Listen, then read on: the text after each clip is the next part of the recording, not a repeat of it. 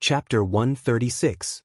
The applause came from the competitors, the teachers, and the candidates who had already been eliminated. Yi Qian, who was the first to advance, stood on the exam platform with a decent smile on his face. In the face of the thunderous applause, he calmly bowed and said, "Thank you." His calm demeanor was even more in line with the teachers' hearts. When Principal Chao, who had been accompanying him all this time, heard Yi Qian's name, he unscrewed the bottle cap with trembling hands and took 3 pills in a row. In the capital, in the most heavily guarded military compound, Xia Jinyuan was wearing a short-sleeved uniform and a bow tie as he walked down the stairs. He was wearing a military summer uniform, which was tucked into his perfectly ironed dark green military trousers and tied with a brown leather belt, which perfectly accentuated his sexy and muscular waist. His broad shoulders, slender legs, and every step he took was noble and elegant. Everything about him was like a gentleman's elegance. Someone once commented that Xia Jinyuan, who was wearing a military summer uniform, had a kind of uniform temptation that made people want to turn into a hooligan and pounce on him to take off his clothes. Other than this uniform temptation, there was no one else. "Dad, I'm going out for a while." When he went downstairs, he saw Commander-in-Chief Xia sitting on the sofa drinking tea and reading the newspaper leisurely. "You should rest early. I might be back later." Commander-in-Chief Xia didn't expect his son to be at home. When he heard the voice behind him, he turned around in surprise and said, "Where did you come from? Why didn't you make a sound?" He also saw that he was wearing a summer uniform. It was obvious that he had specially cleaned up. Commander-in-Chief Xia put down the newspaper and stood up to look at his handsome son with interest. "Oh, the sun rose from the west. You know how to clean up? Going on a date? Which family's girl is she from? If you succeed, bring her home for me to see." Other people's sons could change girlfriends 4 or 5 times a year. Why was it that his son had never brought home a single woman in a year? If it weren't for the fact that he had found some children's dishes in his study room, he would have suspected that his son had spent so much time in the army that he only liked military uniforms and no longer liked women's makeup. Xia Jinyuan lowered his head and looked at his outfit. There was nothing special about it, so he raised his eyebrows and said, "When did I ever dress up? It doesn't count as a date, but it is indeed a meeting with a little girl. Also, don't overthink it. She's a 14-year-old girl, a middle school student."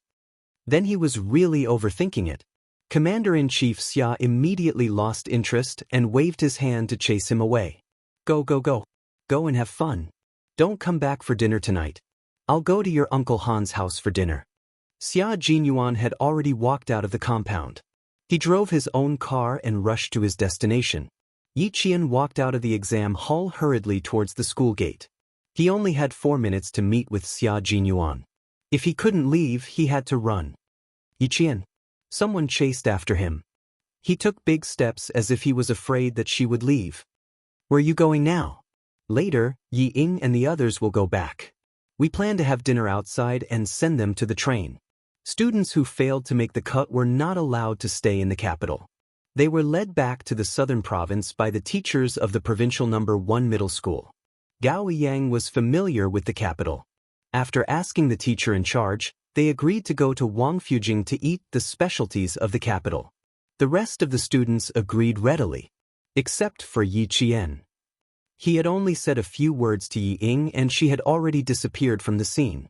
Chapter 137. Yi Qian felt helpless when he heard Gao Yang's voice coming from behind him. He was just short of pasting the word "reject" on his forehead. Why did he still take the initiative to come over and greet him?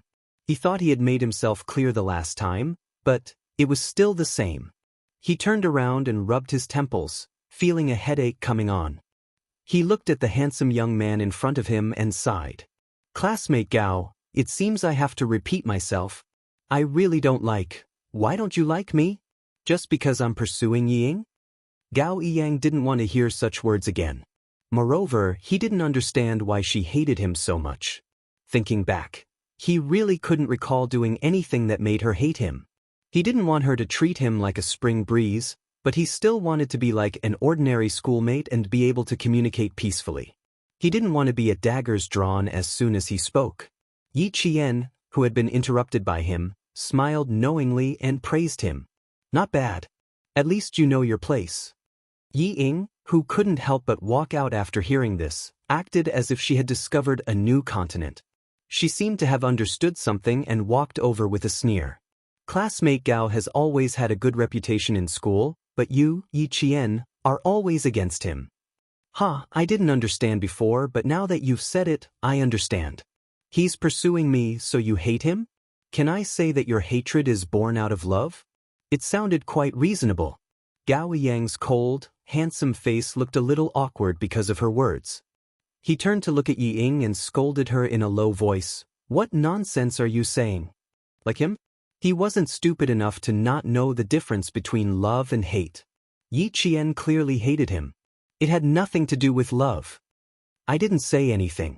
Didn't she admit it herself? Ying glanced at him with a smile and chuckled. Gao Yang, what should we do? Why don't you stop pursuing me and just pursue our famous classmate Yi Qian?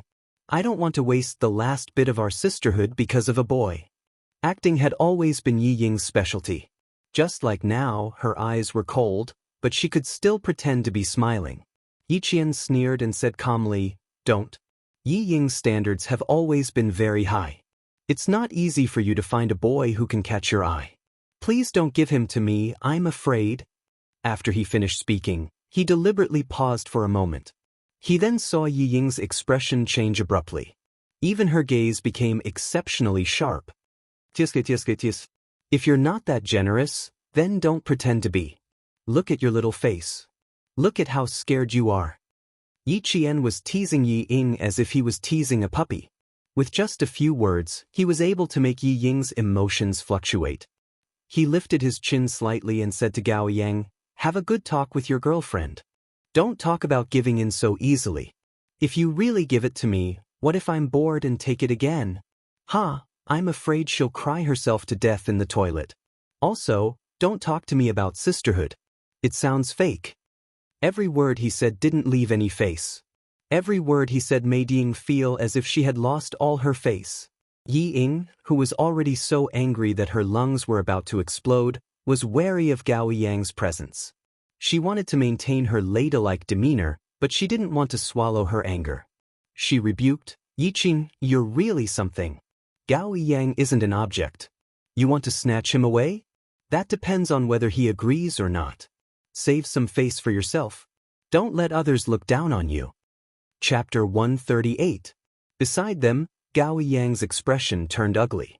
Ying, she didn't say anything about snatching. You don't have to overthink it. Girls always like to overthink things. He could clearly hear Yi Qian's mockery, but Ying thought that Yi Qian was provoking her. What did he mean by she didn't have to overthink it? Hearing this, Ying laughed coldly. I'm not overthinking it. I've never seen her hate you before. Now that you're walking a little closer to me, she looks disgusted. Isn't this hatred born from love? Hatred born from love? A clear voice with a hint of laughter came slowly. Then, a slender figure strolled in the sunset, gracefully walking over like a god. Hey, little girl, when did you ever hate me? After waiting for 5 minutes, she still hadn't come over. It turned out that she was blocked by someone. When Yi Qian heard that voice and what he said, he felt his head hurt even more. Why did he enter the school? If you still don't come, I'm afraid that you'll be bullied until you cry. Xia Jinyuan's handsome face held a faint smile as he walked over and stood beside Yi Qian. He didn't look at the other two. Instead, he smiled and looked at Yi Qian, who was late for the first time. He raised his hand and intimately flicked his finger on Yi Qian's forehead. You're late today and left me waiting outside for so long. Tell me, how are you going to make it up to me? He couldn't stand it anymore. How could a little girl be so scheming? Every word she said was an attempt to trample on Yi Qian's image. He really couldn't understand what girls were thinking these days. Belittling their classmates like this, could it show that they were virtuous? Yi Qian was already used to Xia Jinyuan flicking his finger on his forehead. He only frowned and rubbed his forehead. Sorry for the delay. It's fine now. Let's go. After saying that, he turned around and walked towards the school gate. Xia Jinyuan couldn't help but laugh. It was only then that he raised his eyes slightly. His cold and sharp gaze swept across the boy who had already pursed his lips tightly, then gently landed on the girl who had subconsciously tightened her grip on the boy's shirt ever since he appeared. He curled his lips mockingly. Even though he didn't say a word, it was enough to make the two of them tense up. His cold gaze, his cold smile. This arrogant man was clearly telling Yi Qian and Gao Yang that he couldn't be bothered to speak to them, to the point where even a glance was beneath him. Xia Jinyuan felt that it was beneath his dignity to argue with children. However, Yi Qian, that narrow-minded girl, would probably be more than happy to settle the score with them. In order to make the little lass feel better, he didn't mind occasionally doing one or two things that were beneath his dignity. Huh, you're really something. You even managed to seduce a soldier.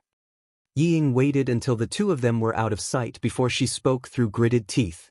She was still afraid.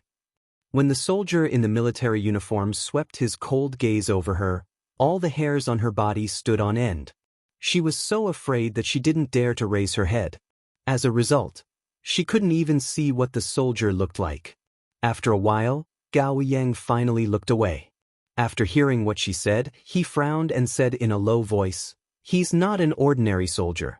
He's a very young major." "A major?" Yi Ying furrowed her pretty brows. "What's a major? You seem to be like me." She was quite afraid and didn't finish her sentence.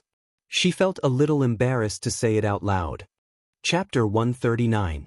For Yi Ying, who had never been in contact with military ranks, she naturally didn't know, but Gao Yang knew. Looking at Yi Ying's fearful expression, Gao Yang sighed softly, "I'm as scared as you." "Forget it, it doesn't matter if she doesn't know. If she doesn't want to go, we'll go ourselves." He paused, frowned slightly, and said in a deep voice, "You didn't have to pick on Yi Qian just now. I'm not so stupid that I can't tell the difference between love and hate." At this moment, Yi Ying's beautiful eyes were completely gloomy. After staring for a while, her beautiful eyes were faintly moist, and she revealed a smile that was uglier than crying. "Is that so? Then I'll just treat it as a misunderstanding. I'm sorry, I don't want to go tonight either. Goodbye." She didn't insist on her views in front of him, but instead took all the blame.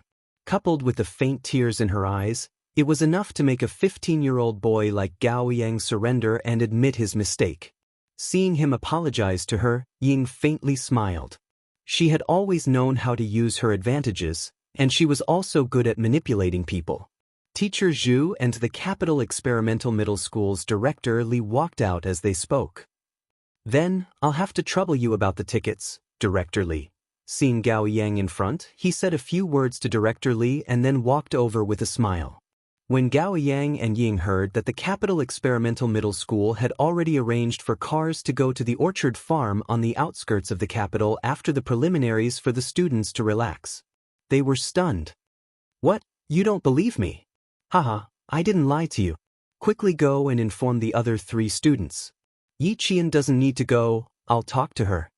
Teacher Zhu patted Gao Yang's shoulder, and the smile on his face deepened. "There are only a few days left until the competition. This is specially arranged for the 12 of you to relax. Are basking in your glory." Teacher Zhu's gaze lightly glanced at Ying. The two of them seemed to be walking very close. Why did it seem like they were in a relationship? "You mean that we'll all stay at the farm tonight and we'll only be back at noon tomorrow?" A trace of darkness flashed across Yi Ying's beautiful eyes, and she asked uncertainly, "What time will we leave the capital tomorrow? Can you catch the train if you don't come back for one night?" Teacher Zhu smiled and said, "Don't worry, we'll definitely be able to go home tomorrow. Quick, we agreed to meet in 20 minutes. Let's meet 10 minutes earlier." When Ying saw this, her eyes flickered slightly. She said to Gao Yang impatiently, "Then I'll inform the girls. You go inform the boys." After that, he said goodbye to Teacher Zhu and left in a hurry. Not only was her eyes gloomy, but they were also filled with a frightening malice. Yi Qian, who had already walked out of the school, did not immediately get into the car. He looked at the man, who was as straight as a spear, and a trace of amazement flashed in his eyes. In his military uniform, Xia Jinyuan not only raised his temperament to the peak, but he also looked as elegant as jade. He felt that a gentleman should be like this, and his every move was noble and extraordinary. I'm sorry, I can't go out tonight. Just now, Teacher Zhu from the provincial first high school said that the school arranged for the 12 of us to stay at an orchard farm. I didn't refuse. Yiqian raised his eyes slightly and quietly concealed his amazement. I can only miss tonight. I'm very sorry. Chapter 140. Her apology only made Xia Jinyuan raise his eyebrows slightly. He smiled and said, if that's the case, we can only do it next time. I originally wanted to take you to see it. Because it was something that couldn't be said to outsiders, he bent down slightly. His tall and slender body completely covered Yiqian's slender figure, like a pine tree sheltering the sun, protecting the still-growing sapling. To see the latest model of our country's artillery shells that are ready to be used in the army. He was so close to her that he could smell the faint fragrance on her body. It wasn't the smell of artificial perfume, but the faint and elegant fragrance of a young girl's body. The little girl's skin was very white, like white jade with a translucent luster. Oh, she had grown a little taller since the first time he saw her, and her body had become slimmer. She already had the graceful bearing of a young girl. Xia Jinyuan's dark eyes darkened slightly, but he didn't bat an eyelid. His gaze lingered on Yiqian's slender, swan-like neck. It wasn't abrupt, but purely out of appreciation for beauty. In an instant, Yiqian, who was enveloped by his minty scent, retreated slightly. While she was momentarily moved, she looked up. The moment their eyes met, Yiqian saw the confident smile on his sexy thin lips, as if she would definitely agree and reject the school's arrangement. Yiqian, who was also rebellious, saw this and didn't pull away. Instead, she glanced at him from the corner of her eyes. Her clear black and white eyes looked at him with a half-smile. She shook her head and said, "Thank you for the trouble, Captain Xia. I really want to go, but unfortunately I still can't." He clearly saw that she was moved, but why didn't she agree? He was afraid that she had plans for the day. He had several plans in his mind, and he was so thoughtful. She had to accept his kindness. At home, he had arranged to take Yiqian to a private restaurant in Beihai Park to eat authentic Imperial City cuisine. Then, he would take her to the courtyard's training field to see if she had improved in the few days that he had been away. This arrangement didn't seem to be enough to keep the little girl by his side. Therefore, he changed his strategy at the last minute and brought out the artillery shells and the military factory. The tactics were good, but the people they encountered were not ordinary. Xia Jinyuan was about to succeed, but in the end, he was told that he still couldn't go. Driving away, he experienced the feeling of sadness for the first time. The little lass was not only smart, but also very determined. She was really not easy to coax. Yiqian waited until his car was out of sight before returning to school. It was not even 6 o'clock yet, so he decided to go back to the dormitory and wash his face first. It would be a lie to say that he wasn't nervous when he was on the stage. This was his first time experiencing it, and a layer of sweat had formed on his back. His brain had been working at high speed for a few days, and it was indeed a little tiring. Being together with such a dangerous man. While her whole body was tense, she had to constantly pay attention to his faintly discernible flirting which could cause misunderstandings. Just like just now, he could have stayed away from her to talk, but he insisted on staying so close to her. He even bent down to let her be surrounded by his masculine scent. This made her even more reluctant to go. By the time Yiqian got out of the car, there were already many students chatting. They were all contestants from various schools, and there weren't many of them, only 42 people. 6 of the 12 students from Fujian town had already returned. The remaining 6 students were led by the students and teachers of Capital Experimental High School to a bus and headed to the orchard farm. Chapter 141. It was already lively in the car. Yiqian, Gao Ying, and Wang Imo, a contestant from number 1 middle school, were already chatting happily with the other 9 contestants. This time, Ying, who was not with Gao Ying, heard the low laughter coming from the back of the car. She, who was also chatting with a student, secretly pinched the leather seat with her sharp nails, a cold light flashing in her eyes from time to time. Occasionally, when she was chatting with students from other schools across the road, her gaze would intentionally or unintentionally fall on Yiqian, filled with jealousy and malice. Yiqian, I'll let you be happy for now. You want to participate in the World Mathematical Olympiad? Are you worthy? Ying, who was gloomy all the way, suppressed the faint excitement in her heart and chatted happily with the students around her. Yi Qian, who was chatting with the contestants from number 1 middle school, had a faint smile on his face the whole time, as if he did not notice the gaze coming from somewhere.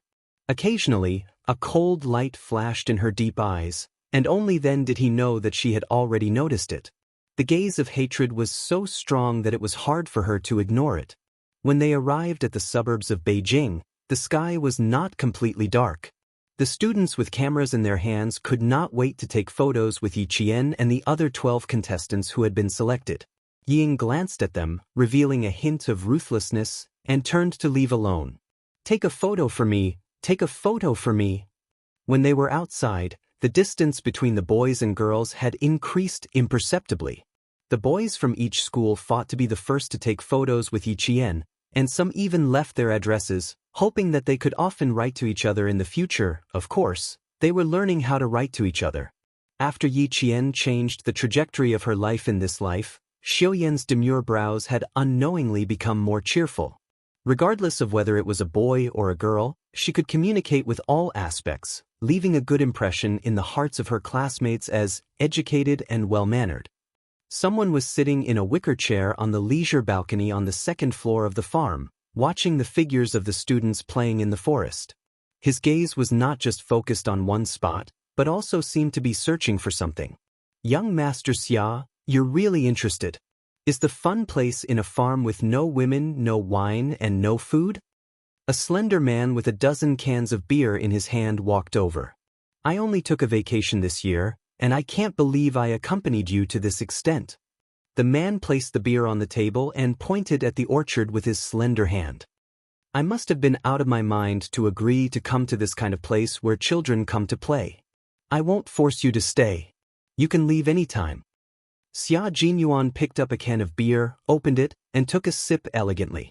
He glanced at his childhood friend who looked like a ruffian in his military uniform and said, "You're welcome. I won't see you out." After he finished speaking, his gaze was fixed on a slender figure. His gaze no longer searched, but stopped with interest. The little girl was indeed very popular among the male students. Every male student was fighting to be the first to take a picture with her. That guy who even took out a pen and paper must have come prepared. Xia Jinyuan, who was still sipping his beer, stood up and leaned against the railing of the balcony. His piercing cold gaze fell on a boy who dared to raise his hand and put it on Yi Qian's shoulder. "You little brat, men and women shouldn't touch each other." As soon as he finished speaking, he saw Yi Qian say something, and the boy also smiled. The two of them took a picture shoulder to shoulder, a finger away from each other. Chapter 142. Xia Jinyuan nodded in satisfaction. Suddenly, he noticed that Yi Qian seemed to be looking in his direction. He quickly stepped back, intending to sit down on the rattan chair again. After taking 2 steps back, Xia Jinyuan turned around and stared at the man who was moving the rattan chair to the side, intending to make himself fall and embarrass himself. He raised his eyebrows and sneered, "Han Zheng, you're still playing this kind of game at your age. Don't you find it childish?" Han Zheng, 20 years old, held the military rank of captain. Like Xia Jinyuan, he was a proper 3rd-generation member of the Red Army. They grew up together in the same courtyard, so they were familiar with each other to the point that they were young and had seminal emission. When he heard this, he raised his eyebrows as well, but with a wanton charm. Compared to your behavior just now, mine is not childish at all." He held an unopened can of beer in his hand as he casually stood there. Every part of him exuded a lazy and wanton air. "However, I'm really interested in this group of students. Which one of them are you interested in?" He didn't say boys or girls, but only students. Intentionally or unintentionally, he was making things difficult for his childhood friend. He even said that it was improper to touch. Since when did young Master Xia care about these things? How interesting. Xia Jinyuan glanced at his childhood friend who was like a walking pheromone. He curled his lips and didn't answer his question. Instead, he smiled faintly and said, "Do you know why I only brought you here? Do you still need to say it?" Compared to the rest of them, I, Han Zheng, am handsome and elegant. Bringing me out is very impressive. Yes, it is indeed very impressive. Xia Jinyuan looked at his childhood friend meaningfully, his deep eyes containing a dark smile. However, it's not you who is impressive, it's me who is. Han Zheng elegantly adjusted his military collar and laughed even more happily after hearing this. Of course, who am I, Han Zheng, and who can become my friend is impressive. Of course, being friends with young Master Xia is also very impressive. This was definitely the truth. Among all the influential families in the capital, who could compare to family Xia? Old Master Xia was one of the founding generals of the country. He didn't catch the hidden meaning behind Xia Jinyuan's words. His handsome face was still full of smugness as he continued happily, "Let's go, I'll give you more face. By the way, I'll introduce you to the little beauty who made you drive your car all the way to the suburbs of Beijing. You're jealous of a few young boys. There's no hurry. I'll take you there later." Xia Jinyuan calmly glanced at his childhood friend with a smile on his face. No matter how one looked at it, it seemed to be a meaningful smile. In the orchard, Yiqian felt that his face was a little stiff from smiling. After taking a picture with the teachers from each school, Yiqian decided to go for a walk by himself. Just now, he didn't know if it was his imagination, but why did it feel like someone was looking at him from the small building at the side of the orchard? After taking a few steps, he saw two boys pushing Gao Yang out from behind a fruit tree. When they saw him, they laughed loudly and said, "Yiqian, come, let's take a picture together." Another student said, "Gao Yang, where did you hide just now? You didn't take a picture with our great beauty Yiqian. Come, stand, I'll take a picture of the two of you first." Hearing the laughter, the teachers joked, "The two of you must take a picture together. You're from the same school, and you're senior and junior. Come, that boy over there, give me your camera. I'll take a picture of them personally." Chapter 143. Since even the teacher had said so, the students became even more excited. They did not notice that Yi Ying, who was holding 2 bottles of mineral water, was standing not far away and looking at them with a sinister expression. Soon, she composed herself and walked over with a faint smile. "Did you guys forget about me?" She handed the water to Gao Yang. "Drink some water. I heard your voice was a little hoarse just now." Oh. The students who had let go of the water seemed to understand something. They let out a long, oh. Not bad. They even looked at Gao Yang ambiguously and blinked. When the teachers saw this, they shook their heads helplessly and changed the topic to the students' puppy love. At this moment, Yiqian was really thankful that she had appeared in time. Amidst the laughter of the students, Yiqian and the other 2 girls left, talking and laughing. After taking 2 steps, she turned back to look in the direction of the house. Her eyes moved slightly, and under the urging of the other girls, she turned and walked towards the stream. The little girl's eyes are so sharp.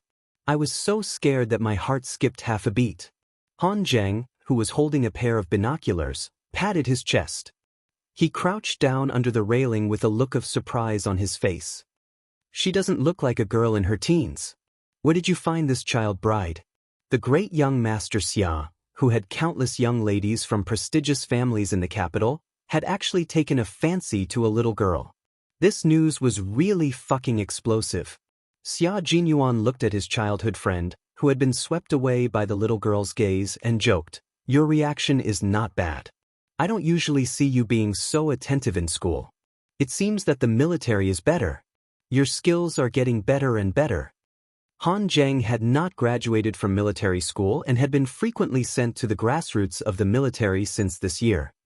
"Isn't it because I'm afraid of being discovered? In front of you, it doesn't matter whether I have an image or not. I just need to maintain my image in front of the other students." Han Zheng stood up nimbly and placed the binoculars on the table. When he sat down, his expression became more serious. "You really plan to join that team?" Commander-in-Chief Xia agreed. Whether it was his expression or his posture, they all revealed the sharpness of a soldier. "When I came back the day before yesterday, I just mentioned it to my dad, and he almost whipped me. It seems that if I want to go in, my dad will be a problem. Where there's a will, there's a way. But it's normal that Uncle Han doesn't want you to go with me. Xia Jinyuan had a faint smile on his thin lips as he slowly sipped his beer. His unhurried and low voice was suddenly laced with sternness. How dare a student go to a KTV so brazenly? Han Zheng, who gave you the guts to do that? His voice wasn't loud, but it was like a clap of thunder.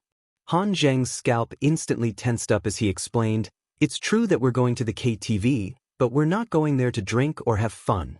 Fuck, it was Wu Yunjie who caused trouble for me. I wasn't careful and fell into a trap. Forget it, let's not talk about this today. I'm going to the military academy because I want to join the brigade. My dad has to agree even if he doesn't want to." After saying a few words, Han Zheng seemed to realize something. His flirtatious peach blossom eyes instantly burst forth with a wolf-like ferocity. "Commander-in-Chief Xia agreed to let you go? Why did he agree so readily? The brigade was on the brink of life and death, and he actually agreed." The sky was already dark, and the laughter of the students could no longer be heard in the orchard. Xia Jinyuan stood up lazily and looked down at his surprised childhood friend. "Your goal for entering the military academy is to enter the brigade. Unfortunately, so am I," Xia Jinyuan said to Xia Jinyuan. Chapter 144. The difference is that I've already discussed it with Commander Xia before the exam. I'll report on time after a year of training in the army. Young Master Han, you're still too inexperienced. After saying that, she turned around and walked into the room, leaving behind a stunned first young Master Han. He didn't come back to his senses for a long time. "Brother Xia, young Master Xia, my young master, give me some advice. You have to give me some advice." A gust of wind blew past and Han Zheng, who was instantly sober, chased after him. "Give me some advice first, then go see your child bride, okay?" Xia Jinyuan's indifferent voice came from outside the room. "Child bride? I don't have the guts to do that. I'm just protecting the little girl. Let's go, young Master Han. If you want me to do something, you have to perform well. Treat the little fox as a child bride?" He really didn't have the guts.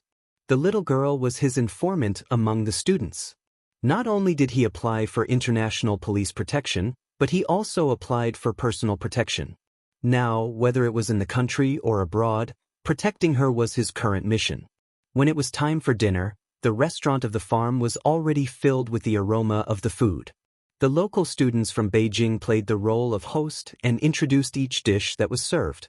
Xia Jinyuan, who was sitting in the private room, looked through the bamboo curtain at Yi Qian, who was clinking glasses with his classmates. He didn't touch much of the food that was served. "You're protecting her personally, right? Why do you look like you don't want her to know?" Han Zheng didn't touch the food on the table either. Following his friend, his gaze landed on the girl who scared him with just one look. Through the bamboo curtain, he could see more clearly at a closer distance. He smacked his lips and said, "She's really pretty. Look." Before he could finish his sentence, Han Zheng saw a long-haired girl sitting behind the girl smiling as the waiter served the hot soup. She stood up. She didn't know what happened, but as soon as she took a step forward, she suddenly fell towards the waiter who was holding the hot soup. Realizing that something was wrong, Han Zheng's expression changed drastically. He shouted, "Be careful!" With this loud shout, the waiter, who was completely unprepared, bumped into the bowl of hot soup that spilled out of the bowl and scalded his hand. At the same time, the bowl in his hand flew directly towards the back of the girl sitting at the other table. Yi Qian, who had his back to the waiter, seemed to be prepared. Accompanied by a loud shout from behind the bamboo curtain, Yi Qian stood up in a flash. At the same time, his slender hand grabbed the back of the chair. Under Yi Ying's gloating gaze, he gently lifted the chair to block the waiter. The disaster that would have befallen Yi Qian was instantly stopped by this chair. The entire process happened in the blink of an eye. The chair collided with the large bowl. Accompanied by the waiter's frightened cry, after the bang, there was the sound of porcelain shattering all over the floor. This scene happened so quickly that Yi Ying, who still had a sinister sneer in her eyes, was completely caught off guard. A bowl of hot soup was directly poured onto her legs. "Ah!" She screamed at the same time. In her contracted pupils, She saw Yi Qian mocking her. It was as if he was saying that she already knew what she was doing. The soup didn't completely pour onto her legs. Because of Yi Qian's sneer, Ying simply bent over and squatted on the ground, crying out in pain. From the cause of disaster to the victim, the huge change in status made Yi Ying, who was squatting down, grit her teeth until her facial features were hideous. Even like this, she actually managed to dodge it. Chapter 145. From the perpetrator of the disaster to the victim, the sudden change in status caused Yi Ying, who was squatting down, to grit her teeth. Her facial features were contorted in anger. She actually managed to avoid it. The students in the cafeteria all stood up. Not only did the students react to the sudden turn of events, but the teachers as well. The two people who rushed out from behind the bamboo curtain quietly retreated. Han Zheng, who was sitting back in his chair, said in surprise, "You reacted so quickly. Have you practiced before?" "Yes, I'm pretty good at fighting." Xia Jinyuan, whose eyes were dark, poured himself a cup of tea. As he sipped the tea, he hid the cold glint in his eyes. If Yi Qian hadn't been on guard, that bowl of hot soup would have spilled all over her. Ying was really vicious. Han Zheng squinted his long, flirtatious eyes. After a while, he nodded and said, "Not bad indeed." "Are you okay? Are you okay?" The girl sitting next to Yi Qian was so scared that her face turned pale. Her lips trembled as she asked Yi Qian, "Are you scalded? Let me take a look." She was so scared that she was about to cry. The other girl had a bad temper. She had already stood up and shouted angrily at Yi Ying, who was still squatting on the floor, "Are you kidding me? The waiter even reminded us that hot soup is here. Do you have a brain? Do you know that this bowl of soup almost spilled all over Yi Qian?" The girl was from Beijing and spoke bluntly. Her tone was just a little harsh, but it was enough to make Yi Ying, who had scalded herself, cry. Gao Yiyang walked over from another table. He pursed his lips and looked at the angry girl from Beijing. He squatted down and said to Yi Ying, who had just screamed, "Are you scalded?" He was the only one who was concerned about Yi Ying, who was squatting on the floor. The rest of the students frowned and looked at the two of them. "It's fine if you scalded yourself, but don't implicate others." Seeing this, the girl from Beijing didn't say anything else.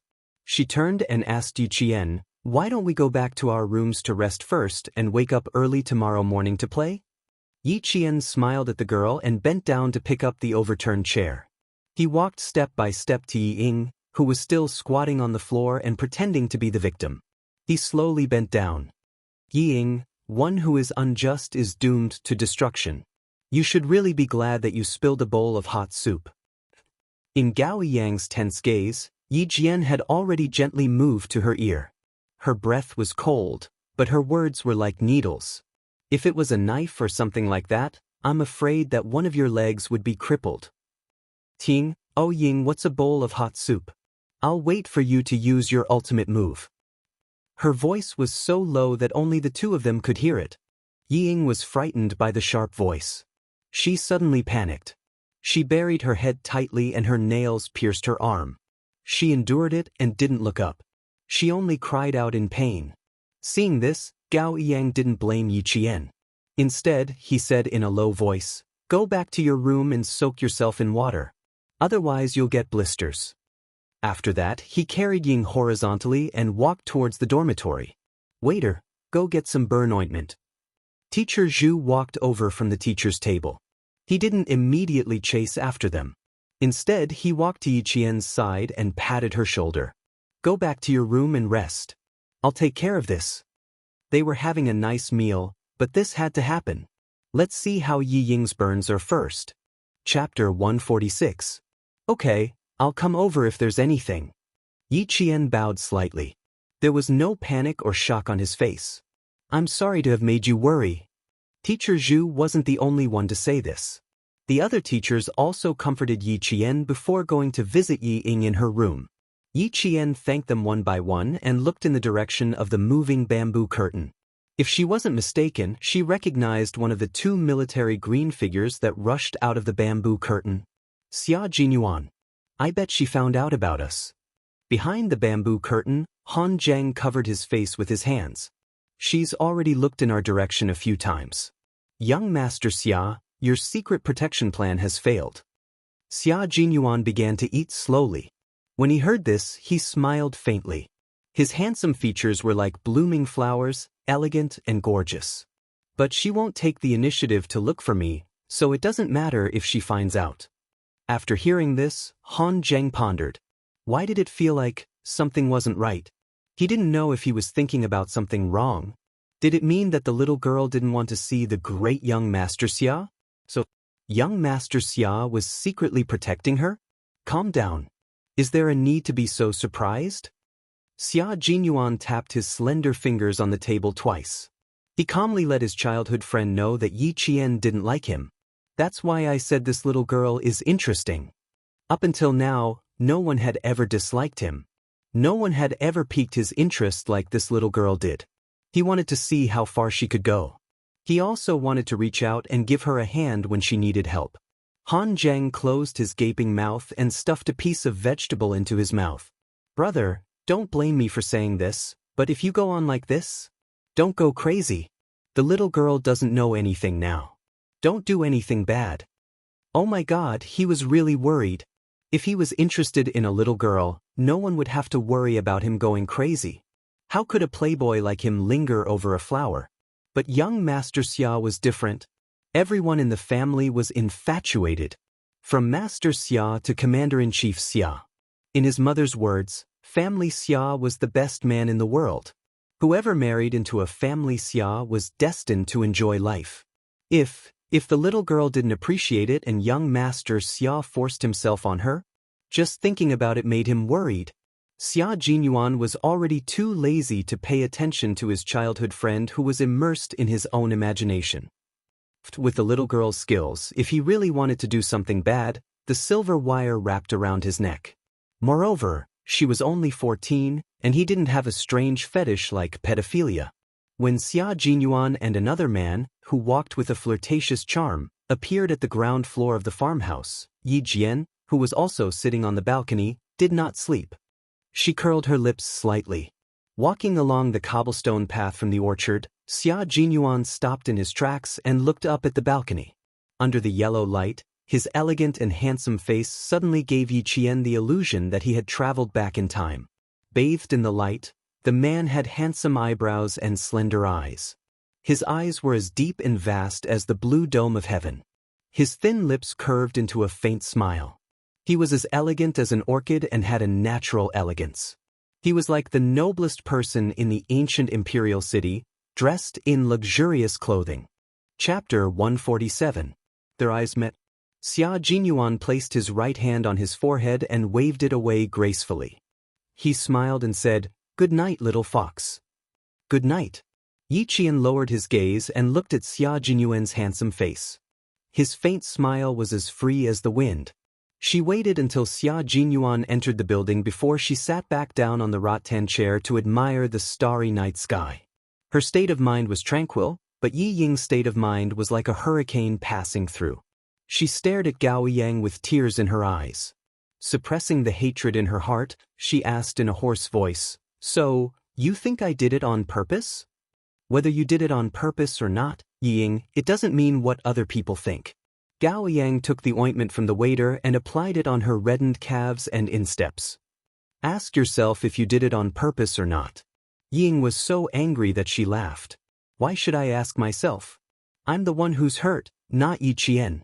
"Gao Yang, look carefully. I'm the one who's hurt. If I did it on purpose, why would I hurt myself? Damn it. Why is everyone suspecting me?"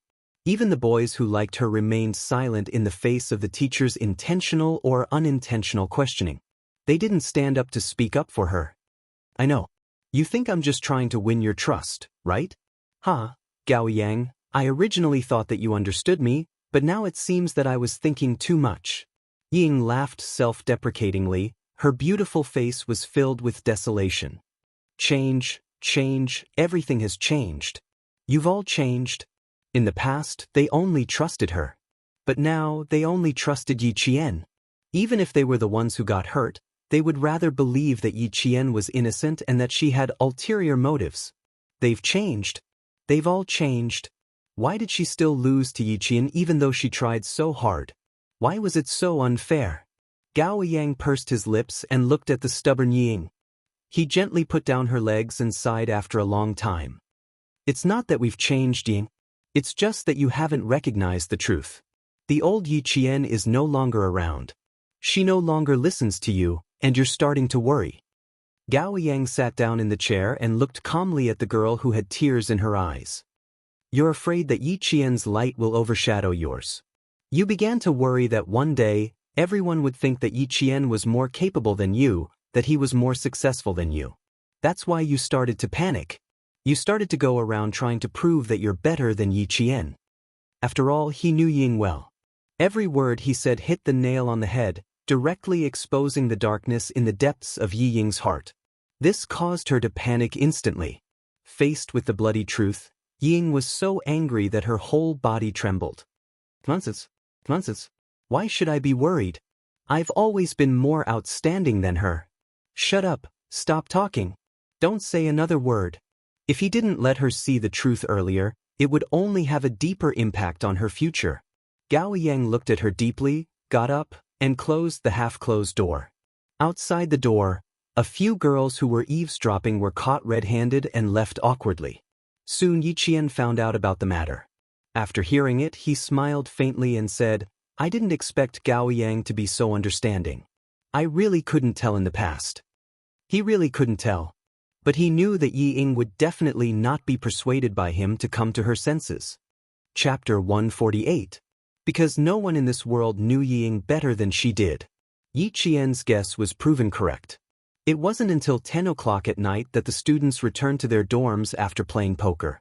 They saw the usually cold Gao Yang storming out of the room with a furious expression.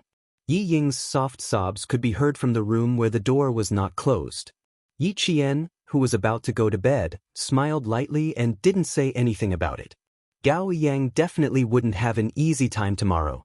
Yi Ying was the type of person who would make everyone else uncomfortable as long as she was uncomfortable. Suddenly, Yi Jian, who had closed her eyes, opened her eyes. She said to the girl who slept in the single bed next door, Do you know the girl who slept in the same room as Yi Ying? Why don't we just let her sleep with us? If Yi Ying was going to cause trouble, she didn't want to implicate others. When the girl from the capital heard this, she thought it was a good idea. Why didn't I think of that? If we combine the beds, won't the three of us be able to sleep together? She got out of bed, took off her shoes and walked outside. Wait for me to come back so we can move the beds together. Yi Qian agreed with a smile. When the two girls from the capital came over, she had already moved the beds. With one more friend, the three of them chatted until 1 o'clock in the morning before they fell asleep. Early in the morning, when Yi Qian came back from her run, she saw Teacher Zhu and a few other teachers from experimental middle school standing in the corridor with serious expressions. A student ran over from the orchard and said breathlessly, No, we looked everywhere, but there was no one. Yi Qian's gaze turned cold and she quickly walked over. When she saw Teacher Zhu, she said in a hurried voice, Yi Qian, did you see Yi Ying? Yi Ying, who was supposed to be in the orchard, was missing. Just as Yi Qian said, if she was unhappy, she would make everyone unhappy. Nothing in the room was touched. Even the bed looked like it hadn't been slept in. The blankets and sheets were neat and tidy, without a single wrinkle. The disposable slippers and the things in the bathroom were untouched. It was as if no one had been in the room at all. Yi Qian stood there quietly, his gaze fixed on the pillow. Downstairs, Gao Yang, with beads of sweat on his temples, was surrounded by cold air. He turned a deaf ear to the teacher's call and directly rushed to the second floor. Teacher Zhu realized that something was wrong with Gao Yang and hurried up to him. Someone said, Yi Qian is upstairs. This made everyone's heart skip a beat, and they all chased after Gao Yang. Hearing the commotion outside, Yi Qian stood beside the single bed where Yi Ying used to sleep. When he moved the pillow away, Gao Yang rushed in with the morning fog. He asked coldly, Did she come to see you last night? Shouldn't you be the last person to see her last night, Gao Yang? His question made Yi Qian's eyes turn cold. After he moved the pillow away, he reached into the seam of the bed. Gao Yang, with a frosty look in his eyes, walked closer and handed a bottle of mineral water to Yi Qian. I found 2 bottles like this by the stream. One is yours, and the other is the one Ying drank from. When I left last night, Ying didn't finish this bottle of water. And you didn't finish the bottle of water on the dining table. His words made the students who followed him into the room unhappy. Hey, are you kidding me? What do these 2 bottles mean? So what if you found them by the stream? Chapter 149. If he found them by the stream, then it proves that Yi Ying and I met alone last night, Yi Qian said calmly. It's normal for Gao Yang to make such a guess. She pointed at the mineral water bottles in his hand. One bottle should be in my hand, and the other bottle should be in Yi Ying's hand. Now that both of them are by the stream, it makes people think that Yi Ying and I went to the stream in the middle of the night. After all, both of us almost got into trouble last night. This was something that couldn't be explained clearly. It was just a simple setup, but it was enough to make her speechless. Even if the 2 girls who slept with her could prove that she slept with them last night, what about after she fell asleep? Could they prove that she still slept with them?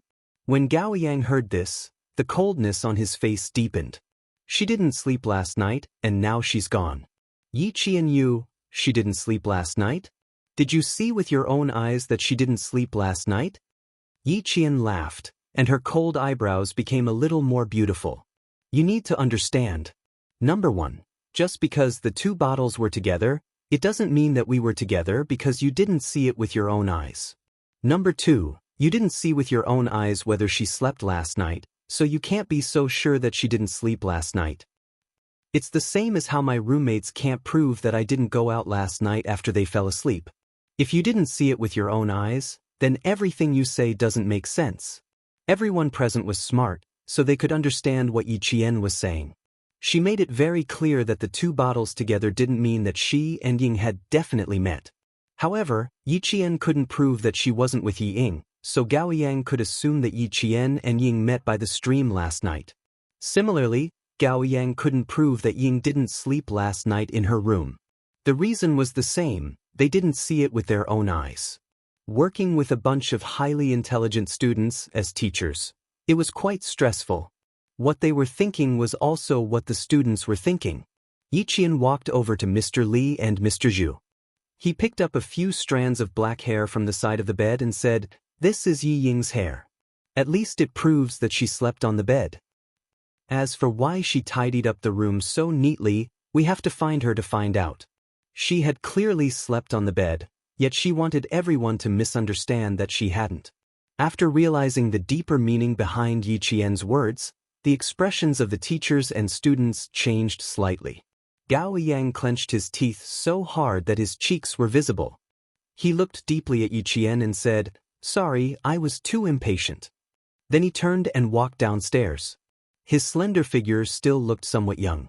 At least, compared to the 2 soldiers who brushed past him, Gao Yang's back was so thin that it looked slightly frail.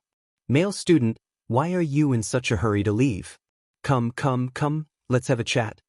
Seeing that they were about to brush past each other, Han Zheng instantly reached out and put his hand on Gao Yang's shoulder with an undeniable aura to make him stay.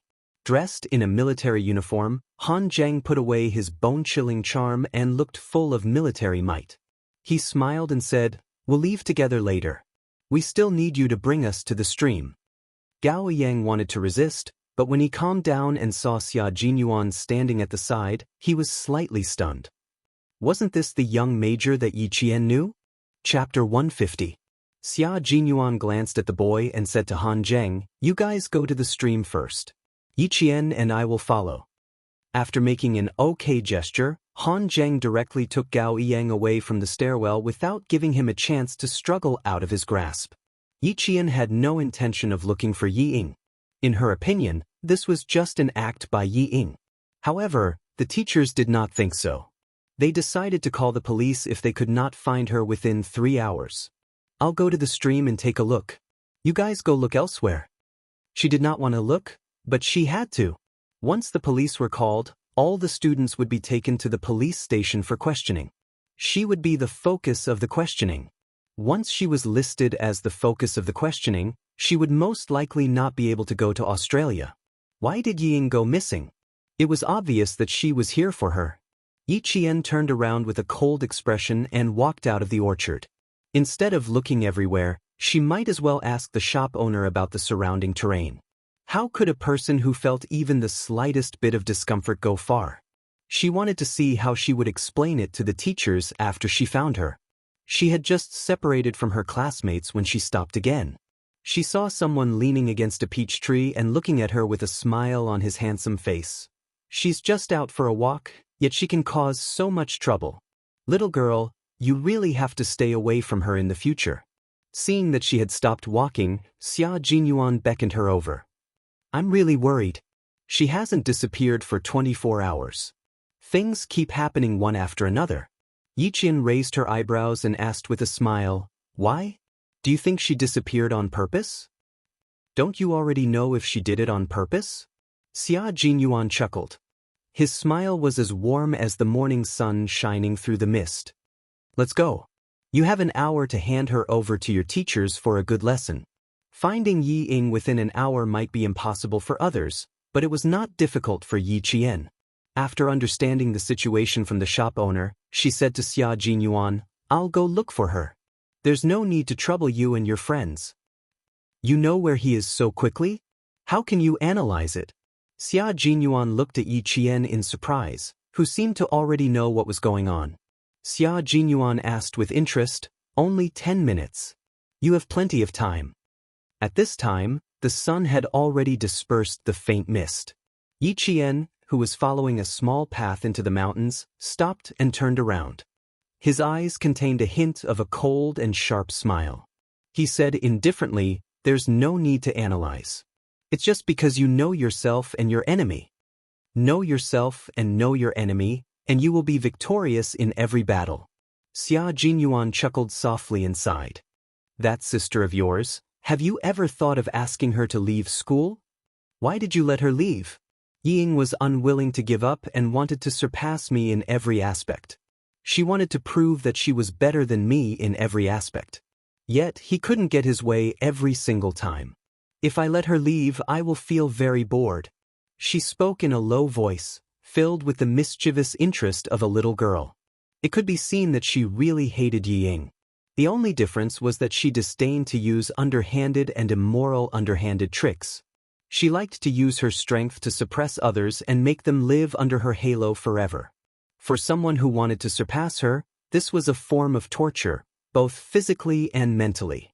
Chapter 151. I can go alone. Don't worry, Captain Xia. Yi Qian once again stopped Xia Jinyuan from going with her. She only hoped that she could handle the matter with Yi Ying herself. Since she insisted, Xia Jinyuan didn't force her. He stared at her quietly for a while, then smiled faintly and said, Okay, find me in my room when you need me. As she turned around, Xia Jinyuan looked at her tenacious and slender back and said in a low voice, Take good care of yourself. Don't forget, you have a mission now. Yi Qian didn't look back. She just stopped in her tracks and nodded to show that she understood. Walking up the mountain path, there was a small pavilion for climbers to rest in. Further to the left of the pavilion, there was a mountain deity temple that only the locals knew about. Yi Qian looked at the newly broken twigs and the bent grass on both sides of the path. She sneered and walked straight in the direction of the mountain deity temple. Behind her, the army green figure hidden in the branches and leaves didn't leave immediately. Instead, he frowned slightly, and there was a hint of confusion in his deep eyes. There was something wrong with the little girl just now. Hearing the sound of students talking not far away, Xia Jinyuan didn't hesitate. He turned around and walked quickly towards the source of the sound. Although the mountain deity temple was called a temple, it was actually just a natural small cave that could only accommodate about 3 people. It had a certain amount of history, so the surroundings of the cave were extremely dark due to the smoke of sandalwood. Yi Qian, who had slowly climbed up the mountain for 20 minutes, didn't immediately appear. She looked at Yi Ying, who glanced at the entrance from the side of the mountain deity temple from time to time. The cold light in her dark eyes was like the light of a sword. In the forest, the morning birds flew through the branches and chirped happily. In the quiet surroundings, there was no one else besides her and Yi Ying. Yi Qian laughed silently. If she got rid of Yi Ying now, wouldn't she be able to solve the problem once and for all? His eyes, which were so bright that they could reflect the blue sky and white clouds, were already steaming with killing intent. If he really killed her, how many people would know? Yi Jian's right hand gently grasped the silver wire that had been wrapped around her left wrist like a bracelet. Hiding behind the leaves, Yi Jian took a step forward in the strong killing intent, and a pair of warm and strong hands grabbed her arm. Don't worry, wait a little longer. Xia Jinyuan, who had appeared out of nowhere, grabbed Yi Jian and stopped her from taking a step forward. His dark and gloomy eyes were unreadable. He controlled his strength very well. It was as if he was really just holding her back and asking her to wait a little longer. Murderous intent.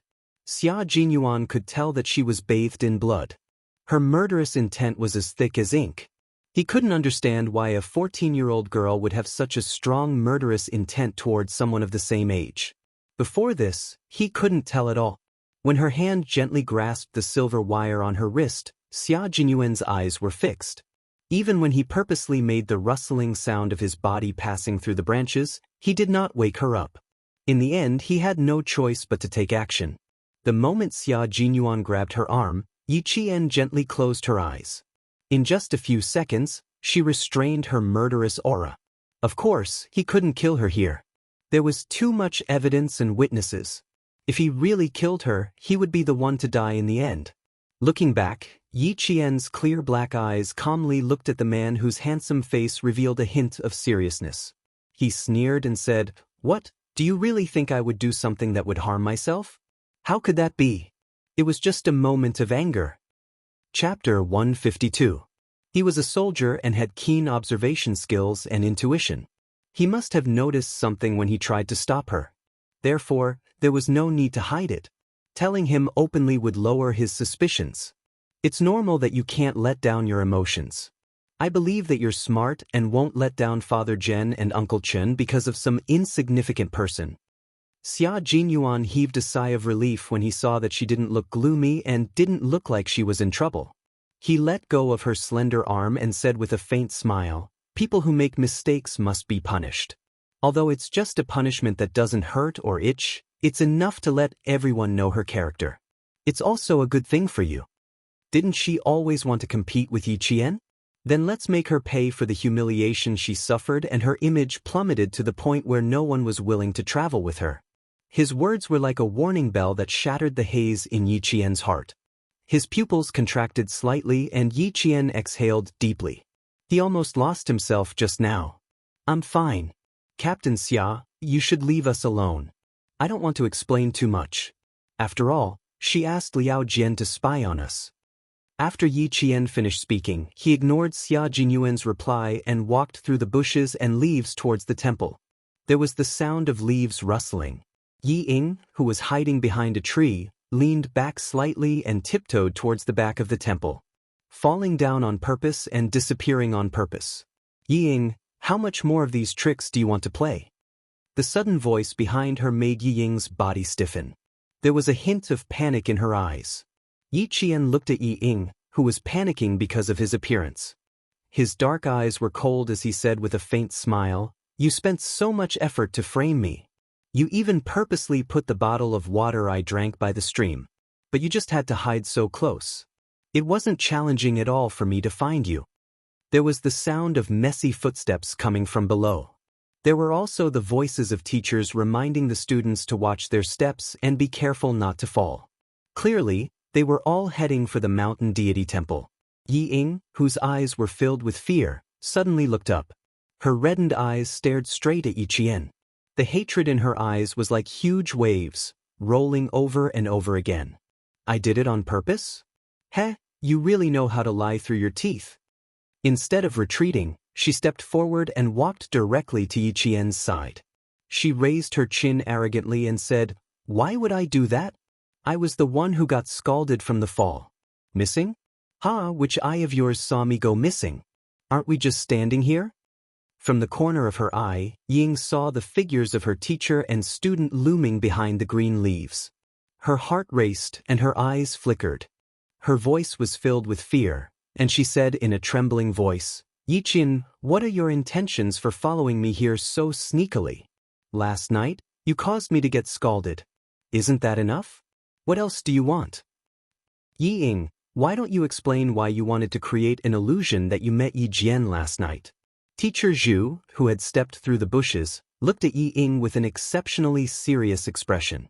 As for why Yi Qian came here as a teacher, I can explain it to you. Dozens of students stood behind Teacher Zhu. Not a single one of them was not frowning as they looked at the girl who was full of lies. From their eyes, it was obvious that they were doubting Yi Ying's character. Chapter 153. Teacher Zhu's questioning and the students' unfriendliness made Yi Ying's face pale. In school, because of her relationship with Yi Jifan, Yi Ying's teachers took good care of her. In addition, her grades were good, so the teachers were very tolerant of her.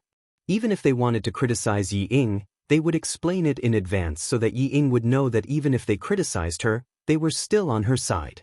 After a long time, Yi Ying began to have a vague sense of what kind of position a teacher should be in. She was used to teachers speaking up for her.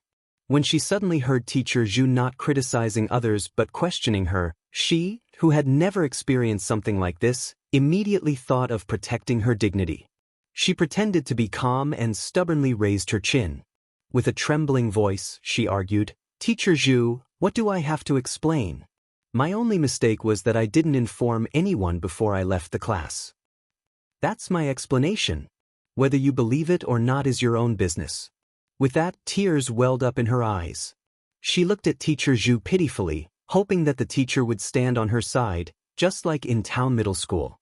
Her reaction made the students look at her with disgust. How could she do this? Not only did she not admit her mistake, she even felt that she was wronged. Some of the students looked at Yi Qian with sympathy. With a classmate like this, life must be difficult. How could she do this? She's too shameless. She's like a dead pig who isn't afraid of boiling water. I really pity Yi Qian. With a classmate like this, I don't know what kind of sin she has committed to have her as her classmate. With teachers present, the students, who had always been virtuous, only discussed among themselves softly even if they were dissatisfied. However, even if they lowered their voices, Yi Qian could still hear them. Hearing this, her indifferent expression had a hint of a smile that no one could see through. Yi Qian was no stranger to doubting a person's character. When she saw the teachers and students doubting Yi Ying's character, she had the urge to laugh out loud. The heavens were right, and retribution was not pleasant. What she went through back then was what Yi Ying was facing now. The only difference was that he had been wronged back then, while Yi Ying had reaped what she had sown. Teacher Zhu felt his heart ache from anger. Was this still a student? He was the ancestor that the teachers had to worship. However, as a teacher with high professional ethics, she did not embarrass Yi Ying in front of all the students. Instead, he said to Yi Qian, "In order to find her, all of you skipped breakfast. It was only 7 o'clock, and it was almost time to go back and have breakfast. I'll leave this to teacher." Teacher Zhu, who had already noticed the strange look in the students' eyes, sighed softly and said, "Everyone makes mistakes. All of you should disperse." A teacher's job was to impart knowledge and dispel doubts. Even Teacher Zhu, who had doubts about Yi Ying's character, knew to stand up for a student who had made a mistake. As a teacher, not only did he impart knowledge, he also taught his students how to behave. This was the difference between Teacher Zhu and Teacher Ku. In this life, it was Yi Ying's great fortune to have met Mr. Zhu. In her previous life, it was Yi Qian's misfortune to have met Teacher Ku. The two girls who stayed with Yi Qian last night stared at Yi Ying unkindly. They walked out from among the students and said to Yi Qian, "Ignore them, despicable people." Chapter 154. Stop talking. Let the teacher handle this. Let's go have breakfast. Even though the other student had her own opinions, under Mr. Zhu's influence, she did not say anything that was unfair. Instead, she held Yi Qian's arm and comforted her. "Don't take it to heart. This kind of person is just jealous of you." The girl's voice was neither loud nor soft, just loud enough for everyone to hear. Hearing this, Yi Ying's expression changed. She opened her mouth to confront her. "Why would I be jealous of her? What does she have to be jealous of?" "Sorry, I don't want to talk to a person with a flawed character like you. Whatever I say has nothing to do with you," a girl from the north retorted coldly. Let me give you a kind reminder. Don't take it personally. It will affect your mood. Laughter came from the mouths of the students. While they were full of ridicule, they were also disdainful of Yi Ying's behavior. At that time, they were suspicious. Now they were sure. Yi Ying's character was problematic. Gao Ying, who had come over but had not said anything, clenched his fists tightly. He never knew that there was a side to her that was so unbearable. Could it be that everything he saw in the past was fake? His gaze moved from Yi Ying to the other girl, whom he had always thought was unbearable. He saw that she was still calm in the face of Yi Ying's accusation. She was calm and unhurried, as natural as a flower blooming and withering. She did not try to defend herself. She let Yi Ying direct this cheap farce alone. She had already won against Yi Ying several times over just by remaining silent. She walked to Yi Ying's side and said calmly, "Yi Ying, I hope you remember that you don't just represent yourself outside. You also represent Fujian High School. Please restrain yourself and stop tarnishing the school's reputation." Yi Qian would only earn more respect from others. Gao Yiyang walked out. His footsteps were heavy as he walked to Yi Qian's side. He lowered his head and said clearly, "I apologize for my shallow thinking. I'm really sorry, Yi Qian. I thought I was right, but reality slapped me hard in the face. I realized that what I saw might not be right. I'm very sorry, Yi Qian." He didn't say anything to ask Yi Qian to forgive him.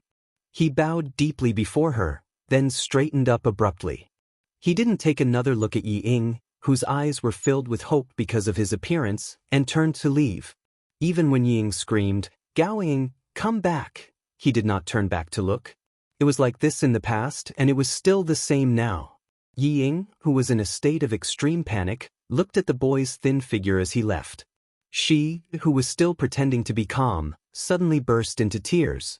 It was unclear whether she was crying because of Gao Yiyang's departure or because of the teacher's interrogation. No matter what her reason was, Yi Qian did not care. He knew that from today onwards, Yi Ying's life would not be as smooth as her previous life. Standing in the dark, Xia Jinyuan watched everything through the gaps between the leaves. His thin lips curved slightly. Little Fox was really dazzling just now. She was obviously not outstanding, but the way she handled the situation won the respect of the teachers and students. A little girl like this was the little girl he knew. The girl's cries continued, but Xia Jinyuan did not take another look at her. After Yi Qian left, he quietly left the scene. He left for Australia tonight. He and Yi Qian were on the same flight. Chapter 155. Yi Qian didn't know that Xia Jinyuan was on the same flight as him. After Yi Ying's incident, although it didn't affect Yi Qian's mood to play with the other students, the teachers couldn't be at ease with this trip. They were supposed to leave at noon, but the return trip ended at 9 a.m. At 3 p.m., Mr. Zhu and the other students returned. Yi Qian didn't see Yi Ying. Even Gao Yiyang remained silent and didn't ask where she went. Not long after Mr. Zhu and the others left, Yi Qian and the others boarded the bus to the airport. They boarded at 8:30 p.m. Less than half an hour after the plane took off, most of the passengers had already fallen asleep. Yi Qian chatted with Yang Yi, the girl sitting next to him, for a while before falling asleep. Yi Qian, who had slept for an unknown amount of time, was awakened by Yang Ye's mumbling. He looked at the time and saw that it was only 1 a.m. There were still 6 hours before landing. After putting the shawl on Yang Yi, Yi Qian gently got up and walked towards the bathroom. Someone politely knocked on the door twice. Yi Qian, who was washing his hands, took out a tissue to dry his hands and opened the door. Like a cheetah in the forest, a person squeezed into the narrow washroom. Yi Qian's reaction was just as fast. When he noticed the other person's strange behavior, he had already raised his right leg and kicked towards the other person's knee. Such a big greeting gift? I don't dare to accept it. The familiar voice slowly laughed with a hint of mockery. At the same time, the familiar faint mint smell instantly filled Yi Jian's nose. It was cold and low-key, just like its owner. The right leg that was supposed to kick the other person's knee moved to the side and brushed past the other person's calf. Yi Qian moved to the side so that Xia Jinyuan, who had already squeezed in, could come closer and close the bathroom door. When he really stepped in, Yi Qian regretted it, The washroom on the plane was so small that it could only accommodate one person. When he came in, the space was so small that Yiqian wondered if he should stand on top of the toilet bowl. It was as if she had blocked out the unpleasant smell of disinfectant. Every breath she took was filled with his scent. Yiqian, who had a sensitive sense of smell, couldn't help but hold his breath. Being alone with him, especially in such a small space, always made her feel unnatural. Xia Jinyuan didn't mind. The small space didn't affect his mood at all. Especially when he saw her expression as if she wanted to stand on top of the toilet bowl, he couldn't help but chuckle. You fell asleep less than half an hour after boarding the plane. Little girl, if you didn't wake up, I would have to wake you up. In the dim light, although there was a smile on his handsome face, there was no trace of a smile in his dark eyes as he looked at Yiqian. Give me 2 minutes to finish reading this document. Although it was called a document, it was actually a photo. There were 2 blonde foreign men, a dark-skinned man from Qingzhou City, and a Chinese man. Below the photo was a detailed introduction of the 4 people. Yiqian fixed his gaze on the photo of the Vietnamese man again. He narrowed his eyes and said, "Mercenary?" A soldier who participated in the Nanjiang Defense War. After retiring, he became a school teacher. After falling for women, he became a mercenary. Xia Jinyuan took the photo from her and put it back in his pocket. His code name is Red Scorpion. He has frontline combat experience. 4 soldiers sent by the Vietnamese government died at his hands. Chapter 156. Rumor has it that he has a pair of eyes that can see through a person's essence. Therefore, as long as it's someone sent by the government, no one can escape his sight. The 2 female border guards sent by the Chinese side almost fell into his hands. This was information that Yiqian had to know. It was a fact that could not be concealed. He had to let her know in advance what kind of dangerous person she was up against. Yiqian did not expect to take on such a tricky mission for the first time working with the military. But the corners of her mouth curled up slightly. There seemed to be a fire in her dark eyes. I think I understand why you need a student like me to work with you. That's right. That's why we need you. Xia Jinyuan laughed. He knew that this bold girl would not back down. Don't be afraid. You're a student and a contestant in this competition. No matter how alert he is, he can't be so thorough. He will arrive in Sydney at about 8 o'clock tomorrow. He will arrive at the hotel at about 11:30 Sydney time. The man in the photo appeared in the group of Vietnamese students. The Chinese student was the one who received him. As for what Yiqian needed to do, all he did was report to Xia Jinyuan and the others in a timely manner, including who the Vietnamese student was in contact with. This was a drug trafficking network that used students. The drug gang established a strict drug trafficking network in Laos, the border area of Vietnam, and the relevant provinces and cities in Vietnam. From purchasing to transporting, to bribing, they successfully transported their drugs. The Chinese side had joined in because they had already caught 2 informants on the drug trafficking network. From the clues, they found out that the Chinese student in charge of receiving him was one of the important leaders of the gang who cooperated with the international drug trafficking network. Xia Jinyuan's target was naturally the Chinese student and the Vietnamese student. There was another knock on the door outside the restroom. Someone yawned and said, "Excuse me." Yiqian's body stiffened. He stared at Xia Jinyuan with his clear eyes and pointed at himself. What do we do now? A man and a woman were in the restroom. What if they were blocked by someone? The toilet is broken? I'm very sorry. We'll take care of it immediately. I'm very, very sorry, sir.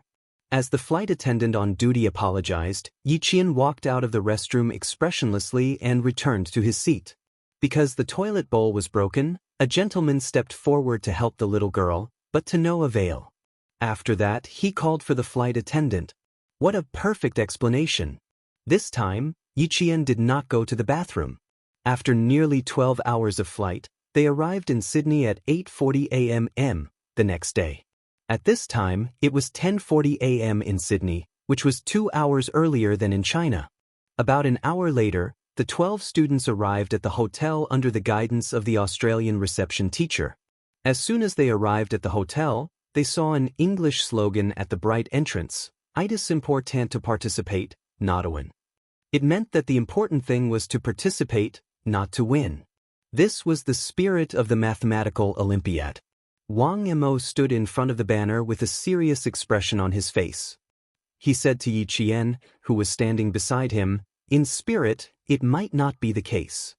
Sending 12 members to participate in the competition and selecting them from all the schools in the country was enough to show how much importance the country placed on this competition. Don't put so much pressure on yourself. Since you're here, just participate well. Yi Qian twisted his luggage and smiled at Wang Mo, who was in his 3rd year of junior high. It's mealtime. Don't think about these stomach-aching things. Chapter 157. While the two of them were talking, a bus drove over. It circled around the fountain and slowly stopped at the entrance of the hotel. Just like the bus the Chinese students were on, when the rear doors slowly opened, the Chinese students who were walking towards the hotel heard the commotion and turned around to look. Their competitors had arrived. In this competition, the participants from each country wore an armband representing their country on their sleeves. It was easy to tell which country they were from. This time, there were 6 teams from Asia participating in the competition. When the doors opened, they saw the same Asian faces, except that their skin was slightly darker. They were dressed in the same uniform and walked out. Their gazes all landed on the other party's arm. When they saw the national emblem of a 5-pointed star on a red background and 2 bundles of golden rice ears symmetrically surrounded by red ribbons, the Chinese students knew which country this student was from. The Vietnamese students who got out of the bus did not expect to meet their competitors at the entrance of the hotel before they even arrived. The eyes of the students from the 2 countries met for a brief moment. It was as if sparks were flying. Before the competition even started, the competition had already begun.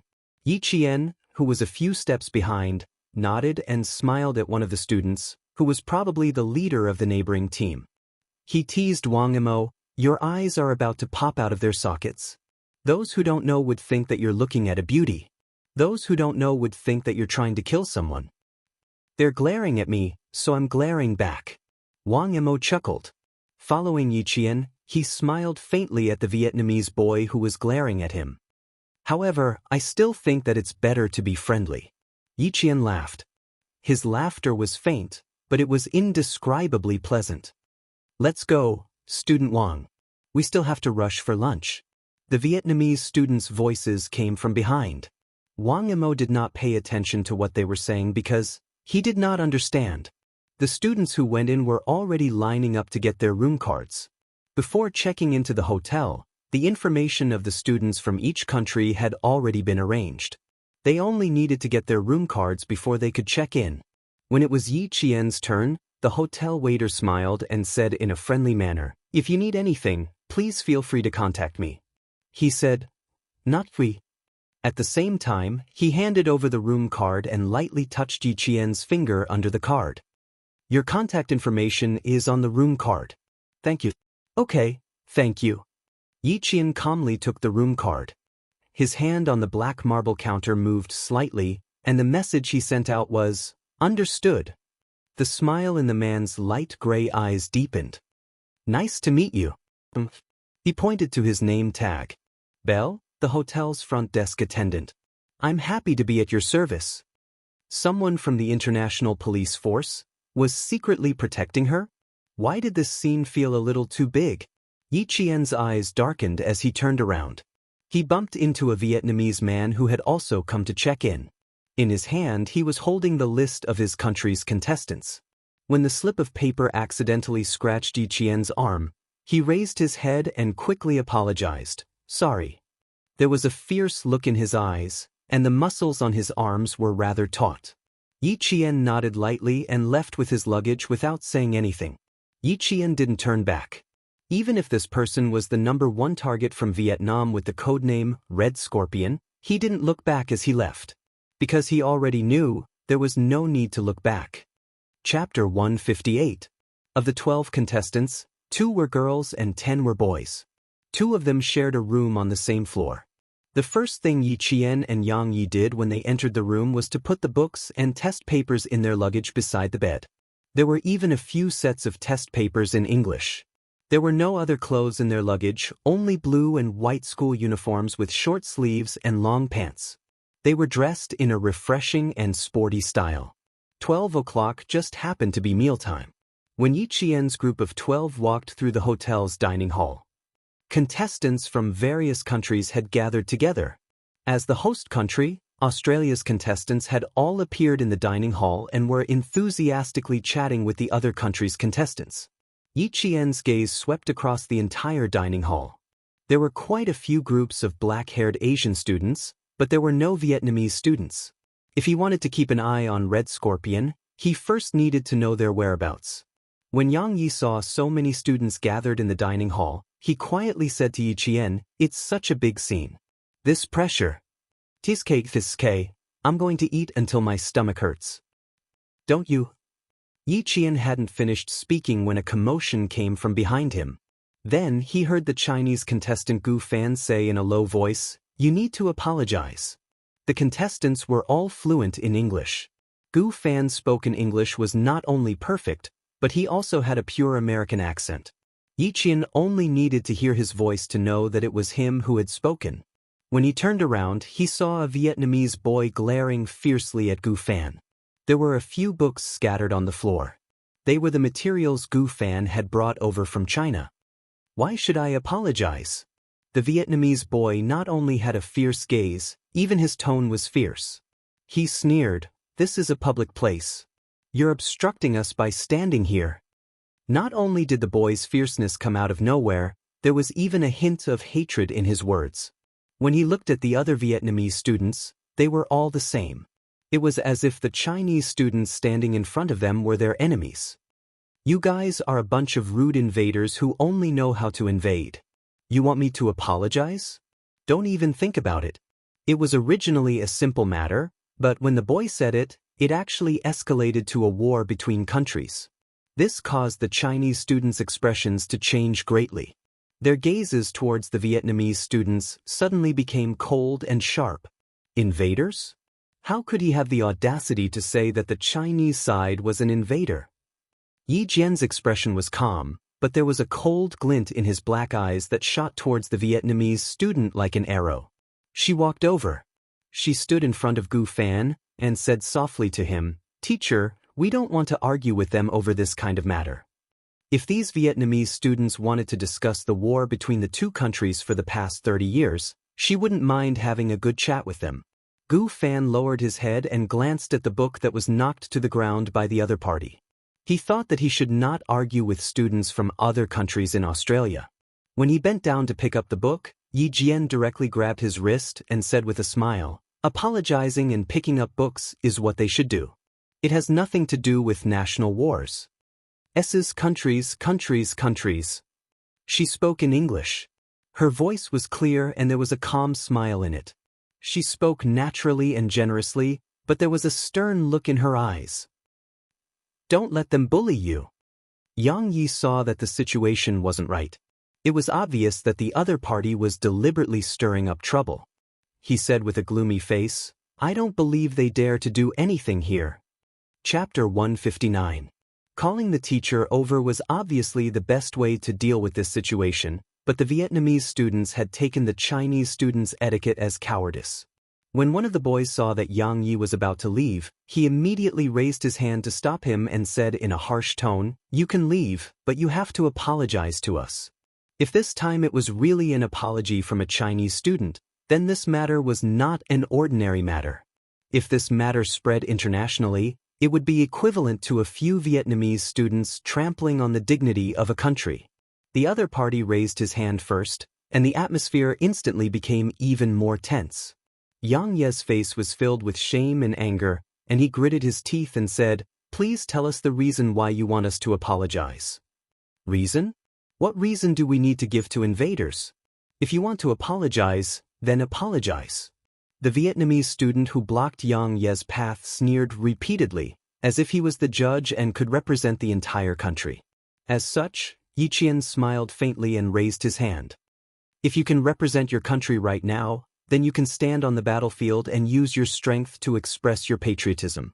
Instead of standing here and using a laughable excuse to express your patriotism, because all I see is your cowardice and cowardice." She pressed her wrist against the other party's as she spoke with a faint smile, but the strength of her wrist didn't yield in the slightest, and she directly pushed the other party's hand to the side. "Not only are you not apologizing after bumping into us, you're even twisting words and forcing logic. Please first clarify where you are and why you're here." Her voice was piercingly cold and carried a majestic aura. Regardless of whether it was her words or her aura, she firmly suppressed the other party. The Vietnamese student didn't take a girl seriously at all. Only when he secretly compared their strength did he realize that he had underestimated the Chinese girl.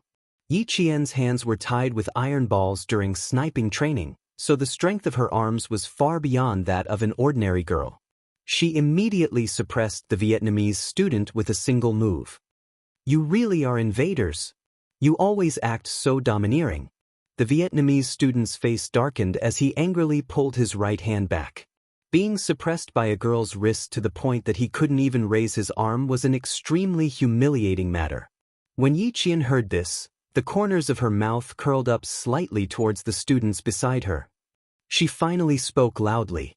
The raised voice attracted the attention of the students outside the restaurant. Even those who saw it thought it was an exchange between students from two countries looked over.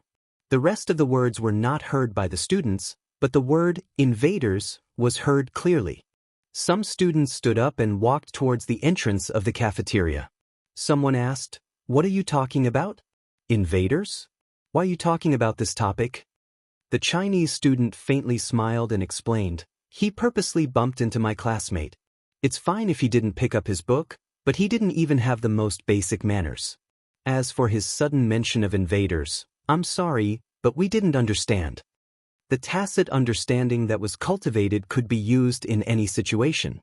Just like now, when Yi Qian smiled slightly, the Chinese students immediately knew how to respond. Why mention war in the arena of knowledge? This is not a battlefield, but a friendly exchange of knowledge. "God, I can't understand this. Can someone explain it to me? Shouldn't you apologize immediately after bumping into someone? I can't understand the need to mix war and war." Chapter 160. No matter how good a person was at twisting words and forcing logic, they could only retreat in defeat in the face of everyone's condemnation. What's more, students from all over the world were talking about it. Soon, a trace of panic appeared on the faces of the Vietnamese students. "Why didn't you go in?" The Vietnamese man with the code name Red Scorpion walked over and saw the panic on his students' faces. On the other hand, the Chinese student had a cold expression. He frowned and asked his students again, "What happened to you guys just now?" He was holding a stack of documents in his hand. Behind him were two other Vietnamese teachers who were also holding the same documents. Under his cold gaze, the few Vietnamese students who had hatred on their faces earlier lowered their heads and whispered what had happened. Gao Yang, who had been silent all this while, suddenly opened his mouth and coldly interrupted the students' words. "Please tell your teacher the whole story again. Tell your teacher the truth about what exactly happened." The first part was in English, but the second part was in Vietnamese. When he opened his mouth, the Chinese student wasn't frightened. Instead, the Vietnamese student was so frightened that his expression immediately tensed up. Yi Qian glanced at Red Scorpion and slightly pursed his lips. With a cold expression, he said, "Please use language that we can all understand and honestly tell us what happened." If the invaders hadn't been mentioned, this dispute would have just been between students. When Red Scorpion heard his own student mention the invaders, he immediately understood why the Chinese students refused to back down. The Chinese teacher walked over with the documents in his hand and happened to hear the second half. His expression was so serious that it made the Chinese students feel apprehensive. The Vietnamese students were able to pick up the books and apologize without a hitch. The four Chinese teachers didn't leave immediately. Instead, they said to Yi Qian and the others, "You guys go eat first. Leave this matter to the teachers." The matter seemed to have passed just like that, but the Chinese students knew that it wasn't over yet. After eating, the 12 students sat in the teacher's room and talked about what happened in the afternoon. They were still a little angry. The leader of the group was Teacher Li from Beijing's experimental high school. When he saw that the students were still talking about the war of self-defense against Vietnam in 1979, he sighed and said, "You guys still know too little. They're not talking about the war of self-defense against Vietnam in 1979, but the counterattack of Laos Han in recent years.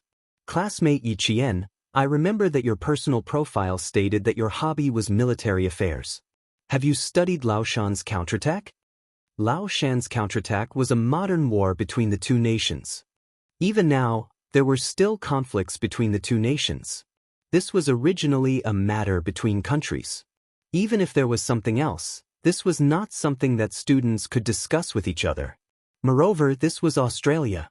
Yi Qian pondered for a moment, then slowly said, "Laos Han is located to the west of our country's Yun Province's Malipo County. It has always been a battleground for military strategists. After the Vietnamese side completed the self-defense war in 1979, they ignored the repeated warnings of the China government and secretly sent troops to invade Laos Han. Relying on the complex terrain, they built a large number of tunnels, trenches, bunkers, hiding holes, many barbed wire fences, traps, and trenches. Invasion of national territory is something that no country can tolerate. On the morning of April 28, 1984, the 40th Division and the 49th Division of the 14th Division launched an attack on the front lines of Lao San and Jian Mountain. After 18 days of bloody battle, our border defense forces have finally reclaimed Old Mountain and Jian Mountain. Chapter 161. Yi Jian's voice was clear and cold. When she spoke, her voice was low and restrained, but there was a hint of coldness in it. She was talking about the war, and the teachers and students listened quietly. They were brought into the tragic war by her voice. After the Vietnamese army lost the Lao Shan position, they counterattacked repeatedly, vainly trying to retake the Lao Shan position. Thus, there were 4 major counterattacks. Among them, the Battle of Song Mao Ridge on July 12 was the largest division-level attack by the Vietnamese army. It was also the most tragic battle in the Lao Shan tug-of-war. The soldiers of the 2nd Company guarding the Lao Shan position near Nala La were all killed. After that, several of our soldiers who went up to check on the situation were also killed by the Vietnamese army. After daybreak, a platoon of 45 soldiers charged up, but they were almost completely wiped out. It was only when the rocket launchers were fired that our infantry retook the position. When she spoke up to this point, several students gasped. They had not paid attention to this area at all.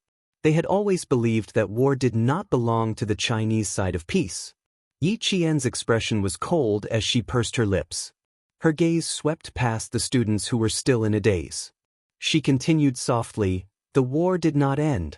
After that, the Vietnamese army sent out 500 to 600 soldiers, but they were immediately locked down by our artillery. They also paid a heavy price for their actions." This was a battle that was not far from the students, but many students and adults did not know about it. As Yi Qian spoke slowly, the bullets whistled past the students. It was as if they could see the soldiers who were unafraid of death on the battlefield for the sake of protecting their country. They could see the young soldiers who fought until the last moment of their lives even though they were heavily injured. When Yi Qian spoke about the flying flesh and blood and broken limbs on the tree branches, in the bamboo forest, in the grass, and in the bushes, it was as if they were already on the battlefield. Sobbing sounds could be heard. It was Yang Yi crying. He was crying for the brave soldiers who had sacrificed themselves in the war. Teacher Li, Teacher Yu, and the other teachers' eyes were red. Even though Yi Qian had finished speaking for a long time, no one spoke. "It's very tragic, but why don't we know much about it?" a student asked in a hoarse voice, heavy and sorrowful.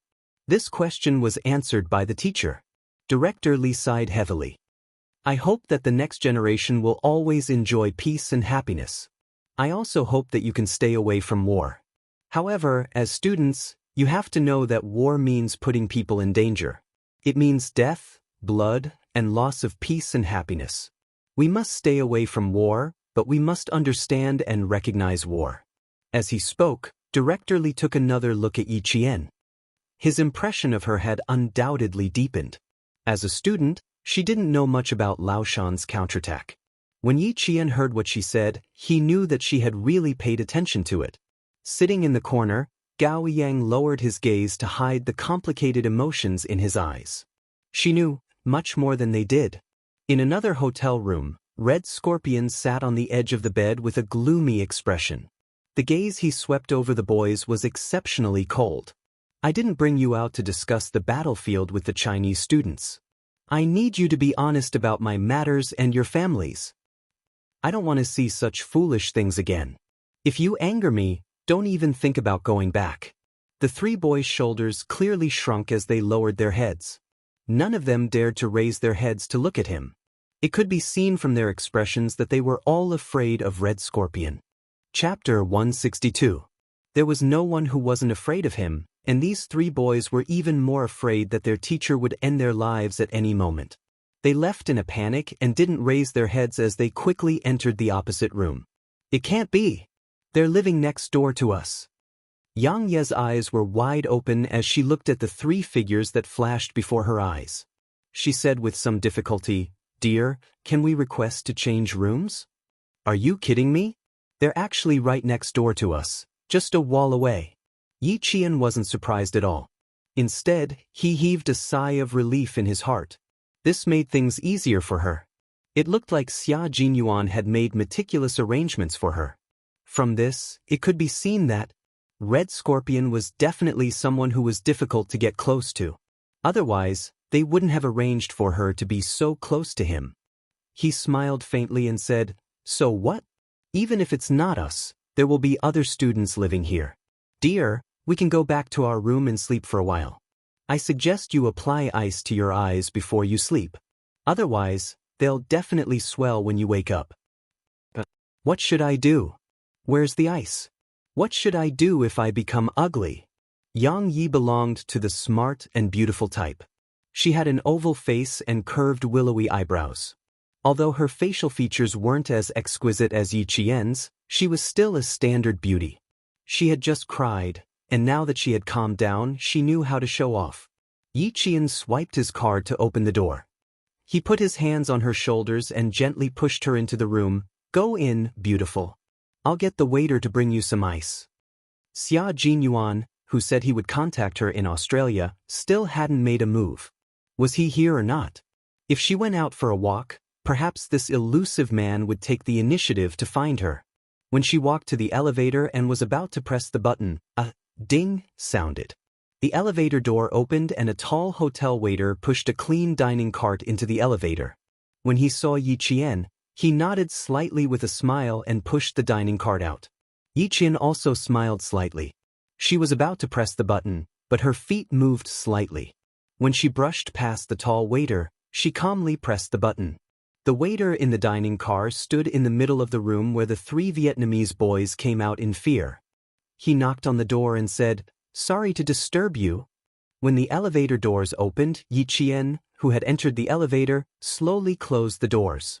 His eyes were sharp. This was one of the foreign men in the photo. The door to the room he stopped at was Red Scorpion's room. They had already begun to make contact.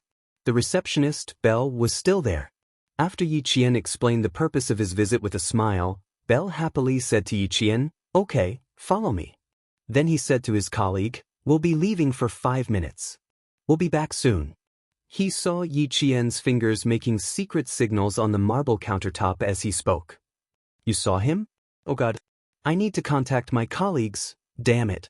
When did he come in?" After Yi Qian finished speaking, Belle's expression changed drastically.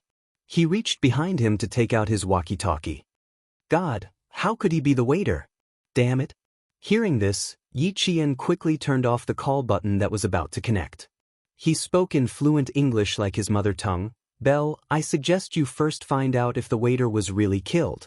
I didn't smell anything on him, including the smell of blood." This speed was so fast. Mr. Bell, who hadn't recovered from Yi Qian's speed, looked at Yi Qian in surprise with his light gray eyes. Was this a Chinese student?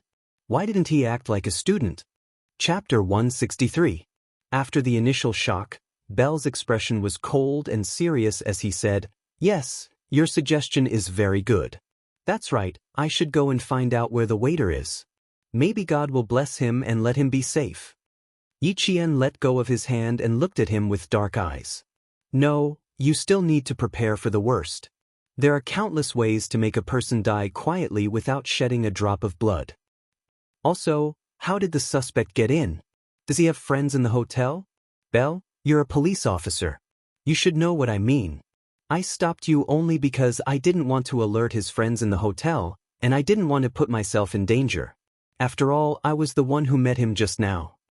For a criminal with countless lives on their hands, they would rather kill 100 innocent people than let one person go if there was even the slightest movement. If there really were friends in the hotel, then Belle's actions would make her the next target of the criminals. She had been targeted too many times in her previous life. In this life, she had to be alert if there was even the slightest abnormality. Belle put away the walkie-talkie and looked at Yi Qian with his deep, light gray eyes. After a few seconds, he sighed. Jane, you're really special. Now I understand why the young major insisted on you being the informant among the students. He was unbelievably calm. He didn't seem like a student, but like an experienced police officer. He was even calmer than Belle, who had been a police officer for 5 years. If a student was like this, then wouldn't the soldiers sent by the Chinese side be even more powerful? Belle had a feeling that the people sent by the Chinese side were definitely not what some people were mocking. Soldiers trained by a backward country, not even as good as the traffic police on the streets. Please give me the ice. I need to send it to my classmate upstairs. Yi Qian was really calm. Even his eyes were as calm as water without a trace of emotion. I also need a communication device to contact you. If you have one, please give it to me. Thank you. Belle immediately put the ice into a stainless steel cup. When he spoke again, he didn't have the casual tone of an adult talking to a child. It was to truly place Yi Qian in the right and equal position. Yes, I need to give it to you. Not only is it a communication tool, we have also equipped you with a locator. By the time Yi Qian returned upstairs with the ice, she had 2 extra items on her body. One was a locator, and the other was a transmitter. As for Yang Yi, he was already sleeping soundly. After wrapping the ice in a towel, Yi Qian gently placed it over Yang Ye's eyes, who had already fallen asleep. Then, he gently moved the sofa in the hotel and slowly placed it against the wall. Red Scorpion's room wasn't even bugged. It wasn't that they didn't want to, but that Red Scorpion's anti-reconnaissance ability was quite strong. No matter where the bugging device was installed, he would be able to find it. This also reflected how difficult it was to deal with Red Scorpion. They were only separated by a wall, so he didn't know if he could hear anything. After pressing his ear against the wall and listening for a while, Yi Qian gave up. He didn't hear anything, which was to be expected. Thus, Yi Qian didn't continue listening. After flipping through a few math Olympiad papers, he leaned against the sofa and fell asleep. Chapter 164. When she woke up, there was someone knocking on the door. It was a blonde, handsome boy with blue eyes and 2 glasses of iced cola in his hands. He smiled at Yi Qian as she opened the door. Hey, I'm Auburn. Nice to meet you. The man was of average height, about 1.78 meters. His warm smile was as sweet as cotton candy. We'll be having a party by the swimming pool tonight. I hope you and your friends can join us. It was a passionate invitation from a handsome boy. Yi Qian felt that if she were to reject this angelic boy's invitation, it would be a very bad thing. It would be too rude. As it turned out, there was no student who could resist the temptation of a party. Yi Qian watched as the boys and girls held crystal glasses filled with champagne and gently clinked glasses. They chatted happily and without any obstacles by the colorful swimming pool. From their faces, she couldn't see any nervousness from the competition. It was as if they were here for a vacation, relaxed and comfortable. Yi Qian stood in the dark, keeping an eye on Red Scorpion's side. She sipped her champagne until a familiar low voice suddenly came from her earpiece. She walked over to Wang Imo, who was closest to her, and said, I need to go back to my room. Then she left with a calm expression. When the door opened, there was a faint but familiar mint smell in the air. Yi Qian gently closed the door and locked it. In the dimly lit room, she saw someone sitting on the sofa. The figure in the dark was like a beast hibernating in the dark, waiting for its prey to arrive. Without turning on the lights, Yiqian walked over to another sofa and sat down. The first thing she asked was, "That waiter should have met with a mishap, right? People of different statuses even talked about different topics." "Yes, he was killed around 2:10 in the afternoon.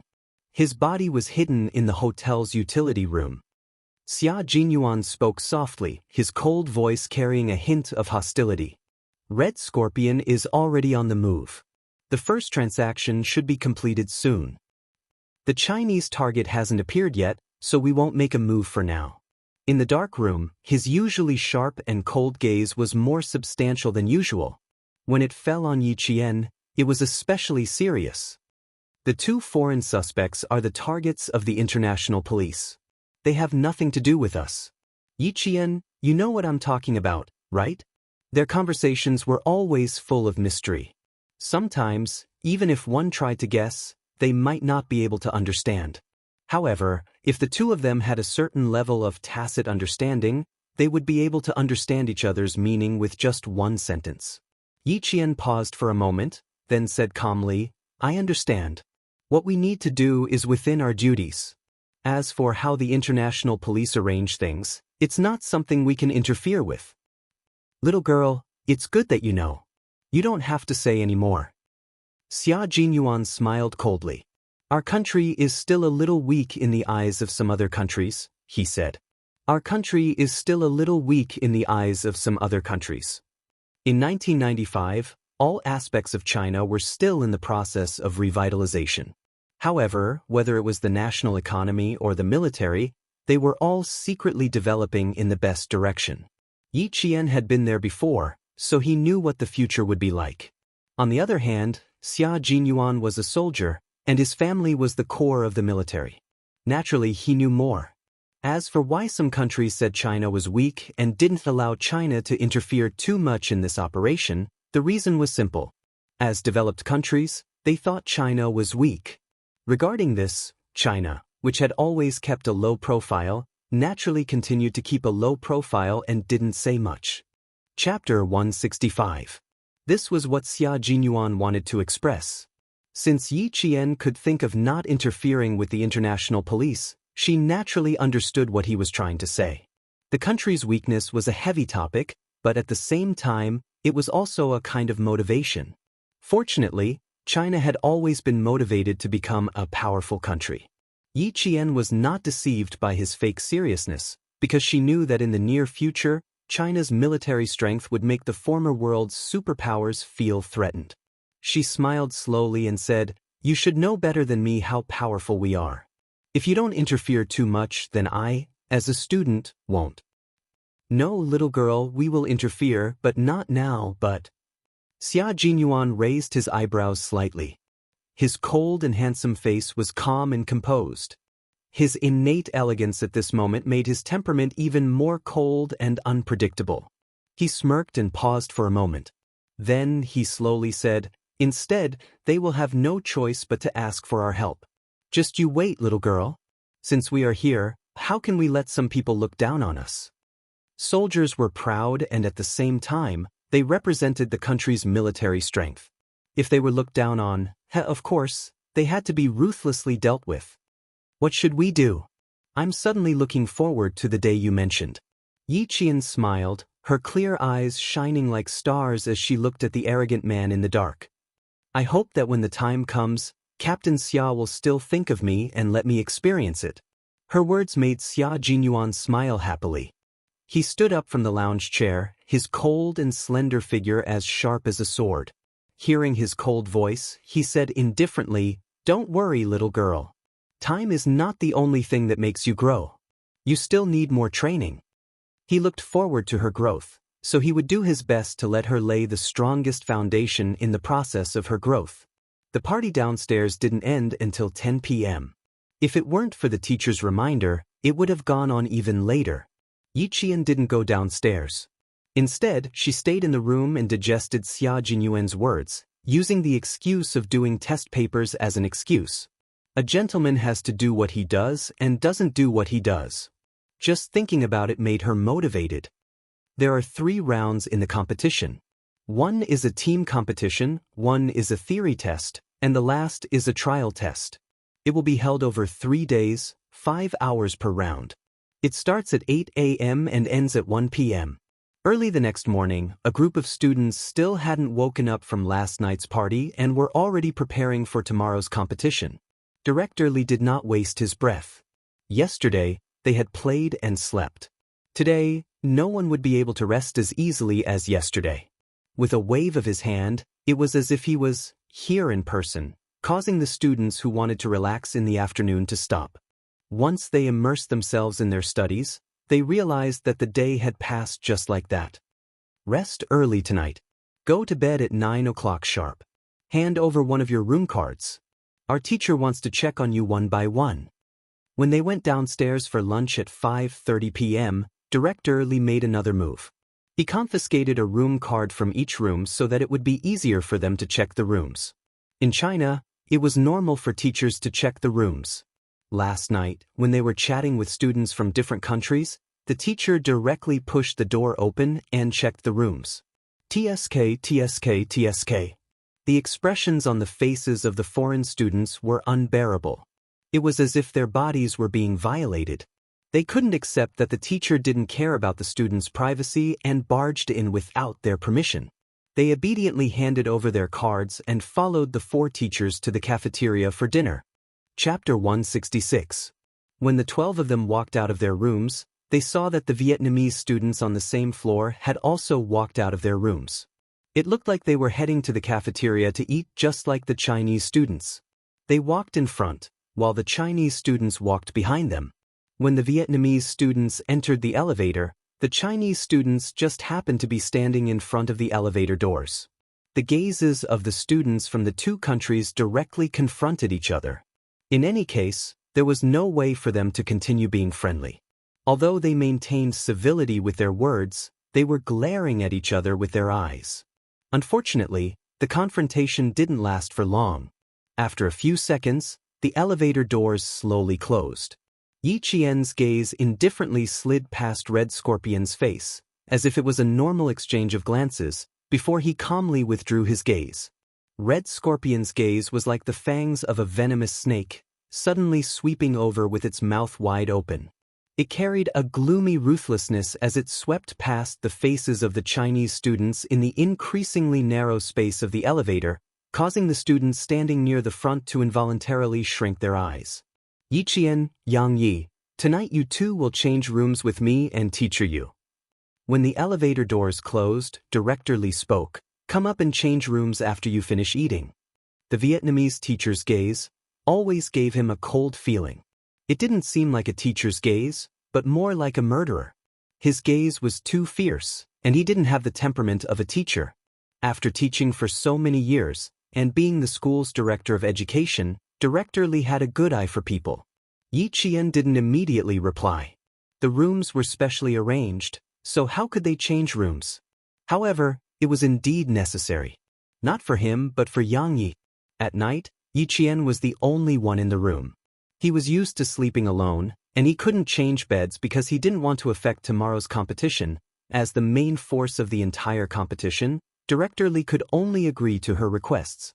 Sleeping at 9 wasn't difficult for Yi Qian, but as long as he closed his eyes, he would see the ferocity in Red Scorpion's eyes when the elevator doors closed. Something might happen tonight. With this premonition, Yi Qian fell asleep without any distracting thoughts. At around 1 o'clock in the morning, Yi Qian, who was sound asleep, suddenly opened his eyes. In the darkness, a cold light flashed across the depths of his eyes.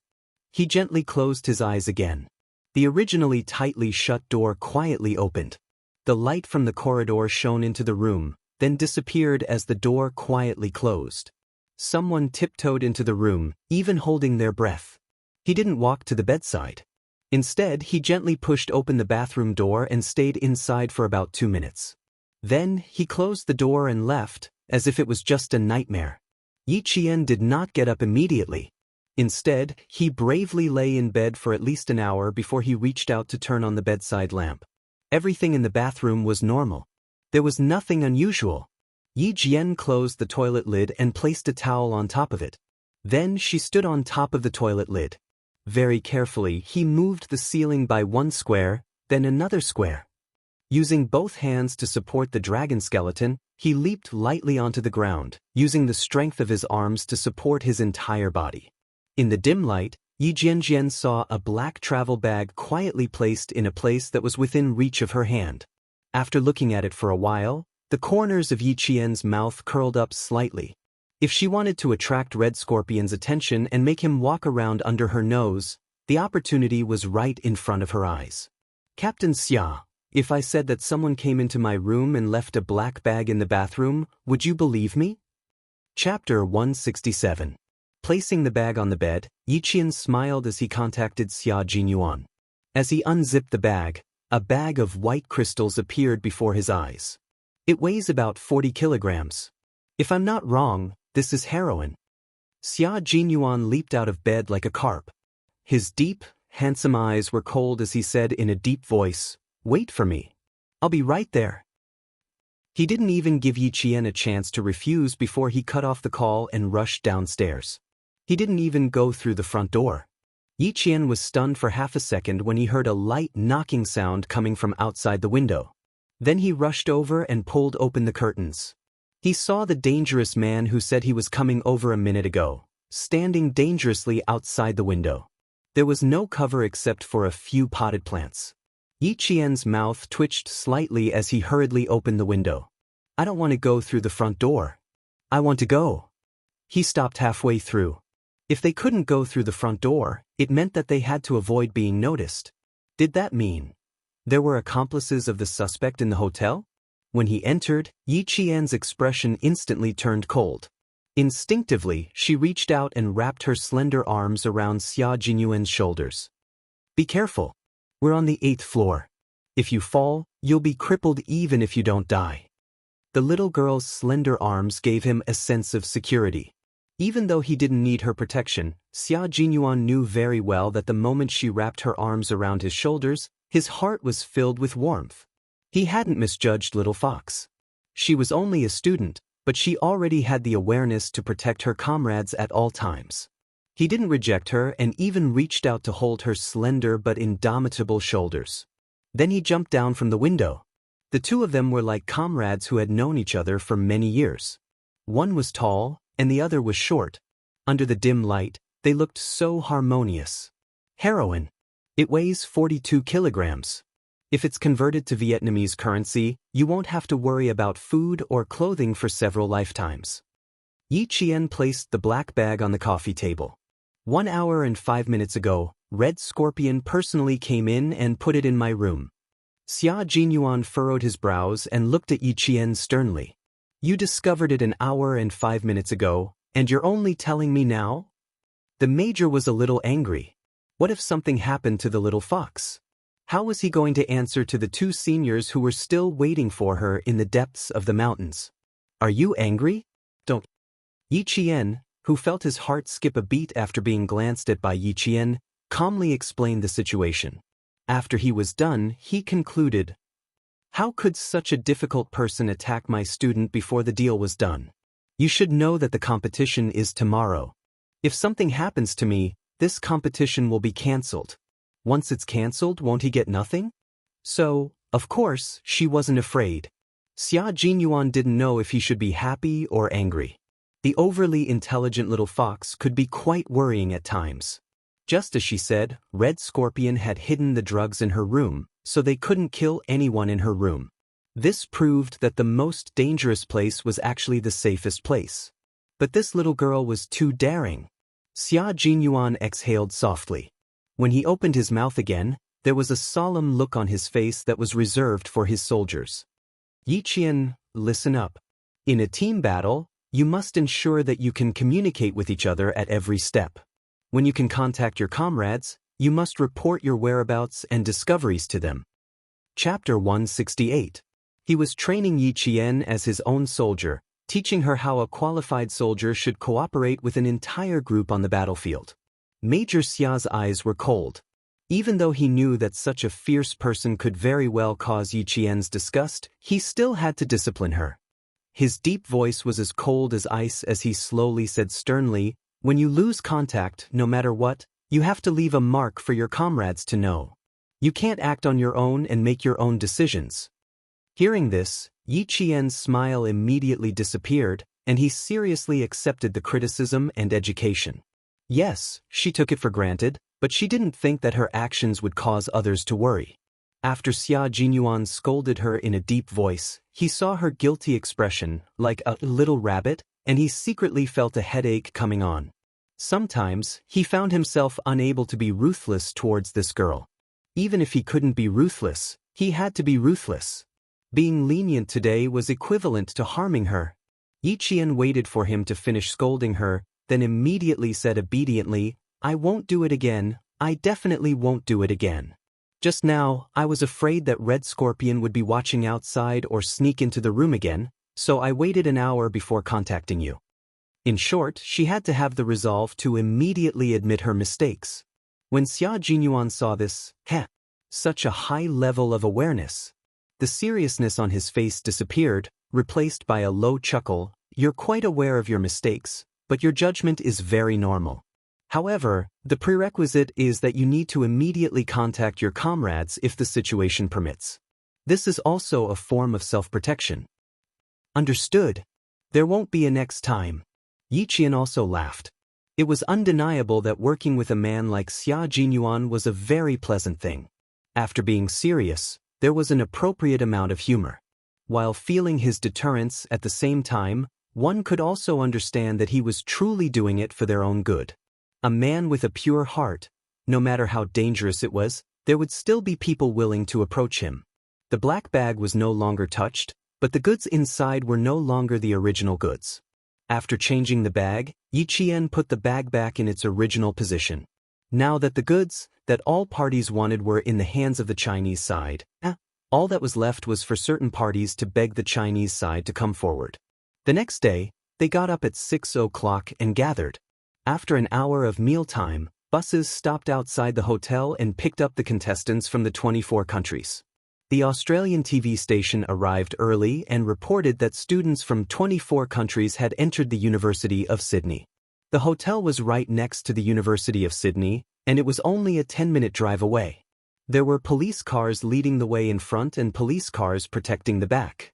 24 buses slowly drove into the university in the QS World University Rankings. Yang Ye's eyes were fixed on the outside of the carriage, and he was so excited that his right hand grabbed tightly onto Yi Qian's left hand. "You know, right? This is my goal. You really didn't disappoint me. You're too beautiful." After speaking excitedly, he turned his head and asked Yi Qian, "What about you, Yi Qian? Which university is your goal?" Gao Yang, who was sitting in front of the two, happened to hear this. His eyes had been closed, but his expression was cold. He gently opened them and turned his head, his gaze landing on the famous university campus. Studying abroad? This was also part of his plan, but could it be part of Yi Qian's plan? My goal? Yes, but it's definitely not studying abroad. Yi Qian replied with a smile. There was a tenacity between his beautiful brows that no one his age had. He said indifferently, "I'm still working hard. I hope I can achieve my goal in 4 years." Chapter 169. Yang Yi tilted his head, thought for a moment and said, "Your results are very good. Even if you don't study abroad, you can choose between Hua University and Shi University. I can't. My family has already made arrangements. It's either America or Australia. No matter where it is, let's work hard together." Yi Qian, who didn't want to discuss which university they would go to in the future, pointed outside and said with a faint smile, "It's so beautiful there. Where is it?" When the topic changed to Sydney University, which Yang Yi was concerned about, she didn't continue to ask. She looked in the direction Yi Qian pointed, and her eyes lit up. It's the Central Tower, the iconic building of Sydney University. Founded in 1850, Sydney University was recognized as one of the most beautiful campuses. This was a university that firmly controlled Australia's political and economic lifeline. Countless politicians and rich people came from this university. The bus stopped at Sydney's most iconic Central Tower. The magnificent building, which was like a European palace, was solemn and elegant. The towering spire and the beautiful sculptures told all the students about the long history of this famous university. From 8 a.m. to 1 p.m., students were free to visit after the exam. But now, one after another, they got off the bus and went to the main teaching building. There weren't many students who stopped to look at the scenery. The teaching field was a hall that could accommodate hundreds of people. There was a total of 288 long desks that were about 90 meters long. The distance between the desks was very large, and all the students were only allowed to sit in the middle of the desks. This was to prevent cheating and make it easier for all parties to monitor. After everyone was seated, Yiqian felt that there were countless people watching all the students from all directions. After a famous politician who graduated from Sydney University and had participated in 2 mathematical Olympiads gave a few simple but powerful words of encouragement to the students, the clock tower rang, and the theory test from 8 a.m. to 1 a.m. began. After the test papers were handed out, there was no sound at all. All the students were completely immersed in the complicated mathematical Olympiads. There were a total of 5 questions in this exam. The questions included algebra, geometry, and number theory. The difficulty of the 6 questions increased in order, and the questions were divided into many small questions. The students had a lot of work to do and spent a lot of time answering the questions. All the teachers were outside the exam hall, and they could see the situation of each student through the huge screen. The international police focused their cameras on each student. They needed to find out which students were controlled by international drug gangs. Xia Jinyuan was also in the office. The difference was that his eyes were directly locked on the 3 Vietnamese boys that Yi Qian provided. When the exam went into the 3rd hour, a Vietnamese boy stood up and sealed the test papers into a folder and walked through the group of students. Here's zoom. Xia Jinyuan pointed out that when the Vietnamese man passed by a table, his hand seemed to move inadvertently. If one didn't pay close attention, it would be difficult to notice his subtle movement. B. The 2 international police took a look and looked at Jinyuan thoughtfully. They took out their walkie-talkies and contacted their colleagues who were disguised as school security personnel to pay close attention to the whereabouts of the Vietnamese students. Outside the bishop's office, Red Scorpion looked at the students who walked out. He vigilantly scanned the surroundings, then walked over and asked in a low voice, "Handed it in?" Even if someone could understand him, they would think that he was asking if the students had handed in their test papers. Chapter 170. The boy did not look too good and his lips were a little pale. He nodded and stammered, "Yes, teacher. Do you not need me to do anything else after this?" "The test paper." "I didn't finish it." "Test paper? Do you still want to continue?" "Child, your sister is still in their hands, your father is still in prison, and your mother is still waiting for you to return. Are you sure you still want to do the test paper?" Red Scorpion smiled coldly and patted the student on the shoulder. "Smart children know what to do.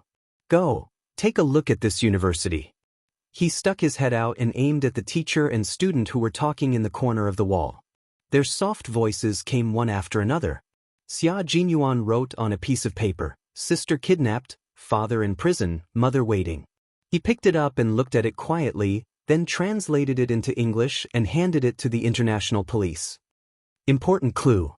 "Okay." The European police officer took the paper and threw it down. He looked at it with an arrogant expression and chuckled. "I don't think we need these so-called important clues.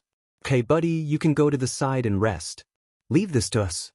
His chuckle was full of mockery, as if he was holding words written by a child and not a clue.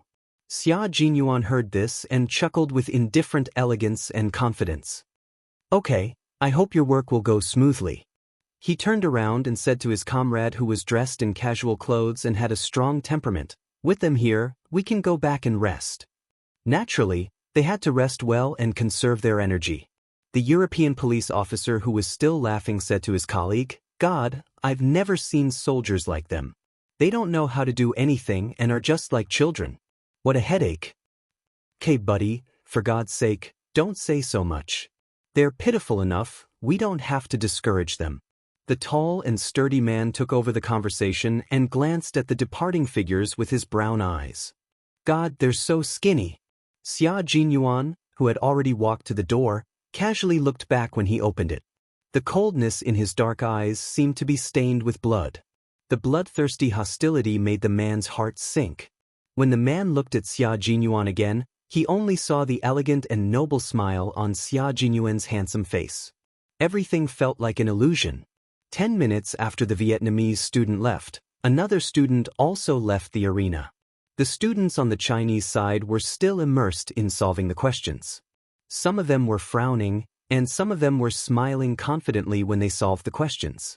Every time in the mathematical Olympiad, the Chinese side's ranking would always be at the top. Just like the previous contestants, the students' answers to the questions were very detailed and logical. Faced with the Australian TV station's interview, Director Lee replied with a calm smile, "Regardless of whether the results are good or bad, I have confidence in them. Every student loves mathematics, and every exam is an exploration. Therefore, good or bad results are no longer important. The most important thing is that they love mathematics. If they only take the exam for the sake of ranking, they will lose the true meaning of exploring mathematics. Friendship first, competition second. It's all just talk." The Chinese students were all doing their best. Who would want to fall behind? No one wanted to. However, it was undeniable that they all loved mathematics. When he was thinking hard, he finally understood why Pythagoras was so happy when he said that everything is number. Chapter 171. 5 hours passed in the blink of an eye. When Yi Qian finished, there was still plenty of time. Even though her mind was not on the competition, she still maintained her principle of being serious. She finished all 5 questions and checked them carefully. Only after confirming that there were no problems did she stop writing. She stopped writing and did not leave. Among the Chinese students, she was like a stabilizing force. She waited for the time to stop at 1 o'clock sharp before standing up. She was the first Chinese student to come out. Director Lee and the other teachers who had been waiting early gave her a warm hug. "Good girl, you are our pride." This was the teacher's encouragement to the student. "I will. I definitely will." Yi Qian smiled. She was back. How could she let all the good things slip through her fingers? In her limited life, she could create countless miracles. This was the kind of life she needed. Director Lee, who was laughing heartily, looked approvingly at the girl who had come from the depths of the mountains and brought many surprises to the teachers and students. "I believe in you, Yi Qian. You will become the pride of the whole country." Was the ranking not important? It was actually important. It was not because they were materialistic, but because this was the time to prove that they were not inferior to others. When the ranking was no longer important, it meant that they were already standing at the peak that no one could reach. Students hugged their teachers, and students hugged each other. In a foreign country, the only thing that could make one feel a sense of belonging was a fellow countryman of the same nationality. When the Vietnamese students came out, their expressions were not very good. When the boy who had a conflict with the Chinese students passed by Yi Qian, he stopped and looked at her with an unfriendly gaze. He said stiffly in heavily accented English, "Don't be happy too early." This time, he really did not dare to use the word invader. The current Yi Qian was no longer the Yi Qian who had to swallow her anger. When it was time to stick out her chest, her words and expression would not yield an inch. Hearing this, her gaze became sharp. She looked at the boy coldly without backing down. She smiled and said, "What's the difference between being happy early and happy late? We are always this happy. There are still 2 more days. Just wait and see." When the boy saw the students coming out one after another and his teacher waiting in front, he said some harsh words before leaving. Yi Qian did not remain silent just because he had left. He continued walking. She continued to speak slowly, "Just wait and see. Don't fall while walking." The Chinese students, who had been listening the entire time, chuckled and gave Yi Qian a thumbs up. Modesty and courtesy are virtues, but remember, if someone bullies you and you happen to have enough strength to fight back, then you absolutely don't have to show mercy. Gao Yang smiled as he looked at Yi Qian, whose eyebrows were in high spirits and whose smile was as bright as the sun. A hint of a smile appeared on his usually cold face. She was really the same as when she was in school. Whoever bullied her, she would definitely fight back. His impression of Yi Qian, who was always submissive to everyone, was becoming more and more blurry. Sometimes, he even thought that maybe it was just an illusion. The real Yiqian was like this. Bright and beautiful like the sun, reserved and confident, inadvertently attracting the attention of countless people. He did not hug Yiqian without any scruples like the other students. Instead, he said to Dean Li, "My father will be here in about 10 minutes. It is very likely that I will have lunch with him in the afternoon." Chapter 172. Father? Director Li was taken aback by this distant form of address. Before he could say anything, a black sedan slowly drove over. Under the sunlight, the body of the car was so smooth and domineering that even those who didn't know much about cars would know that this car was extremely expensive. Gao Yang, who had a slight smile on his face, saw this, and the coldness in his eyes deepened. When the car stopped, he said to Director Li, "He's already here. It's rare for him to be punctual." He didn't hide his sarcastic tone at all. From what he could remember, this was the first time he had arrived 10 minutes earlier than the agreed time.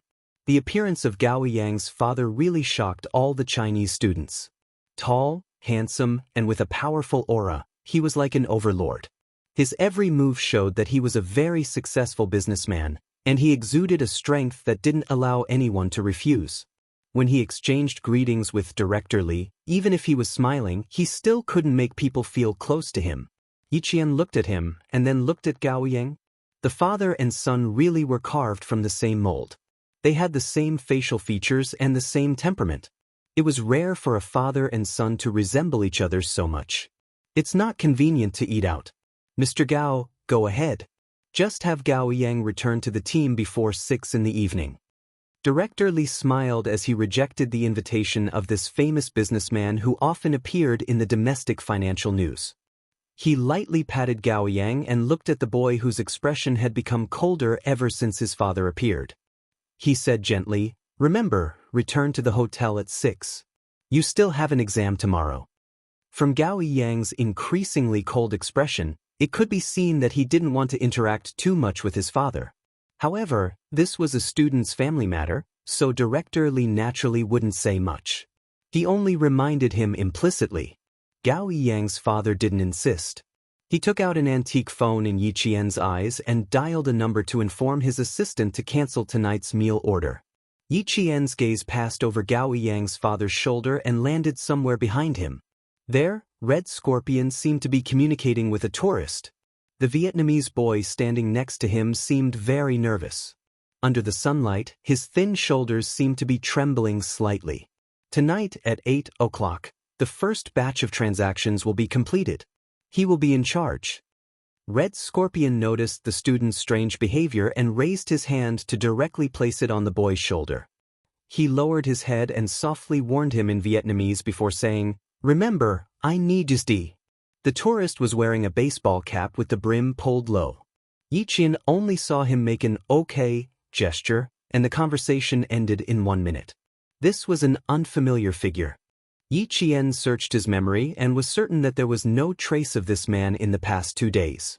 He watched as the man crossed the fountain in the square and quickly disappeared from the campus. The black car slowly drove past them, cutting off Yiqian's line of sight. It then took Gao Yang away from the campus. A limited edition Maybach. How much money does Gao Yang's family have? After the father and son who didn't communicate with each other the whole time left, a boy whispered in surprise, "There are only 10 of them in the world. Even if you have the money, you can't buy a peerless car." Because of Gao Yang's father's appearance, the students heading to the cafeteria at the University of Sydney had another topic to talk about. After eating at the University of Sydney, the teachers led the students on a tour of one of the most beautiful universities in the world. The wide lawn, tall steeple buildings, and unique and enchanting scenery made countless tourists stop in their tracks. Chapter 173. The most beautiful scenery is the exam season from late October to November every year. The campus is filled with rows of blue trees decorated with violet flowers. It's extremely beautiful. Yang Yi had never been to the University of Sydney before, but he knew very well that she really liked this school. From their conversation, Yiqian found out that more than half of the students here were already prepared to study abroad.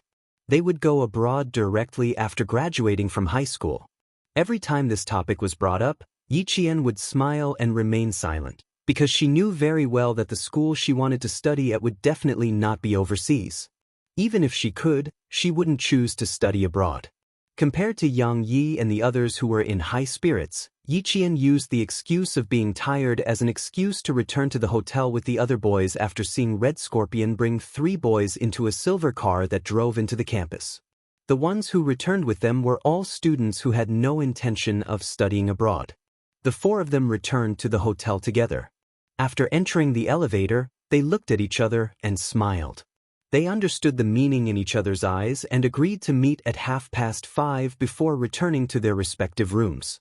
Yi Jian glanced at her hair, which was still in the lock before she left. Only then did she close the door gently. There was no smell of strangers in the room, which meant that Red Scorpion hadn't been here. She took out the communicator hidden under the mattress. Yi Qian remembered Xia Jinyuan's words, so she wore her headset even when she was asleep. Today's difficult exam had lasted for 5 hours, so she was indeed mentally exhausted. Just as Xia Jinyuan had said, within the limited time, do your best to preserve your energy. She had just put on her headset when Xia Jinyuan's low voice lazily came from the other end. You just got back? Do you want to go upstairs and eat a bowl of Chinese instant noodles? 3 in the afternoon. It's too late for lunch, too early for dinner. Yi Qian directly laid on the soft bed and replied lazily, I don't have the habit of eating last minute. Right now, I just want to have a good rest. I used too many brain cells in the morning, so I need to recover. Their rooms were only separated by 1 floor, which was why Xia Jinyuan was able to jump out of the window last night. Hearing this, the coldness in his eyes softened quite a bit. He asked, was it very difficult? Are you done? He had also participated in the Olympiad before. Sometimes, it would take him 2 or 3 pages to solve a geometry problem. Only those who had experienced it could understand how difficult and challenging it was. It's okay. I finished it an hour in advance. After checking it, there shouldn't be any problems. I'm a little tired. I want to rest. Yi Qian closed his eyes as he spoke. Listening to his voice, all the complicated and uneasy feelings seemed to have disappeared, leaving only a peace of mind. Yi Qian's breathing gradually lengthened, and the space between his brows gradually relaxed. He quietly fell asleep to the sound of his zither strings. Xia Jinyuan listened to her shallow breathing through the earpiece and his thin lips curved into a sexy smile. This girl must be really tired to have fallen asleep so quickly. Sleep well, don't think about anything. I'm here. He spoke softly, and the gentle smile on his elegant and noble face fell in the eyes of his comrade Su Yu. It was no different from the sun rising from the west. Xia Jinyuan was already looking sideways at his comrade, who had a strange expression on his face. He asked in confusion, what's wrong? Su Yu, who had a dignified expression, opened his mouth and stopped. He reorganized his words before continuing, I know who you were talking to just now. If I didn't know, I would have thought you were talking to your girlfriend. Chapter 174. They were not comrades in the same army. Su Yu was a member of the Yunnan Border Police Force and had worked with Xia Jinyuan twice. They only found out about this mission after meeting each other. Xia Jinyuan raised his eyebrows and leaned on the soft pillow casually. He smiled and said, what an interesting girl. If she were a little older, I might have such an idea. Su Yu was so scared that he rubbed his face and said, don't mess around, don't mess around. You can't mess around with military discipline. 14 years old, you're worse than a beast. Some words were not taboo during rest time. Xia Jinyuan laughed and said, Comrade Su Yu, I mean if she were a little older, I might have such an idea. She was too young now. When she was a little older, she would be at least 18. Another important point was that the girl was not enlightened at all. Besides, he did not want her to be enlightened so early. It would be better if she did not become enlightened when she was in middle school, high school, and university. You scared me to death. You must have the awareness of being a monk now. Su Yu was relieved to see this. Soldiers like them who were directly on the line between life and death usually joked with each other about each other being monks. They must abide by the rules and discipline and never violate them. This meant that they were in such a dangerous frontline army. Who knew when they would not be able to come back? Dating was to avoid harming the girl. Xia Jinyuan sneered and said, "You don't dare to talk about it. As for me, I won't talk about it now. We'll see when the time comes." If she felt that he was good at that time, it was not impossible for her to give it a try. It's good that you understand. Before the age of 35, be pure and simple. Su Yu was 7 years older than him. Soldiers like them who fought on the front line would either be transferred or discharged before the age of 35. They did not dare to harass the girl before they felt at ease. This was not a very easy topic. Xia Jinyuan sorted out the clues and the two quickly entered into a discussion about the operation. After dinner in the evening, Director Li returned to the hotel several times with a frown and a trace of worry. Gao Yang, who said he would be back before 6, did not return to the hotel on time. This made Director Li a little worried. He wanted to contact Gao Yang's father, but in the end he did not even have his contact information. Yi Qian and Yang Yi, who had already eaten, were about to go back to their rooms when Director Li stopped them. "Yi Qian, come here for a moment. Yang Yi, you go upstairs first." Behind them were all Chinese students. The worried Director Li added, "Go back to your rooms. If there's anything, contact Teacher Yu on the landline. If there's nothing else, stay in your rooms and do whatever you want." The closer it got to this point, the more he couldn't afford to let anything happen. He had to keep every student under his nose. Of Gaoying. He left 2 contact numbers for himself. One was unanswered, and the other was turned off. It's almost 7 o'clock and he's not back yet. What if something happened? Every time there was an exam, the teacher was most afraid of an accident. If something happened, the consequences would be unimaginable. Unfortunately, Yi Qian did not know the phone number of his family in China, but he did know the phone number of his family. "Try this number. It should be the phone of his father's assistant." Yi Qian recalled the number that Gao Yang's father dialed when he called to cancel the order. He smiled and said, "I can try. It should be correct." Chapter 175. Although the phone was an antique, the numeric keypad hadn't changed. Based on the movement of Father Gao's fingers when he made the call, it should be the number she mentioned. Upon hearing that there was also the contact information of Father Gao's assistant, the anxious Director Li didn't think too much about it. "Go to the front desk." Come. "Follow me to the front desk." "Thank goodness you know. Otherwise, I'd be worried." At the front desk, the person on duty was still Bell. When he saw Yi Qian, he winked and smiled as he dialed the number for Director Li. The person who answered the phone was indeed Father Gao's assistant. It only took a few minutes for him to get in touch with Father Gao. "Your classmate. Do you want to say something?" The car stopped at the side of the road. Father Gao looked at his only son coldly. When he saw that his son didn't even look at him, his angry face couldn't help but soften. "They're very worried about you. Say something to her." Gao Yang clenched his teeth and turned his head. He reached out to take the phone and said, "Hello." Then he heard Yi Qian's clear voice. "Where is she? Do you know that it's already half an hour past the time we agreed to return to the hotel?" On the other side, Director Li quickly wrote a line of words. Yi Qian read it out loud. "Sorry, she's already back." He didn't expect it to be Yi Qian. His cold voice immediately softened. "Return to the hotel in 10 minutes. I'm hanging up." He hung up after he finished speaking. Yi Qian was even faster. He had already put the phone back on the phone. "I said I'll be back in 10 minutes. Don't worry, go eat." The phone rang again. This time, it was picked up by the front desk. "Excuse me." Bell smiled at Yi Qian with the phone in his hand. Before she left, he said politely, "It's your friend. She probably has something urgent to talk to you about." It was a call from Yang Yi. It was an extremely urgent call. Yi Qian had to make a trip to the supermarket immediately. Director Li didn't know where the supermarket was. After Bell brought Yi Qian to the supermarket, Yi Qian politely declined Bell's company as she needed to buy female products.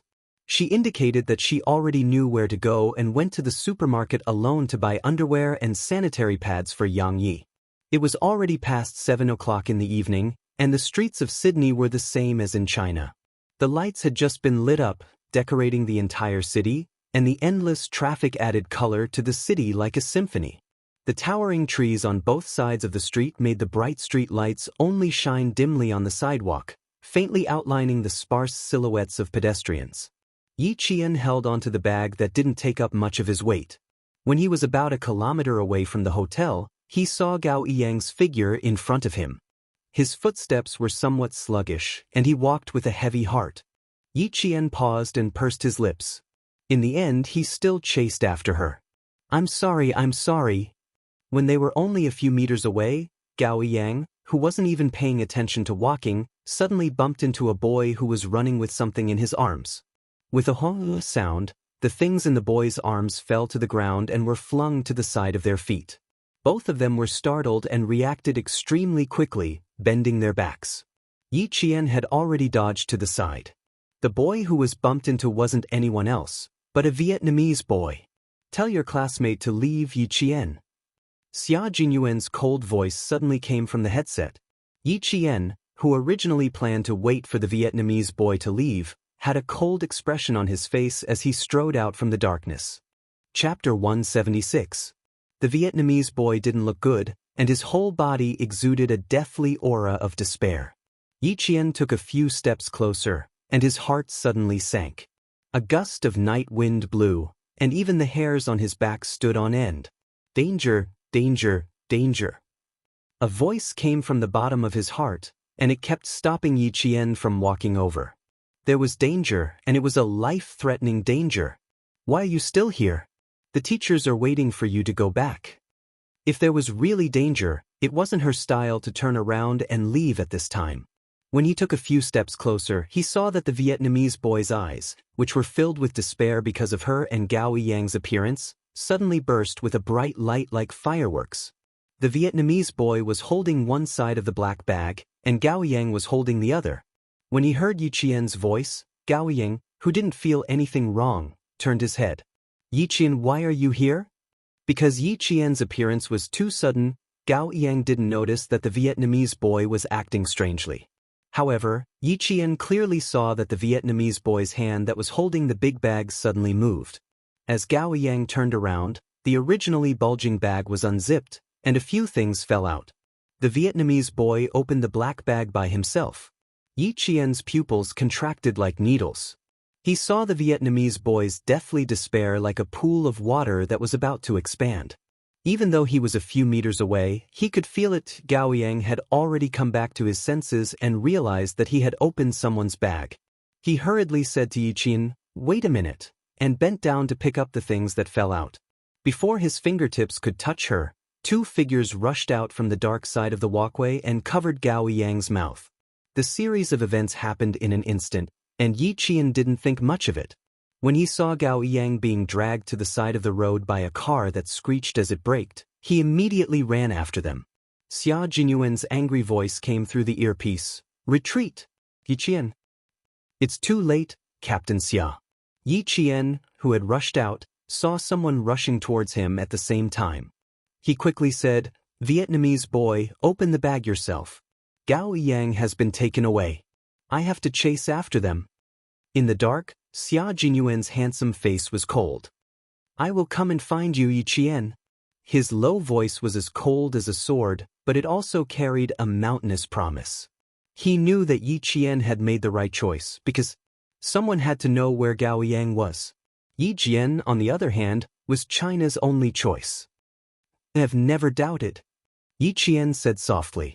As she retreated in fear, she quickly pulled out the earpiece hidden in her long hair and stuffed it into the bag of sanitary pads and underwear.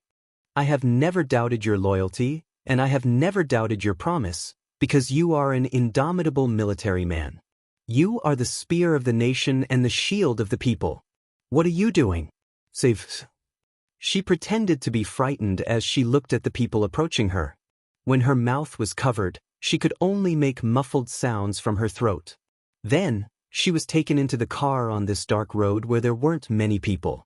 Her voice came faintly from the earpiece, followed by a series of rustling sounds. Then, the earpiece returned to silence. Xia Jinyuan calmly said to Su Yu, "The plan remains the same. Hand the kidnapped student over to Yi Qian." Su Yu's palms were sweaty. I trust you, so I also trust Yi Qian. Chapter 177. At a time like this, Su Yu knew very well that he had to treat Yi Qian as a comrade who would fight side by side with him.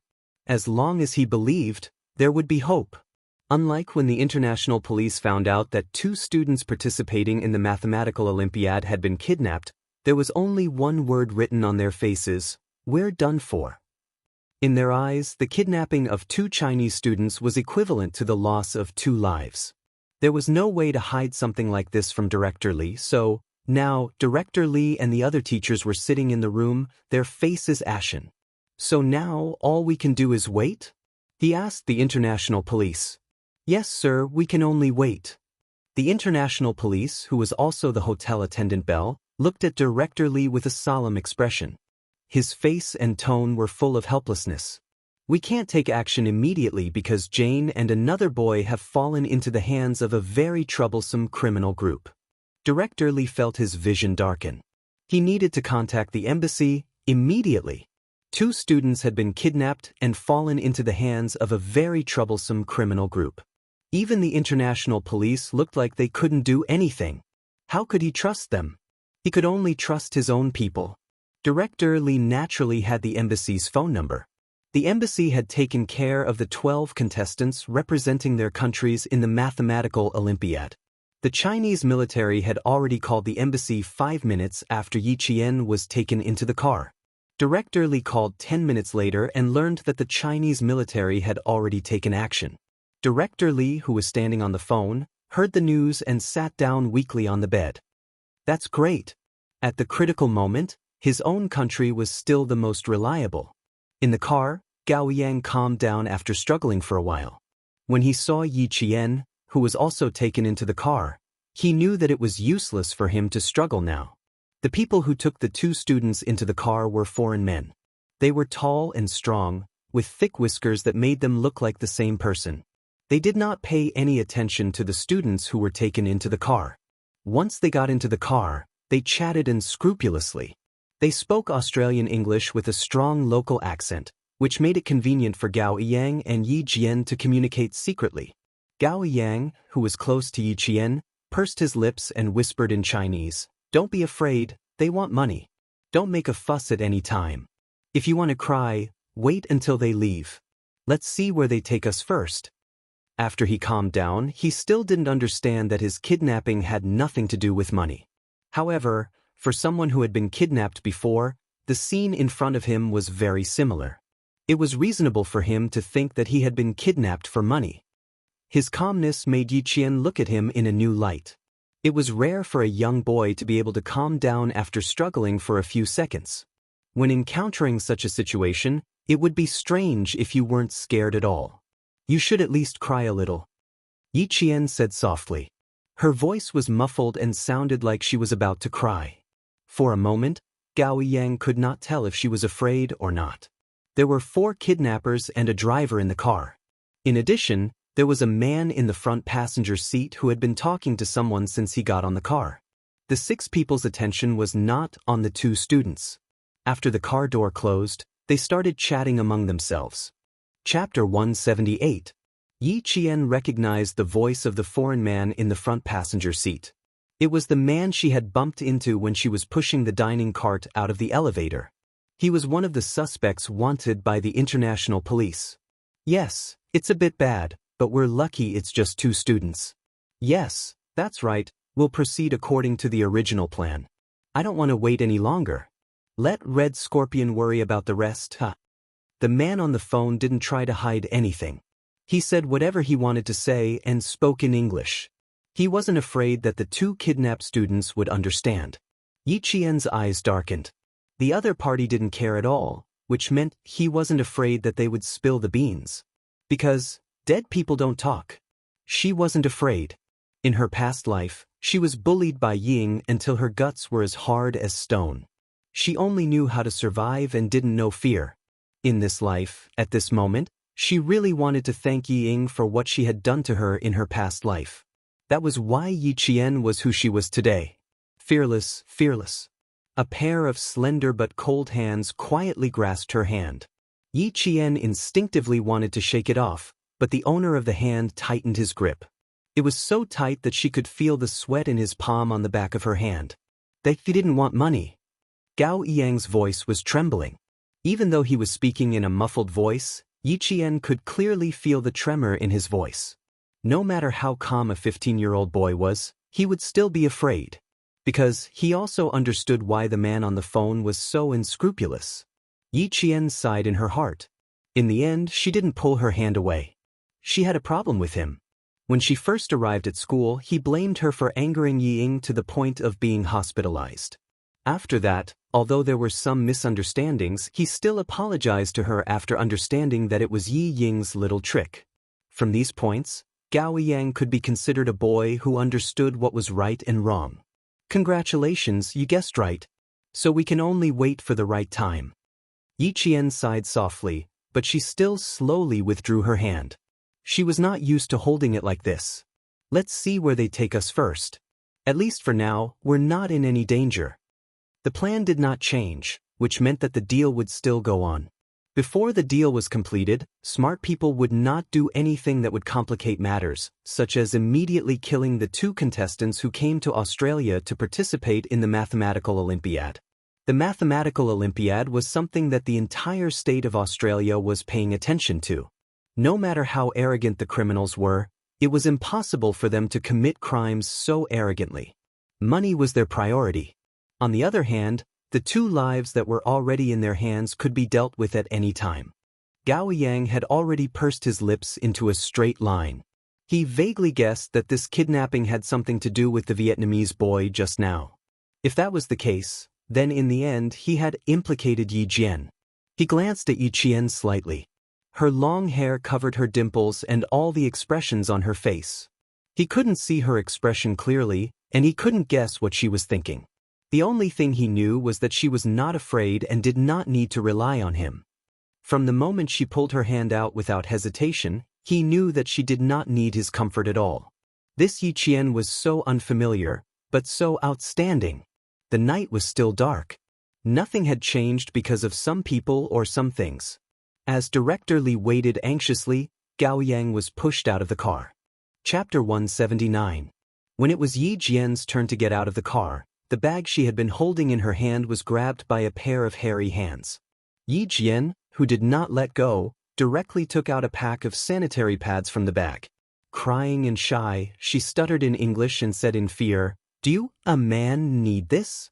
Do you need it?" When the other 3 kidnappers saw it clearly, they burst into laughter.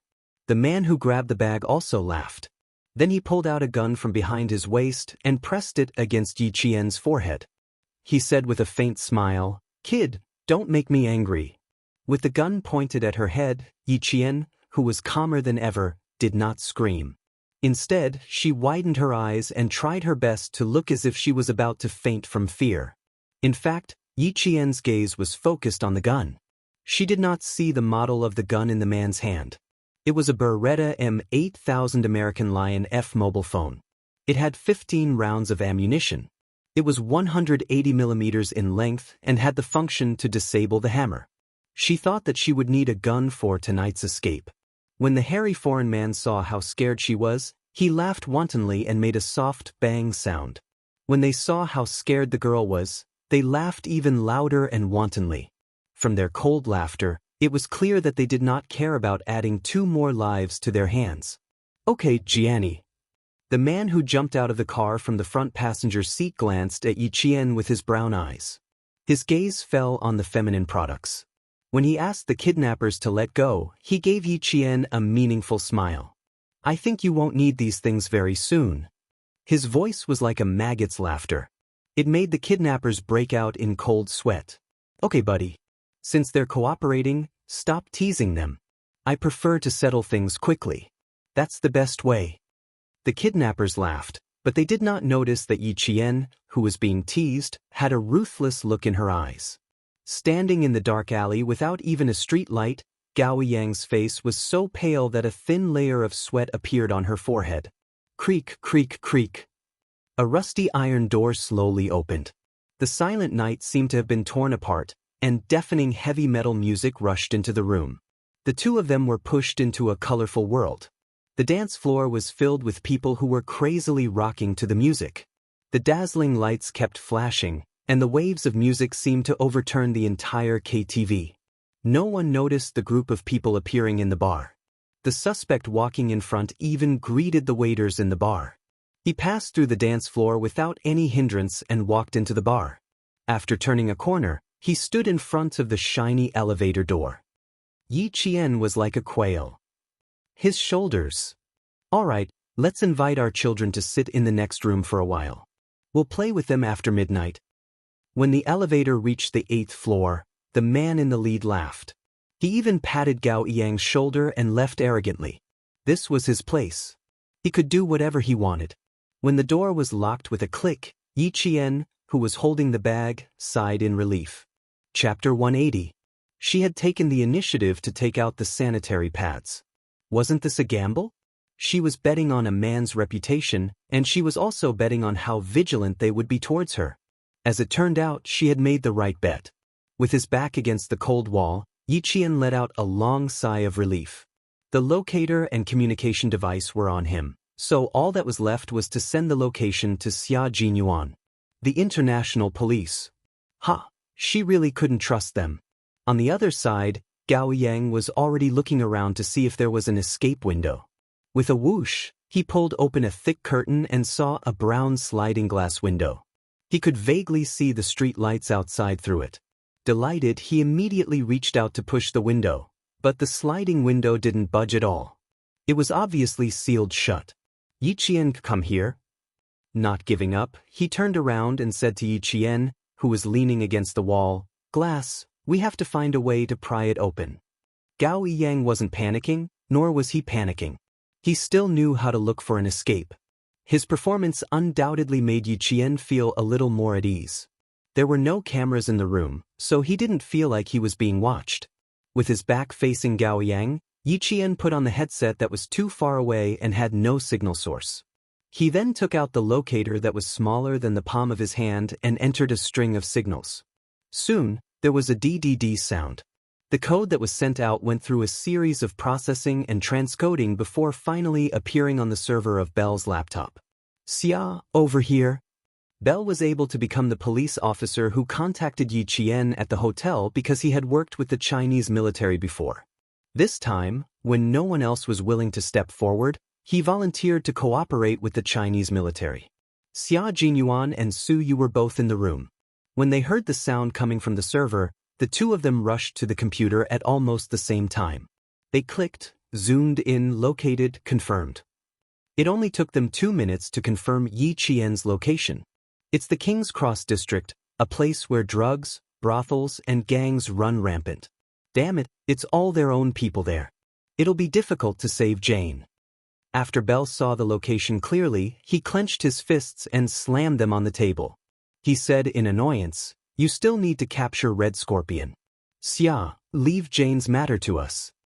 After confirming Yi Qian's specific location, Xia Jinyuan secretly, he sighed and said to Su Yu, "We'll leave in 3 minutes." He then said to Bell, "Thank you, friend. However, we can handle this matter. Let's deal with Red Scorpion first." Bell was not a frontline police officer, so it was impossible for him to go with Xia Jinyuan. Hearing this, he said worriedly, "You need to be careful. The Sydney police have mobilized a lot of police forces here, but they still haven't succeeded." After thinking for a while, he took out a pistol from under the pillow on his bed. "Take it, buddy. It'll definitely come in handy." Xia Jinyuan and Su Yu had guns, but Yi Qian did not. Xia Jinyuan took the gun that was thrown to him and popped open the magazine to take a look. It was fully loaded with 15 bullets. After nimbly installing the gun, Xia Jinyuan raised his long eyebrows. There was a hint of elegance in his handsome yet cynical smile. "It would be even better if there was a fully loaded magazine. It would make me feel more secure to have a replacement." Bell shrugged noncommittally. He smiled and took out a magazine from under the bedside table and threw it to Xia Jinyuan. "Good luck, buddy." Chapter 181. At this time, groups of men and women of all kinds were flirting and frolicking on King's Cross Street. There were young men in short shirts and shorts, bare-chested women in sexy clothes, and office workers in suits and shiny leather shoes. They were also flirting with sexy women. Glasses of beer were not meant to be drunk, but to be drunk. Therefore, from time to time, one could see drunk Westerners singing and making a ruckus on the streets. Some of them even hugged a tree while twisting their waists and swaying their buttocks. It looked very ugly, but no one would laugh at them. This was a famous red light district. No matter what kind of behavior people did, they would be tolerated because it was not strange. The room was soundproof. No matter how noisy it was outside, the room was still quiet. After Yi Qian sent out the signal, she quietly waited for Xia Jinyuan's next instructions. He knew where she was and would definitely rush over. She trusted him so much. Take a break. We'll talk later. After she was done, she saw that Gao Yang was still trying to figure out how to open the window. Yi Qian sat on the floor and said calmly, "Take a break first. What are you in such a hurry for?" After Gao Yang failed to open the window for the fourth time, he sat down. He did not sit close to her, but sat across from her. He frowned and stared at Yi Qian. "You don't seem to be afraid at all. Aren't you the same?" "You're not afraid." Yi Qian smiled faintly. She had always maintained absolute calmness and composure. You don't have to be afraid of things that have already happened and things that can be resolved. It's useless to be afraid of the unknown before it happens. He had thousands of questions to ask her, but they were all blocked by her one sentence. After a long silence, Gao Yang laughed self-deprecatingly. "You're right. I'm the one who doesn't understand." He seemed to have thought of something. A hint of sarcasm appeared on his cold face, and then he fell into silence. Yi Qian, who had her hand in the paper bag, did not respond. Her slender fingers moved slowly in the paper bag, and her fingertips gently slid across the gun. With a gun in hand, she felt very safe. If the window was locked, one shot could solve it, but not now. She needed to wait for Xia Jinyuan to contact her. She already had no idea where Red Scorpion and the Vietnamese boy were. However, one thing she was certain of was that, since the foreign criminal suspect who made the deal with Red Scorpion was here and had even said that he would take care of them after midnight, Red Scorpion and the Vietnamese boy probably made the deal in this area. The Chinese military had been keeping an eye on the Red Scorpions moving about outside, so the whereabouts of the drugs were definitely being monitored as well. Thus, what she needed to do was to wait quietly and then leave with Gao Yang. Outside, the Western man who had lost his pistol ran through the hotel and ran outside to look for the girl. After finding nothing, he cursed and returned to the bar. He had no idea when he lost his pistol, and he had no one to suspect. He could only blame himself for being too careless. Over here, private possession was legal. If someone really picked up a gun, it was not impossible for them to secretly possess it. Upstairs, the foreign criminal suspect had already made contact with Red Scorpion. Originally, he was supposed to make the deal at Red Scorpion's designated location, but he directly changed it to a bar. The reason was simple: his student was too disobedient. The Vietnamese student had already been beaten by Red Scorpion until he was curled up in the car. He did not even dare to cry out in pain. The other Vietnamese boy in the car hugged a black bag and trembled as he sat to the side. He was so scared that his entire body was shaking. Chapter 182. The driver was Red Scorpion himself. Changing the location of the transaction caused his originally gloomy eyes to reveal a frightening savagery. Without sparing the two students another glance, he stepped on the accelerator and headed straight for King's Cross Street. A pickup truck was even faster than him. With a rumble, it overtook him, then with a beautiful drift, it cut in front of him. It seemed like it was intentional, but also unintentional. It blocked Red Scorpion's fast-moving car. "Ji King, it's your turn." On the pickup truck, Xia Jinyuan had a faint smile in the corner of his eyes. It was as if he was leisurely playing a car race, and he informed Zhang Tu, who was moving with him, to overtake him. With a rumble, another pickup truck overtook Red Scorpion's car, then drifted directly in front of Xia Jinyuan. The expressionless Red Scorpion glanced at the pickup truck that kept overtaking and drifting in front of him. He stepped on the accelerator and turned into the outermost lane, turning into another road that led to King Cross Street. When Xia Jinyuan saw that he had successfully forced the other party onto a road that was not a shortcut, the faint smile between his brows gradually disappeared. His cold, dark eyes looked ahead with a sharpness as sharp as a sword, and he headed towards Yi Qian's location. The various men and women in the KTV were still dancing wildly and drinking in large mouthfuls. No one cared about the transaction in the dark, and even if they did, they wouldn't pay much attention to it. This was because this place itself was a drug-dealing place. At 9:40, Xia Jinyuan's low voice broke the silence in the earpiece. Yi Qian, who was resting with his eyes closed, suddenly opened his eyes. Hearing his restrained voice, he said with a faint smile, "Are you scared? Or do you find it very exciting?" "Captain Xia knows me well." His voice seemed to come from ancient times, bringing with it the power to make people feel at ease. In an instant, it made her tense heartstrings relax. "Everything is fine. They're locked in a room on the 4th floor of a bar. I think they'll be safe until 12 o'clock. After 12, I'm not too sure." Gao Yang, who was also resting with his eyes closed, opened his eyes when Yi Qian suddenly spoke. He thought. Yi Qian was talking in his sleep. Before she could say another word, Gao Yang stood up abruptly and looked at Yi Qian in disbelief. Captain Xia? Who was she contacting? How was he going to contact the people outside? Countless questions that he couldn't figure out kept popping up in his mind.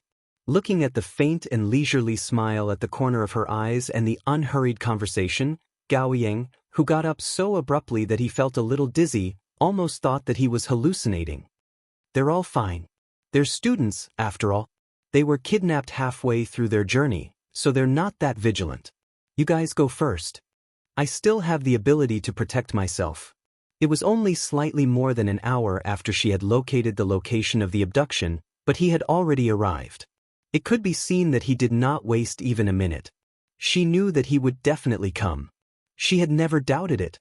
When Xia Jinyuan heard her slightly immature but exceptionally calm voice, he knew that his little fox was safe and sound. His cold, handsome face revealed a faint and warm smile. "Okay, wait for my good news. We'll meet before 12. He was telling Yi Qian that he would not let her wait until the moment of danger. He would definitely meet up with her before the danger came. A man's promise didn't require a solemn vow. It was more reassuring when it came inadvertently. If I could get out on my own, I wouldn't have troubled you to come." Yi Qian, whose smile had not faded, replied with curved eyes. Her bright crescent-shaped eyes were like those of a cunning fox, full of spirit. "This is a rare opportunity for actual combat. I want to participate in it myself." Chapter 183. What a bold little fox. She wasn't afraid at all. Xia Jinyuan, who was hiding in the dark and waiting for the net to be reaped, gave a low laugh. His elegant eyebrows were relaxed. "Okay, be careful." Since she wanted to fight her way out, he would give her a chance to do so. He would clear the obstacles outside and ensure her safety before she came out. Gao Yang had already moved closer to Yi Jian's left side and slowly sat down. His gaze fell on her ear as he stared at it closely. "You can contact the outside world." It was a completely affirmative sentence. "Yes, I can." Yi Qian lifted her long black hair, revealing a small black earpiece. "It's our military personnel. They're outside now. They'll come find us after they've dealt with the outside before midnight." Gao Yang trembled slightly and closed his eyes. When he opened them again, his handsome eyes were filled with self-mockery. "So, all we have to do now is wait, right? Then why did you say that if you could, you wanted to go out by yourself?" He wanted to ask, but he couldn't. She could contact the outside, but during this hour of torment, she kept silent and didn't tell him. What did this mean? That she didn't trust him? Or was it that he wasn't even worth a single word from her? That kind of helplessness made Gao Yang feel deeply frustrated. Not only was there helplessness in his tone, but there was also a trace of anger. Yi Qian narrowed her eyes slightly and looked at him indifferently. She chuckled. "I didn't tell you because if you didn't contact us, you would only feel more uneasy. I'm not hiding anything from you now. I've already told you that someone will come to save us. You just have to wait patiently." She paused. Seeing that he was trying his best to hide his fluctuating emotions with indifference, her cold smile deepened. If no one contacts me, this communication device is useless. What she meant was, rather than letting him have hope in the beginning, why not give up hope in the beginning? Because when hope was shattered, he would be the one hurt in the end. Gao Yang's expression froze. He suddenly lowered his gaze weakly, and his straight shoulders slumped lightly. He had nothing to say. What she considered was far beyond what he could have thought of at that time. She still knew how to take care of her own feelings at a time like this when she was about to break down. Gao Yang lowered his head and smiled bitterly. Just as his father had said, his so-called intelligence and inviolable self-esteem were just a joke in the eyes of others. He didn't ask any more questions, and Yi Qian didn't say anything either. Whether or not he could understand was his business. He had already made it clear enough. Time passed bit by bit, and at 10:30, Red Scorpion appeared near the KTV. Beside him was a student who trembled as he walked. "Pass through here. Remember, one hand for the goods and the other for the money. If you don't get the money, you don't have to come back." The boy's lips trembled slightly. He still wanted to say something, but when he saw the ferocious look on Red Scorpion's face, he hugged the black bag in his hand and walked step by step towards the end filled with evil. He couldn't turn back, and Red Scorpion, who had never personally come forward to trade, definitely wouldn't allow him to turn back. "Here we are, Tfik." Someone closed the open window and informed Nick, who was waiting for the goods in the KTV. He was the #1 target that the international police had to capture. Red Scorpion still had his student deliver the goods. Nick, who was smoking a cigar, took a deep breath. His rugged face revealed a ferocious look. He crossed his muscular arms over his chest, revealing the green beast head tattoo on the side of his arm. "Tell him that my patience is limited." This meant that he wanted Red Scorpion to personally deliver the goods. Chapter 184. They were all venomous snakes, so they carefully exited their holes and revealed their fangs. The entire process was done in an extremely secretive manner, leaving no traces and no one would be able to catch them. But for Nick, after what the Vietnamese student did, he didn't want a third party to be involved in the transaction. Red Scorpion didn't want to leave any evidence, and he didn't want to lose the goods either. The heavy metal music continued. Some people came in and some left. Xia Jinyuan and Su Yu, who were proficient in Japanese, entered the colorful dance floor, which was filled with perfume and sweat. Red Scorpion's figure was right in front of them, and in front of him was his own student. Underage children entering the adult world didn't seem to attract much attention. Outside, the international police were dispatched. Less than 2 minutes after Red Scorpion went in, Xia Jinyuan appeared in the kitchen of the bar.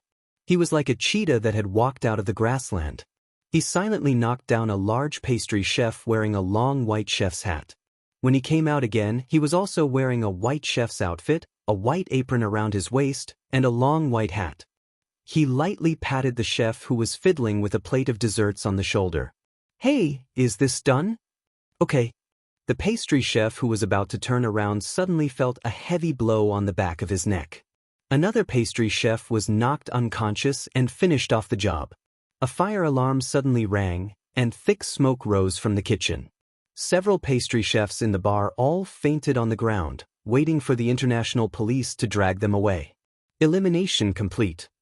In the kitchen, Xia Jinyuan took off his white chef's outfit, crumpled it into a ball, and threw it directly into a pot of boiling water.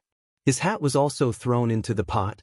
Disinfecting and erasing evidence, it was a very good method. 2 smoke grenades were thrown out, and the smoke alarm in the entire kitchen suddenly rang.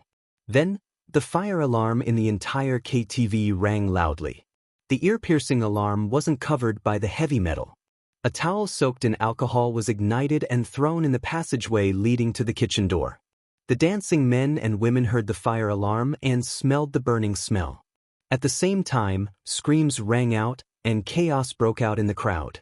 The international police officers who blended into the crowd took control of the situation. They acted like experienced guests who were trying to escape, guiding the screaming crowd away.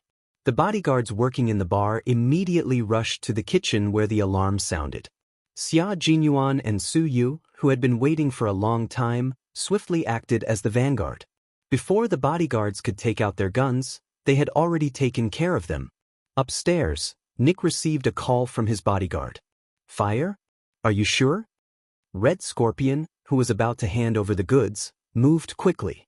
He immediately took back the bag and rushed out of the door with almost no hesitation. This was an extremely vigilant venomous snake. Even the slightest movement would make him shrink back into his cave. Outside, the sirens sounded like an unfamiliar intruder, breaking the extravagance of King's Cross Street and announcing their arrival, warning the criminals that they had been surrounded. When the Chinese soldiers outside heard the sirens that came out of nowhere, their expressions changed as they contacted Xia Jinyuan. Q King, the international police are acting without permission. The sirens have been sounded, you must be careful. The Chinese side sent out a total of 5 soldiers to carry out the mission. 2 of them were outside keeping an eye on Red Scorpion, Xia Jinyuan and Suyu were in the hotel, and Yi Qian was among the students. It could be said that they cooperated quite well, but they ran into a group of self-righteous international police officers. Chapter 185. Xia Jinyuan froze when he heard the news from his comrade waiting outside. Switch to the public channel. According to the plan, they needed to wait until they found Yi Qian and Gao Yang before the international police could show up. Now that these guys had stirred up trouble, even the usually well-mannered Xia Jinyuan wanted to beat them up. Xia Jinyuan switched to the public channel and immediately contacted Yi Qian. Chaotic sounds came from the headset. Yi Qian, who had also heard the sirens outside, no longer sat on the ground to rest. Instead, he stood up immediately. Roger that. Don't worry about me. I found a pistol. I can protect myself. Found a pistol? Xia Jinyuan crouched on the stairs on the 2nd floor and stood guard. Suyu was standing on a high stool he had gotten from somewhere. He was fumbling with a fire alarm light. After 2 minutes, he gave Xia Jinyuan an okay sign. Xia Jinyuan nodded slightly and gestured for them to move forward. When he heard her words, a smile flashed across his eyes. Good job, little girl. We are now on the 2nd floor. The international police have surrounded the ground floor.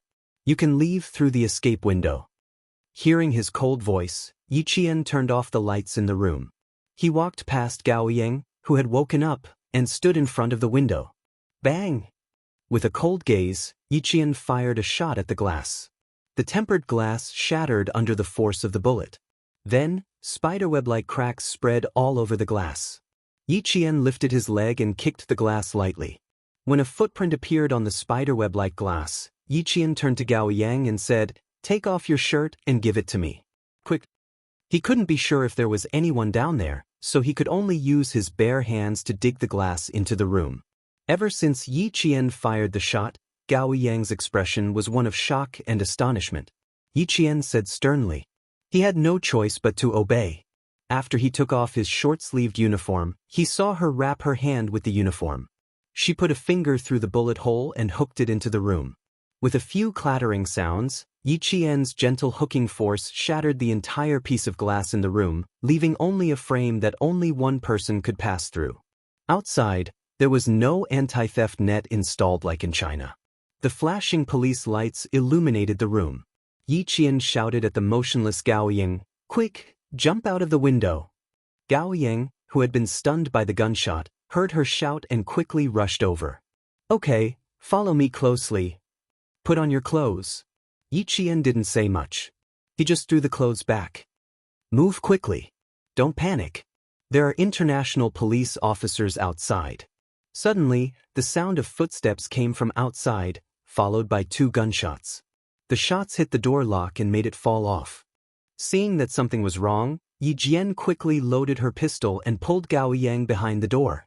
The room was dark. When the enemy kicked the door open, a figure rushed in with a murderous aura. He rushed to the window that only had a frame left. After taking a quick look, he cursed, "Fuck you." He turned his head and shouted at his partner standing at the door, "Damn it. They escaped." He cursed and rushed out again. The man standing at the door quietly raised his hand and pointed behind the door. After counting from 1 to 3, he suddenly turned the light switch back on. The dark room was lit up again. Chapter 186. The man who hadn't left the room pulled the door open and saw the two students he thought had escaped standing against the wall. With a furious expression, he raised his hand and slapped Yi Qian without hesitation. Fuck. Gao Yang saw this and didn't have time to be afraid of the gun in the man's hand. He instinctively raised his hand to block the slap aimed at Yi Qian's face. Bang!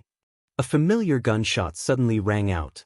The man who had raised his hand to hit Yi Qian suddenly froze and fell to the ground with a loud thud. Only 30 seconds had passed. When the man at the door heard this, his expression changed. He quickly dodged outside and fired randomly into the room. Gao Yang was so shocked that he felt like his soul had left his body. He heard the gunshot and saw someone fall to the ground. Large amounts of blood began to flow out of his chest. The Western man who had wanted to kill Yi Qian a moment ago had become a bloody man. His fingers were still trembling and his eyes hadn't even closed. Blood flowed out of his mouth and flowed down his neck, wetting the man's thick beard. Multiple bullets were fired into the room. Gao Yang's eyes were wide open as he forcefully pulled his gaze away from the bloody man and forced himself to look at the bullet hole on the floor. His hands were tightly clenched into fists. He used so much strength that he couldn't stop his body from trembling. Yi Qian didn't have time to pay attention to his expression. There were only 15 bullets in the gun. Her gaze fell on the dead man's hand. He still had a gun in his hand. She needed this gun. After the random gunshots stopped, Yi Qian turned her head to look at Gao Yang, who was so shocked that his pupils were dilated. I'm going to shoot outside now. Pick up the gun and give it to me. Gao Yang didn't know how many more times he was going to be scared tonight. He slowly shifted his gaze and looked at Yi Qian.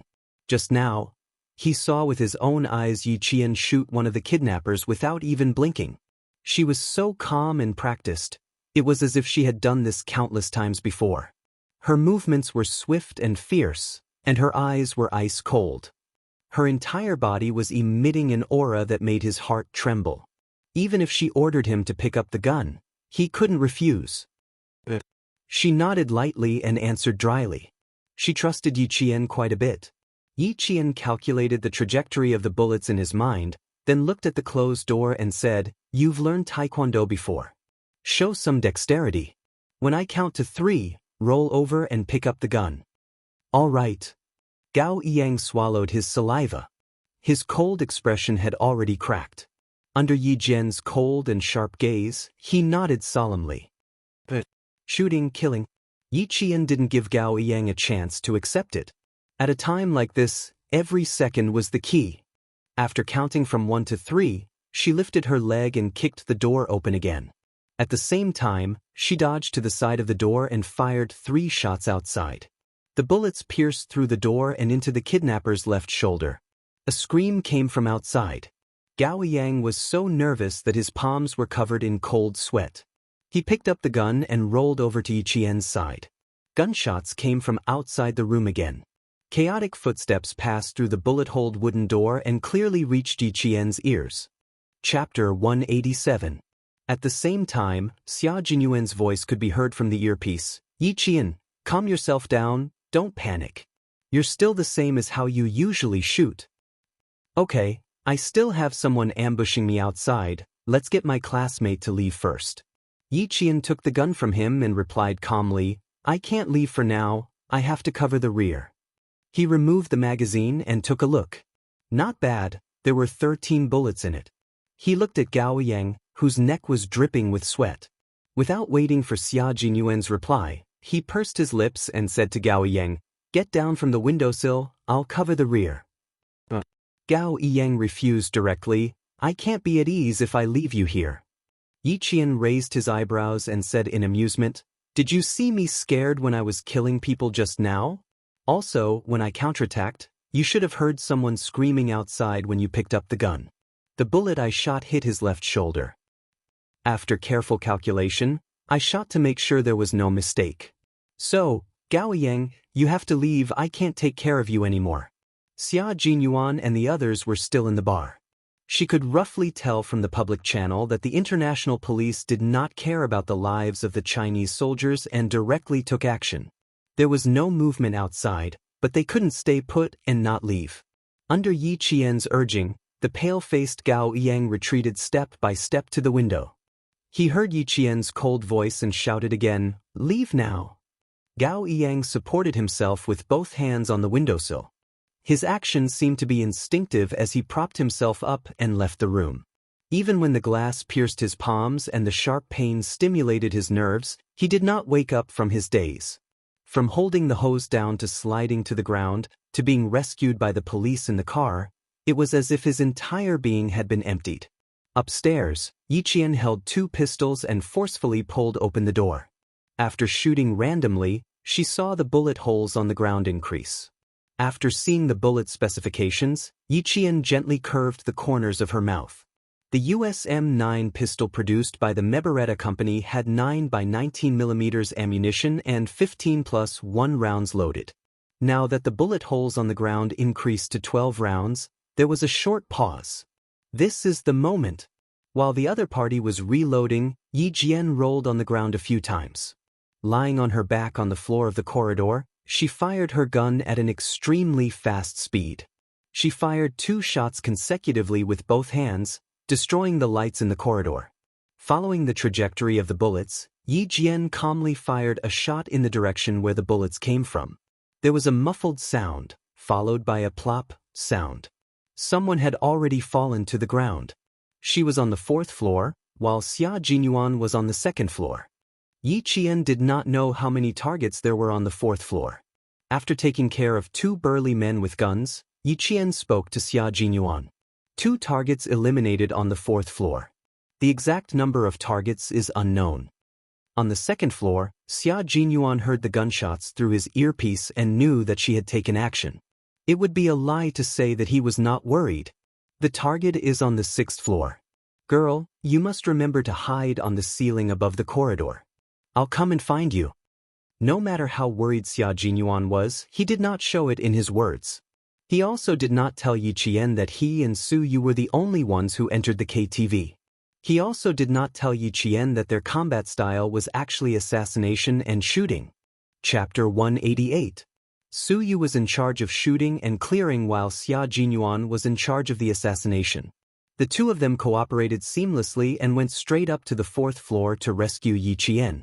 But now that she was out, her comrades outside could hide on the 6th floor. Soon, Yi Qian heard Xia Jinyuan say in a low voice in the public channel, G3, Operation Coiling Snake, the 3rd step of Operation Stone Crushing. Coiling Snake. The snake, here naturally referred to Red Scorpion. Coiling was equivalent to killing.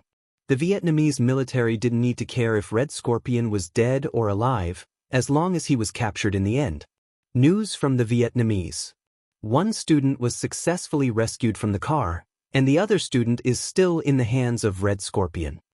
G3's voice was different from Xia Jinyuan's low voice, but it also contained a hint of elegance. His voice was a bit hoarse, like the edge of a knife scraping against a whetstone. Just hearing it made one feel that this person was not to be underestimated. Hearing this unfamiliar voice for the first time, Yi Qian, who had already turned around to hide on the ceiling, held his breath. She was holding a gun like this? It was actually illegal.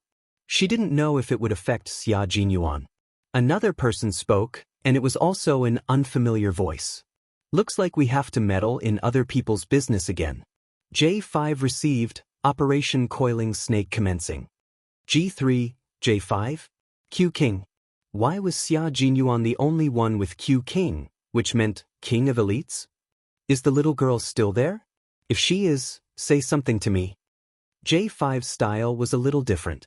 It was less cold and hard, but more casual and bad. If you're still on the 4th floor, find a place to hide. You must remember your brother Xia's words. Hide well on the ceiling. Your brother Xia will come looking for you soon. Be good. Although it's cool to hold a gun, bullets will hurt a lot when they hit your body. J5 was an instructor. One day, he insisted on switching positions with the company commander. From then on, he no longer forced the soldiers to do ideological and political work. He was even more obsessed with the glory of the battlefield than the company commander. In his own words, it would be very cool for a man to run a lap on the battlefield. Super cool. Countless female soldiers bowed to him. When Xia Jinyuan heard that J5, who usually liked to tease female soldiers, was teasing the little fox that he had his eyes on, his dark eyes darkened. He said with a faint smile, J5, I heard that you got a one last week. I'd like to go back and spar with you. Please enlighten me. Student Yi Qian, please be careful. Believe in the People's Liberation Army and believe in Captain Xia. They will definitely save you. Also, look for me if you don't have enough bullets. The J5 style changed again. It was full of coldness, and the sharpness of a soldier was fully displayed in its words. As the subject of their conversation, Yi Qian felt that there was no need for her to remain silent any longer. She hid her emotions well and smiled faintly. Thank you for your concern. They say that it's better to rely on yourself than on others. I've always liked to help myself. You have backbone. Not bad. G3 laughed. In the darkness, his and J5's hidden figures were like fierce beasts on the hunt. He threw out a climbing rope and hooked it onto a building. He gestured to J5. He grabbed the rope with both hands and agilely climbed up to the 7th floor in an instant. After confirming that the surroundings were safe, he replied to J5, who was covering the rear downstairs, with a strange sound that sounded like a rock falling on plastic. J5 put the submachine gun behind his back and nimbly climbed up to the 7th floor. Done, brothers. Wait for our good news. J5 was a soldier who was relaxed at all times. He had a small personality that was different from ordinary soldiers. After he finished speaking, he didn't forget to say to Yi Qian, Student Yi, G3 rarely praises people. Q King was the first to be praised by him. You're the second. Not bad, good luck. Chapter 189. For some reason, Yi Qian suddenly thought of the laughing J5 as the young people who liked to act cute on social networks in his previous life. Thinking about it, he shivered and couldn't bear to look at it directly. Xia Jinyuan had already quietly flanked the back of a gun-wielding bodyguard. While his left hand covered the bodyguard's mouth, the military dagger in his right hand silently cut across the bodyguard's neck. The sharp blade cut through the warm skin, cutting through the bodyguard's trachea and jugular vein without a trace of obstruction. Blood flowed onto the dagger, and the warm blood sprayed onto his wrist. The thick and strong smell of blood didn't stop Xia Jinyuan's footsteps. He dragged the dead bodyguard to a room on the 2nd floor, closed the door, and headed to the 3rd floor. Killing people was a very terrifying thing, but for them, they were on the front lines. It was either you die or I die. As they fought for justice, even if their hands were stained with blood, there was no turning back. Mercy wasn't used on the enemy. Clear. Walking to the 3rd floor, Xia Jinyuan, who had cleared out 2 hidden guards, lightly tapped the microphone. Su Yu, who had brought up the rear, climbed up the stairs and switched to him as the vanguard to continue clearing out the targets. After taking care of another drug gang member, Xia Jinyuan directly took off the bulletproof vest he was wearing and gave it to Little Fox. The elevator to the 6th floor had already stopped moving. Nick, who had gotten up, tugged at his t-shirt. Looking at Red Scorpion, who had rushed out of the door and was now closing in on him amidst the shrill sirens, he smiled fearlessly. Buddy, if you rush out now, I can guarantee that you won't leave here alive. His brown eyes coldly swept over the black bag in Red Scorpion's hand. Give me the goods, I'll give you the money, and we'll leave together. How about it? Why should I believe you? Red Scorpion's face didn't show much panic. He glanced at the students standing at the door, already frightened to tears by the sirens, and coldly snorted. You said that the transaction was 100% safe. What about now? We're already surrounded. Why should I believe you? Red Scorpion was about the same as the majority of Vietnamese. He had a medium build, and his 4 limbs were thick and short. However, his explosive power was extremely strong. His 2 arms looked short and small, but the muscles hidden under his shirt were filled with power. He stared at the calm and composed Nick, and his purplish-black lips curled into a cruel smile.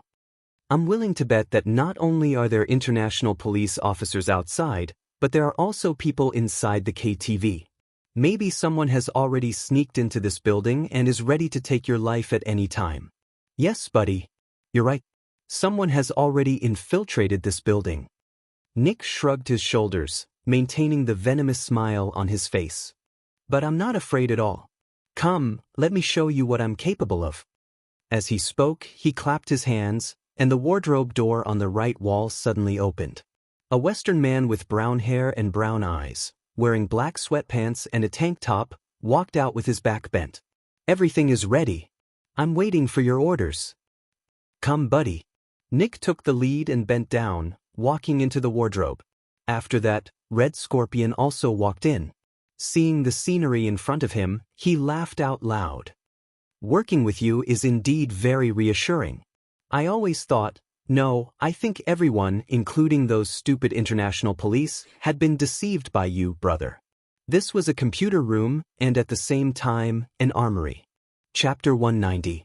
As Nick raised his hand, the 24 surveillance screens that had been black all this time lit up in unison. What appeared on the screens was nothing else but the situation of the entire building. They could clearly see the situation of the entire building, including the KTV and the kitchen. Hidden at the end of the corridor on the 4th floor, Yi Qian, who was on the ceiling, suddenly felt like he was being watched. His hair stood on end. He lowered his head and looked at the fire emergency light with a weak green light. He saw a small red light flashing. That was an infrared sensor and an infrared night camera. Yi Qian's heart suddenly sank.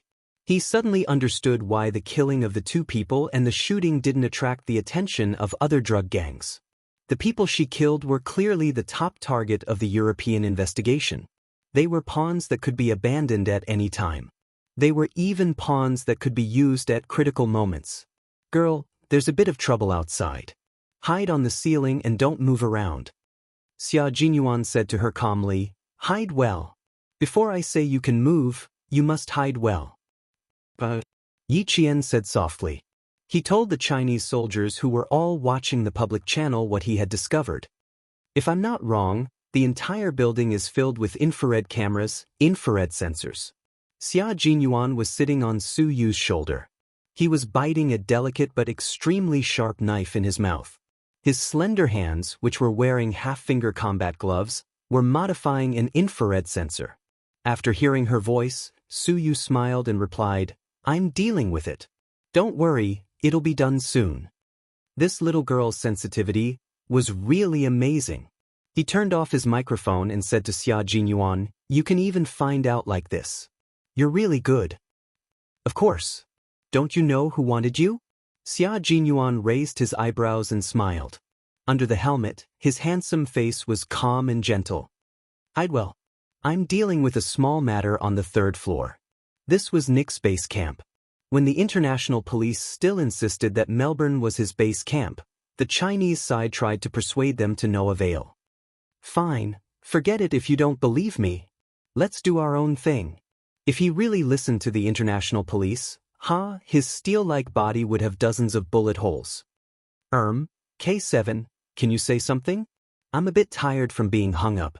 I can feel the blood not only flowing to my head, but also to cough cough cough." J5's voice came again, but before he could finish, G3's fist landed on his chest. What he wanted to say turned into a low cough. He wanted to say that blood was flowing to a certain part of a man. There's another K7 with 26 English letters as its code name. Yi Jian didn't think too much about what J5 wanted to say. Instead, she focused on K7, who hadn't spoken a word. About a minute later, K7's voice came lazily. Hearing it, Yi Jian felt a chill run down her spine. Not only was it cold, but it also gave off a feeling of death. "You live and they die." That was K7's original words. J5 rubbed his chest and jumped down. He rubbed his arms and said softly, "Every time I hear you talk, I feel like I'm a dead object on the dissection table, waiting for you to dissect me with a scalpel." Chapter 191. In front of them, several infrared sensors were still moving back and forth. J5 stuck close to the wall and completely ignored the sensors that could detect them. Since K7 had given the order, they were free to pass. 2 black bodyguards were in front of them. After J5 and G3 made a hand gesture, they quickly approached the 2 black bodyguards. Their hands shot out at lightning speed, one on the left and one on the right, strangling the 2 bodyguards' necks. They exerted strength in their arms and lifted the bodyguards, who were at least 9 meters tall and had a strong physique, off the ground. Cracking sounds could be heard from their fragile necks. The black bodyguards struggled with their feet off the ground. Their hands were already clinging tightly to the two men's iron arms. In the end, their tongues were sticking out, and the whites of their eyes kept rolling up. In the end, their arms and legs were hanging limply. After finishing them off, they gently put them down, then dragged them up and hid them in a dark corner. It wasn't an easy task to get from the 7th floor to the 6th floor. They used assassinations to clear the way. In the end, they stood at the fire escape door leading to the 6th floor. J5 and G3, who were wearing combat uniforms, were already sweating profusely. Under the dim emergency lights, they saw two pairs of black eyes with the same expression. They were calm, fearless, and fierce. The 7th and 3rd floors were cleared almost at the same time. There was still a 5th floor that needed to be cleared by Xia Jinyuan and Suyu. On the 4th floor, Yi Qian, who had been lying motionless, saw the fire escape door gently open. Then, a slender and imposing figure appeared in his line of sight. The familiar figure made Yi Qian's eyes shine in the dark like a meteor streaking across the night sky, bringing dazzling brilliance. "Captain Xia, I'm here." Without needing him to speak, she had already recognized the figure. A clear voice came from the ceiling above. Xia Jinyuan's gaze stopped at a certain spot in the dark. He smiled and said, "Do you want to come down? Or do you want to stay here?" She was happy. Even though they were in the dark, Xia Jinyuan could feel it. There was a rustling sound from the ceiling. After a buckle was removed, Yi Qian jumped down from the ceiling and landed lightly in a half-squat. "Let's go together. It's not safe to stay here." She wasn't afraid of killing people, so she wasn't afraid to continue walking. "Then follow me." Xia Jinyuan chuckled and handed over a black bulletproof vest that didn't fit well. "Put it on. It doesn't fit well, but it's still good for you." Yi Qian didn't refuse. She had seen this kind of bulletproof vest on the two kidnappers she had taken care of earlier. If it wasn't for the fact that it was stained with blood, she would have taken it off and put it on. Outside, the sirens were still blaring. Someone stood out and shouted through the loudspeaker, "You've been surrounded. You'd better surrender and come out." If he really wanted to surrender, he would have come out a long time ago. Yi Qian sneered. He stuck close to the cold figure in front of him and approached the 5th floor.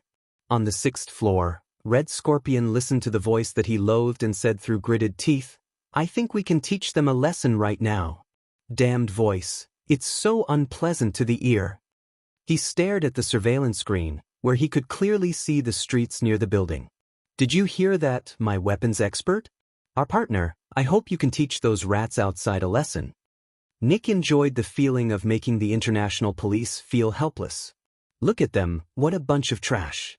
He looked at the corner of the room. Only then did Red Scorpion realize that there was someone there. Judging from his back, he wasn't a Westerner. He probably had the physique of an Asian. His back didn't move. He only raised his hand and snapped his fingers as an answer to Nick. Chapter 192. All passers-by were prohibited from entering this area, and even the nearby residents were evacuated by the police. Only the small 7-story building was tightly surrounded, and there were even helicopters circling around on the top floor. The target was inside, and the international police were acting with the determination to capture all of them. Following Nick's loud laughter in the room, several loud boom sounds suddenly exploded from nearby. A police car was directly thrown into the air by the heat wave, and then smashed into another car with a bang. In less than a minute, countless explosions sounded in the surroundings. "This is my territory. Even though I won't be coming back, I still have to say that I really like this exciting and depraved place." Nick smiled cruelly in the midst of the blazing flames. "This is my territory. Even though I won't be coming back, I still have to say that I really like this exciting and depraved place." Red Scorpion sneered disapprovingly. "If we take everyone as hostages, we'll leave even faster." "No, I hate using hostages the most. Haha. I prefer to directly confront those self-righteous fellows." Nick was not like Red Scorpion, who liked to act alone. He invested a lot of manpower and resources to tease the international police, who were no different from rats in his eyes. The international police, who were originally full of confidence, were instantly shaken by the 4 explosions around them, and all of their faces tightened. The commander began to roar loudly, and the sound of ambulances filled the entire sky of Sydney.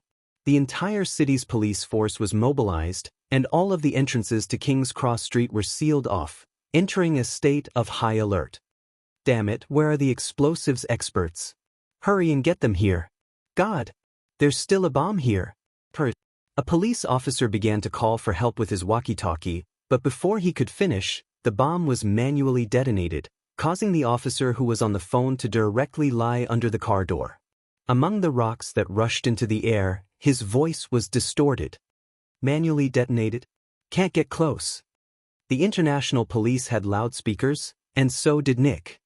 His voice was transmitted through the speakers outside the KTV, and he laughed loudly. I hope you like my present, cute rats. If you have fun, I don't mind giving you my present again. His voice was cold and cruel like a demon's, causing the faces of the international police officers hiding under the cars, behind the trees, and behind the buildings to turn the color of pig liver. This was humiliation. They were being humiliated by a criminal. Yi Jian didn't know why, but when she heard that, she felt quite relieved. K7's cold and emotionless voice came through the earpiece. He mentioned Yi Qian's name directly. Hey Yi Qian, you're small. Go through the ventilation duct and give them a few smoke grenades. Then, without waiting for Yi Qian to reply, she told him the location of the ventilation duct from the 4th floor to the 6th floor. He then said to Xia Jinyuan, this is a good arrangement. Does Q King have any objections? K7, you're talking too much. Focus on your work. Be careful, you might expose your identity. J5's voice was no longer as casual as before. Instead, he cut him off coldly. Also, you have no right to assign a student to complete the mission for us. She's still a student. No matter how capable she is, she's still a citizen that we need to protect. In the past, as a political instructor, once he discovered that his comrade's behavior was out of line, he had to immediately stand up and stop him. Chapter 193. K7, who was hiding somewhere, was silent for a while before he said, sorry. Then he didn't say anything else. After secretly taking care of the 4 people on the 5th floor, Xia Jinyuan raised his hand and shielded Yi Qian behind his arm. Under Su Yu's vigilant gaze, he said calmly, the 5th floor has been cleared. I agree with K7's plan, but I'll go over. This place is too small. Yi Qian was already standing at the vent. Xia Jinyuan walked over to take a look, then squatted down and patted his shoulder. He said to Yi Qian, come, sit on my shoulder and use it to pry open the seal. Yi Qian looked at Su Yu, who was holding a gun, then looked at Xia Jinyuan, who was already squatting down in his combat uniform and helmet. He bit his lower lip and didn't hesitate anymore.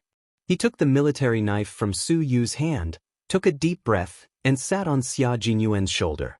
After prying open the seal, Yi Qian narrowed his eyes and said in a low voice, you can go in. All 3 of you can go in. After saying that, she held the sides of the opening with both hands and leaped into the air like a fish, entering the vent. K7 informed the international police. Let them do as they see fit. Grabbing Yi Qian's arm, Xia Jinyuan jumped up with 1 foot on the wall and climbed up the vent again. So you go. After K7 tampered with all the infrared rays, the 3 of them disappeared right under Nick's nose. After 5 consecutive explosions, red flames could be seen rushing over King's Cross Street in the sky above the city.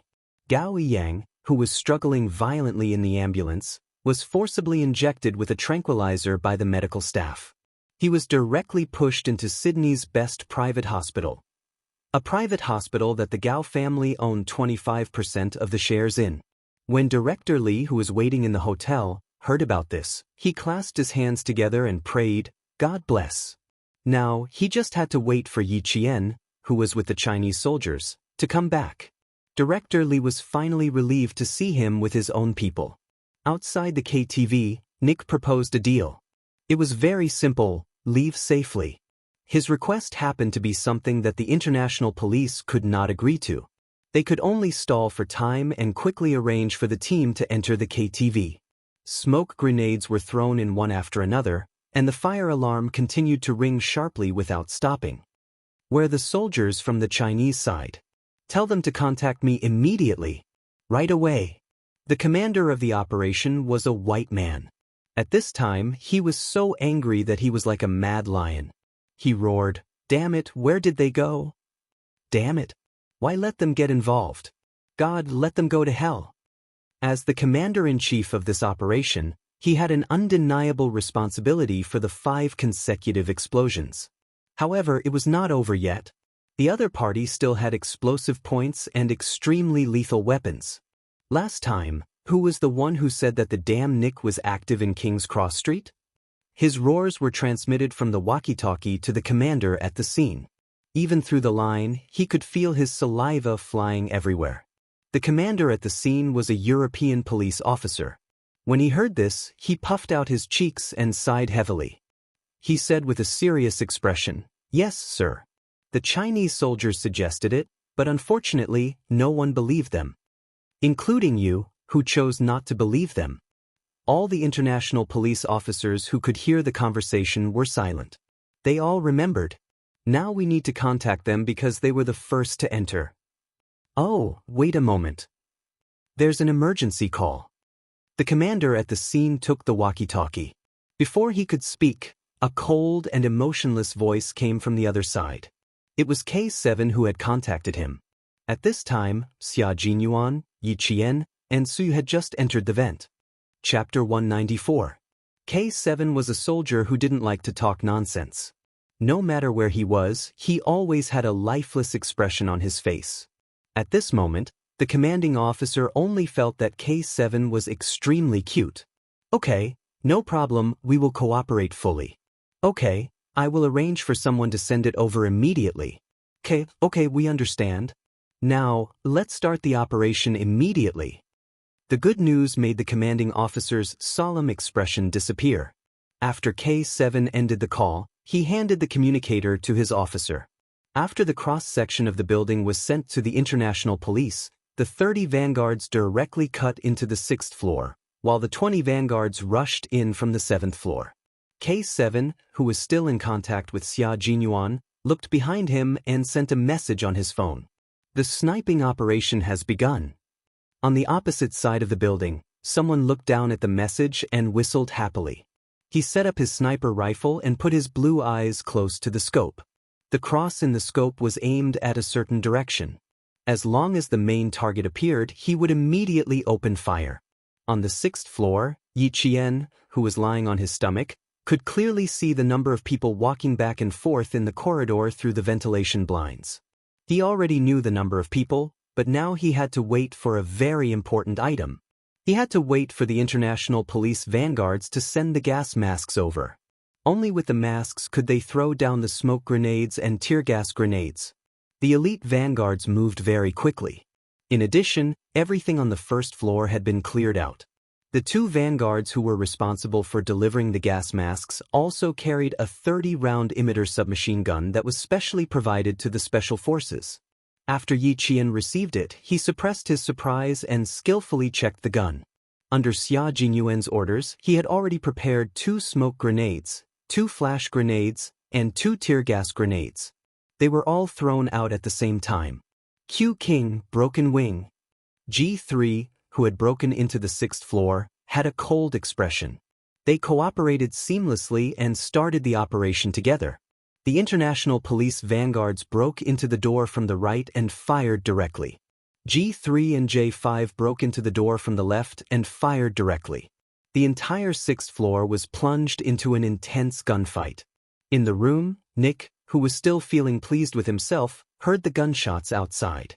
He looked at the surveillance screen that didn't show any abnormalities at all. His face instantly contorted. He slapped the face of the staff operating the surveillance system and roared, "Motherfucker! Give me the rocket launcher." Red Scorpion's reaction was even faster. They snatched the drugs from Nick's hands in an instant and threw back the box containing US dollars that they had traded for. He firmly believed that the goods were the safest in his hands. Pulling his student over, he picked up a machine gun and started shooting at the escape window. "Damn it, what are you doing?" When Nick saw this, he immediately waved his hand to signal his bodyguards to stop Red Scorpion's foolish actions. "You want to run? Suit yourself. Don't drag me into this, you idiot. Blow them all up. Motherfucker, you're playing with me." As Nick roared furiously, 2 tear gas grenades and 2 smoke grenades appeared out of thin air in the bulletproof and explosion-proof room. In an instant, the entire room was shrouded in thick smoke. The tear gas made everyone unable to open their eyes. "Up there, motherfucker. Shoot up there." Someone shouted, but he choked on his tears and his nose kept flowing and he even coughed. The people in the room were like living targets as countless bullets rained down. The international drug cartel's higher-ups, led by Nick, were almost completely wiped out in this encirclement. Chapter 195. Red Scorpion, where do you think you're going? After everything was cleared, someone appeared and pointed his gun at a cabinet. His cold voice was as calm as a pool of stagnant water. "Come out, Red Scorpion." Behind the cabinet was Red Scorpion, who had one hand tightly covering his student's head. He didn't move, as if there was no one hiding behind him. The cold eyes of the person who spoke didn't waver in the slightest. He didn't give Red Scorpion a chance to think, and directly fired 2 shots at the cabinet. "My patience is limited, Red Scorpion. Don't test my patience." This was K7's voice. His face was thin, and his skin was sickly pale as if it had never been exposed to sunlight. His eyes, which were staring at the metal cabinet, were black, sharp, and filled with cold, killing intent. There was movement behind the metal cabinet, and Red Scorpion walked out with his student. When he saw who was standing in front of him, his pupils contracted. "It's you!" It was Nick's weapon expert. After seeing who it was, he pressed the gun against his student's head even harder. He stared coldly at K7. "Who are you? You won't live no matter how many hostages you have." K7 directly ignored his question. He pulled the trigger lightly, and his thin lips moved slightly. In his eyes, Red Scorpion was already a cold corpse. "Before you die, don't drag others down with you." It was standard American English. Surprisingly, K7 spoke much more elegantly when he spoke English than when he spoke Chinese. "Give me the student, and the rest is up to you." In return, Red Scorpion laughed contemptuously. He directly pressed his gun against the Vietnamese student's head, and the hole left a green crescent moon mark on the boy's temple. "Do you know who he is? The son of a big shot. You can talk to him right now. See if he wants his son back alive, or shipped back as a corpse." His words made K7 furrow his brows without leaving a trace. His thin but extremely delicate face became even colder. The hostage in Red Scorpion's hands is said to be the son of a big shot. They've hidden the identity of the Vietnamese student. "Fuck, I knew these bastards were unreliable," G3 sneered, and said to K7, "The hostage is in our hands. Stay calm and wait for us to arrive." K7's black eyes stared at Red Scorpion without blinking. His hands that held the gun were also aimed at the center of his target's forehead. "No need. Clean up the weapons outside. Leave this place to me." This was the room where Nick had first made his deal with Red Scorpion. The tense atmosphere became increasingly tense under the boy's terrified gaze. Time ticked by, and after about 5 minutes, K7 heard the identity of the hostage. His brows were tightly knitted together. He seemed to be in a difficult position, but in fact his tensed gaze had relaxed a lot. The vents of every room were connected. Yi Jian, who didn't jump down from the vents, moved her body gently under Xia Jinyuan's instructions and entered the central air conditioning vent that was so narrow that only girls could enter. "Continue forward, Yi Qian. Don't look back.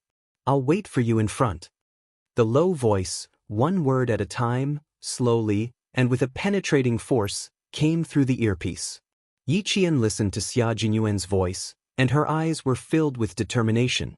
His voice was like light, able to pierce through the darkness, piercing through the shade. It carried a warm force, encouraging her. Chapter 196.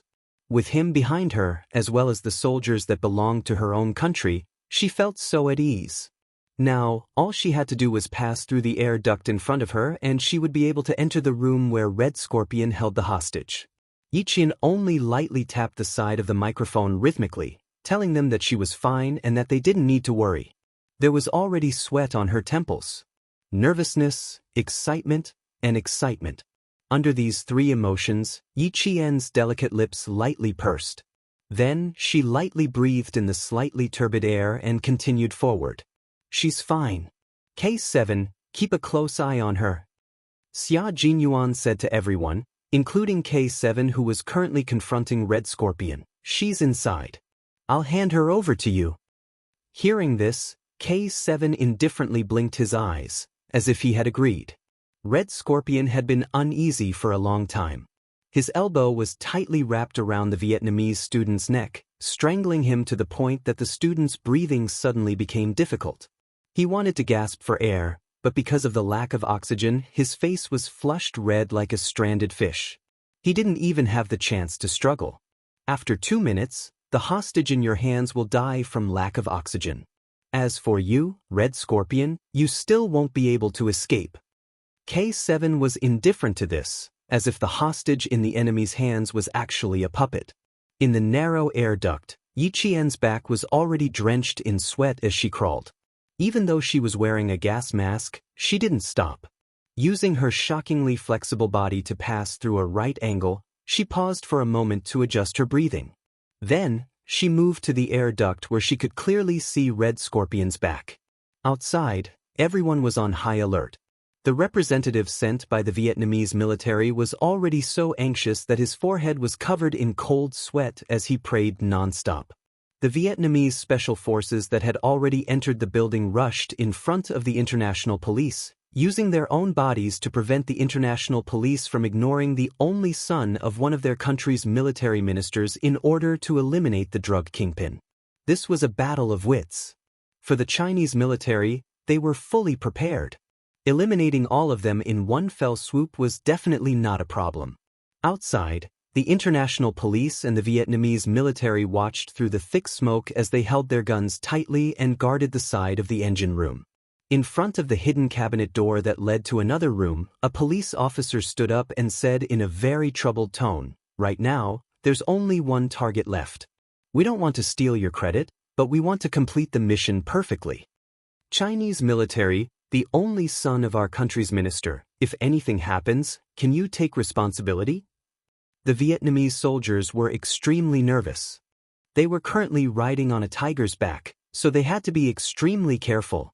The confrontation between the two sides, Xia Jinyuan's eyes, and their gazes became colder and colder.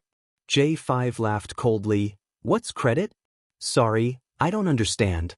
And you, all of you, if you want to rush in, sure. Come, take a look at the situation inside the house."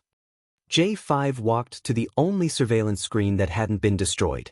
His 10 fingers tapped on the keyboard for a while, and the originally still surveillance screen flickered a few times before it instantly cut into the next room. "Use to us," he said to the two to Red to look. "Of course, you'll have to deal with the consequences yourself." J5's smile was like a spring breeze, but the meaning behind his words was as cold as ice, suffocating the people around him. Xia Jinyuan had already put away his gun, and said indifferently, "I think, with the strength of the international police and the Vietnamese military, and with so many people charging in together, it shouldn't be impossible to save a hostage. G3, inform our people to retreat." Chapter 197. This was a good move, allowing them to clearly see the situation in the room across the surveillance screen. Xia Jinyuan calmly ordered the Chinese people to retreat in English. However, the first to panic were the Vietnamese soldiers. "Wait, please wait." Afraid that the Chinese soldiers confronting Red Scorpion would retreat, the Vietnamese soldiers quickly apologized. "Sorry, I apologize for our recklessness." When the international police also apologized and pleaded with Xia Jinyuan for help from the Chinese soldiers, Yiqian, who was holding his breath, smiled.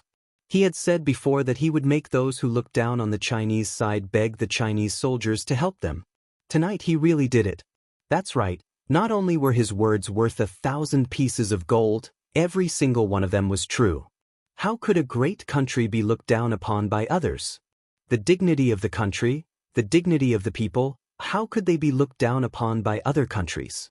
Yi Qian put away the faint smile on his face, the cold black bullet hole aimed at Red Scorpion's back through the slender gap in the ventilation net. There was no wind, the temperature was normal, the visibility was high. The distance was close, one bullet hit the heart, and the other hit the back of the head. Now was the time. Shooting at close range didn't require any scopes to observe, it relied on aiming and strength. When Yi Qian, who maintained a high level of calmness, fired the first bullet, the second bullet was only 30 seconds away from the first bullet, and the second bullet hit the back of Red Scorpion's head. Blood, like a mist, exploded with a boom. Even though there was clearly some distance between them, Yi Qian felt as if the blood had filled her eyes, and the entire world was blood red. It was as if she didn't know anything, but also as if she couldn't see anything. Only the mist of blood and the exploded head and neck kept brushing past her eyes. Close-range shooting. 2 consecutive shots. No matter how tough his life was, he should be dead by now. The international police and Vietnamese soldiers who were watching the surveillance screen were stunned, and then they all subconsciously looked towards the ventilation vent in the room. Judging from the position where Red Scorpion was shot, there was another soldier on the Chinese side hiding in the central air conditioning vent. How could he crawl through such a narrow space? Outside, the sound of sirens could be heard. Inside, it seemed to be exceptionally quiet. Yi Qian blinked and looked at the handsome face that had suddenly appeared before his eyes. He blinked again and then chuckled softly. Sweat flowed into his eyes, but with the mask on, it was not convenient for him to wipe it off. Looking at him, Yi Qian was breathing heavily, as if he could not catch his breath. Red Scorpion's miserable state was still lingering in his mind, as if it was branded in his mind. Even though she knew that she had made the right choice, just like how she had shot the 2 of them earlier, when she saw the huge, bloody hole on the back of his neck, it hit her heart and made it difficult for her to breathe. What a bold little girl. She was scared. Don't look, girl. Xia Jinyuan, who was standing on the table and using violence to remove the ventilation blades, looked at her palm-sized face that was completely drained of blood. He stretched out his slender hands and said in a voice as calm as the morning bell, "Come, give me your hands. I'll carry you down. Don't look, close your eyes." 2 consecutive shots, especially the gunshot wound on the back of his neck. It was especially terrifying and bloody. This child was scared. Xia Jinyuan, who was suppressing his heartache, grabbed Yi Qian's hands and coaxed her gently, as if he was coaxing a baby. "Come, a little closer, I'll hold you. Be good, just a little closer." Chapter 198. He didn't say it out loud for fear of hurting her, so he spoke carefully, as if he was protecting the apple of his eye. Xia Jinyuan's voice not only had the power to penetrate the darkness, but it also had the effect of calming people's hearts. Yi Qian thought to himself as he blinked his eyes. He exhaled a mouthful of foul air that seemed to be stained with blood. When he saw Junius' worried eyes, he smiled slightly. "I'm fine. It's just my first experience, so I'm still in the process of adjusting." She had shot 2 people in a row previously because she knew that if she was discovered, both she and Gao Yang would die. She had no choice but to deal with the enemy and save her own life. This time, she was fully prepared, but she still overestimated herself. Yi Qian reached out and grabbed his hand tightly. He smiled bitterly. "Captain Xia, I want to take off my mask and take a breather. There's sweat in my eyes and it's uncomfortable." It wasn't as if she didn't sweat during training, but she couldn't help it this time.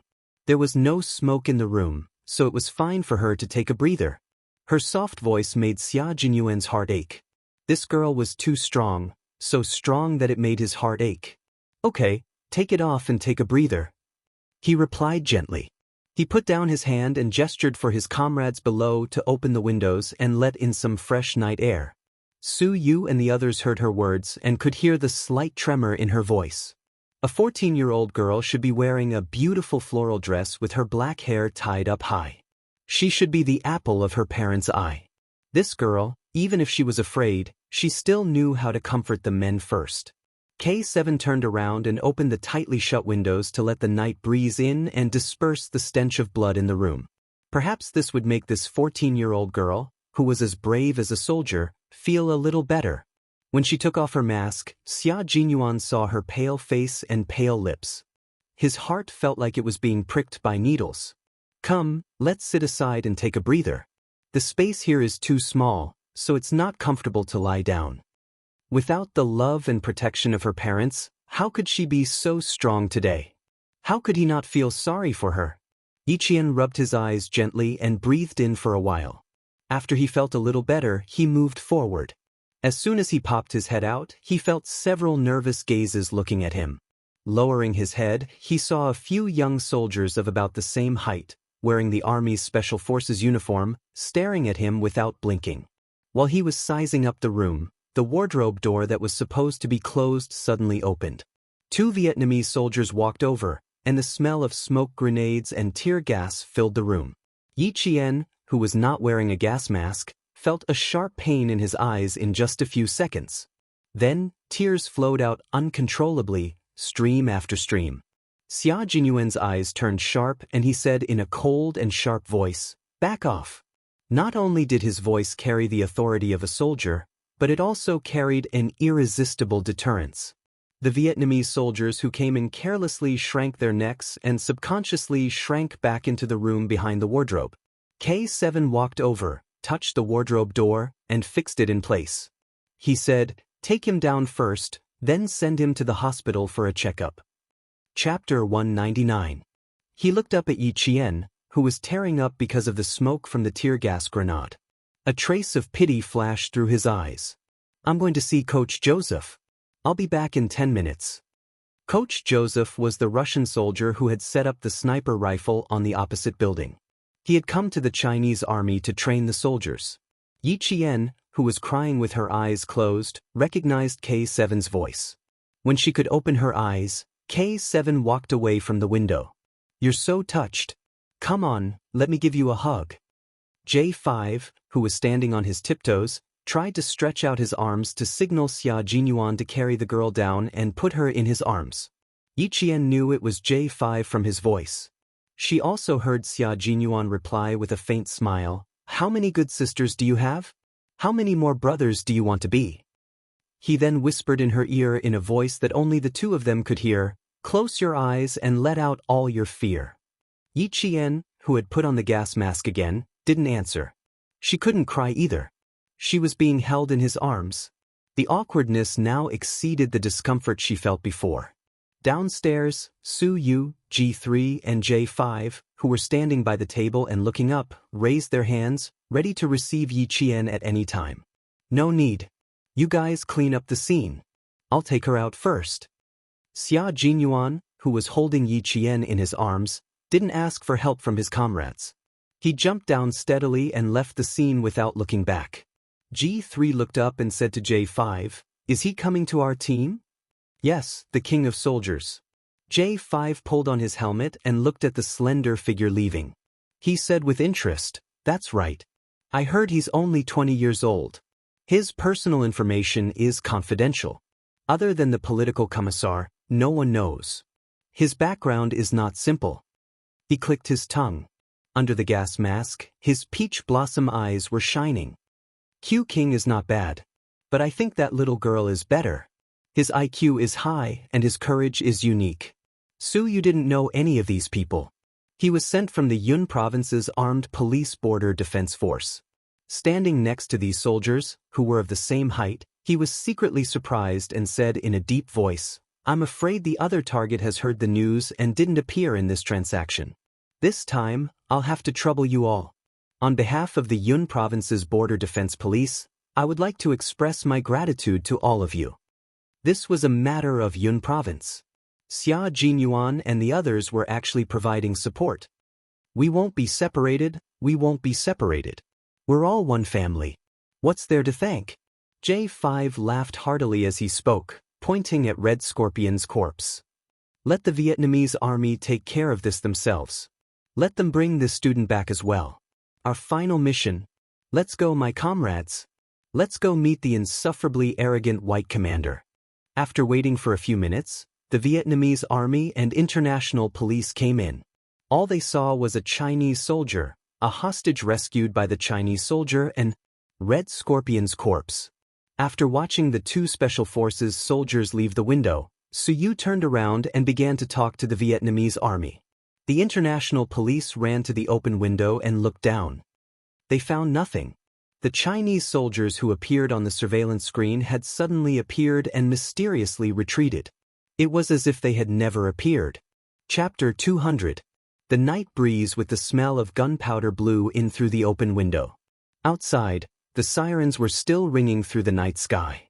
The international police officers standing by the window leaned their whole bodies out of the window, but they did not see the other Chinese soldiers who were confronting them, nor did they see the Chinese soldiers hiding in the ventilation vent.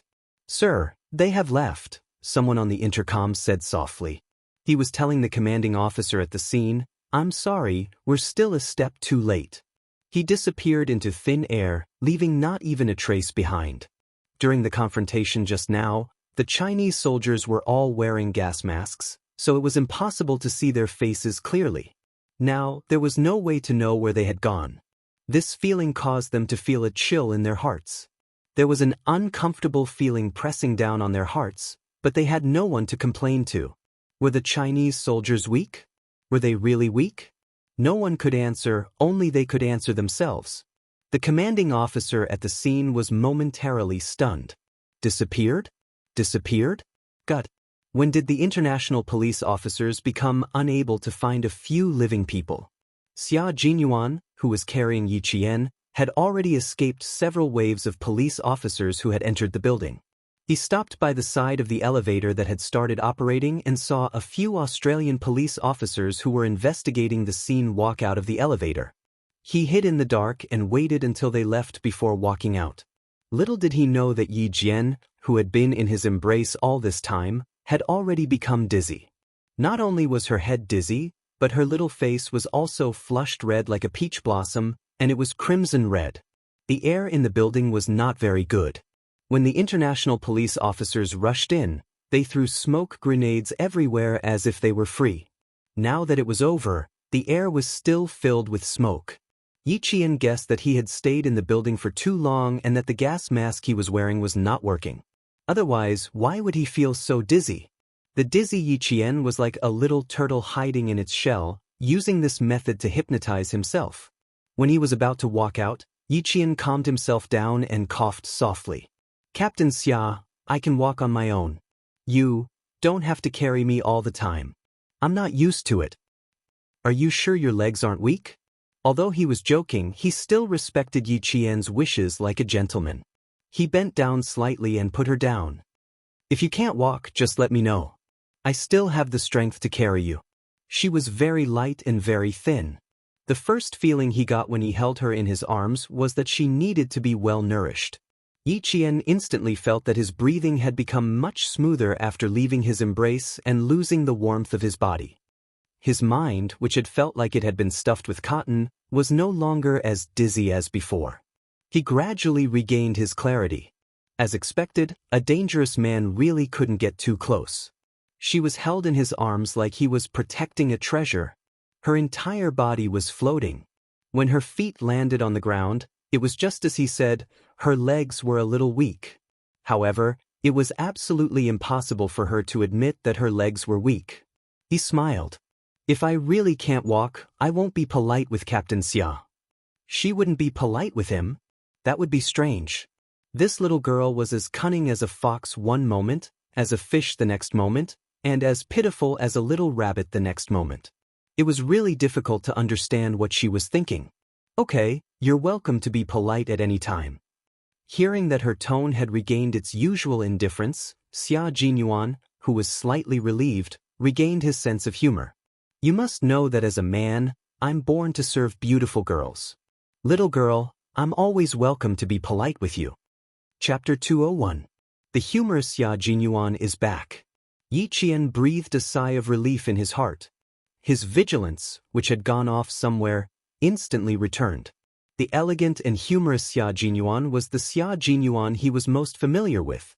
Just as he secretly thought this, Major Xia, who had regained his humorous demeanor a second ago, became exceptionally serious in the next second. He took off his gas mask and stood under the faint light. His handsome face appeared exceptionally cold, and his eyes were like cold stars as he stared coldly at the exit in front of him. I'll cover for you later and divert their attention. J5 and the others have already left. It's not suitable for the members of our operation group to appear in public, and you, little girl, can't show your face either. Because all the international police outside think that you've already been rescued and sent to the hospital along with the other kidnapped Chinese student. After Gao Yang came out, the Chinese soldier told the international police in order to protect and hide Yi Qian. After all, Yi Qian was only a student who could inform the police of Red Scorpion's activities in the hotel. Moreover, no one would believe that Red Scorpion, which was a headache for the international police and the Vietnamese military, would actually die at the hands of a high school student like Yi Qian. It wasn't because they were afraid that others wouldn't believe them, but because they were worried about Yi Qian's personal safety. The entire building was filled with international police officers. Yi Qian, who was a few steps behind, saw Xia Jinyuan walk in and was stopped by the police officers standing behind the police cordon for routine questioning. He didn't say a word and directly stretched out his arm. A brightly colored miniature version of the national flag with 5 golden stars made the interrogating European police officer stand at attention, raise his hand, and salute. He didn't ask any more questions and let the interrogating officer in. He also had a walkie-talkie hanging in front of his chest. Xia Jinyuan pointed at the walkie-talkie and smiled politely. I need to borrow your walkie-talkie to say a few words to your commanding officer. Of course. The police officer didn't hesitate at all. He looked at the Chinese soldier with admiration in his eyes and handed the walkie-talkie over. After Xia Jinyuan thanked him, he took it and leaned to the side to block the police officer's view. At the same time, he was able to see Yi Qian's movements. He restrained his polite smile and no longer spoke in a warm tone. Instead, it was filled with an inviolable coldness. It was the hard and cold expression of a Chinese soldier. He said to the international police commander on the scene, "Please tell your commander-in-chief that the thing he wants is in the hands of our soldiers.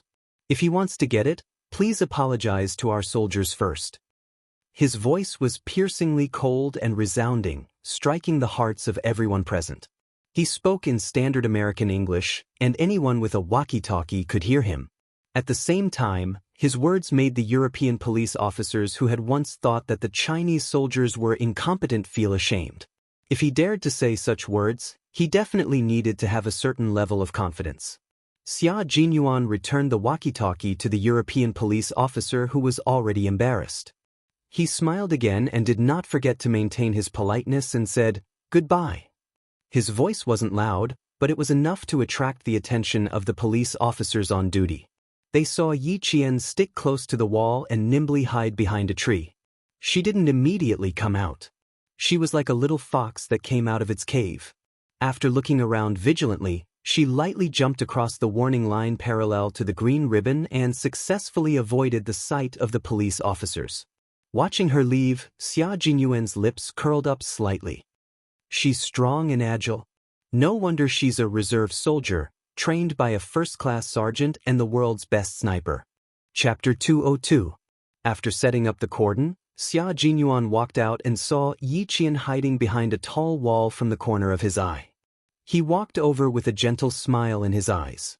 The ambulance arranged by the Chinese side drove over under his instructions.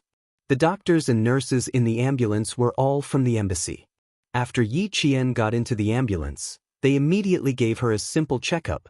After they were done, they gave Xia Jinyuan an OK hand sign to indicate that everything was normal. The two of them sat in front of the ambulance and pulled down a layer of cloth. Xia Jinyuan casually placed the gas mask to the side. He looked at the little face in front of him that had regained some color. His thin lips curved into a perfect smile.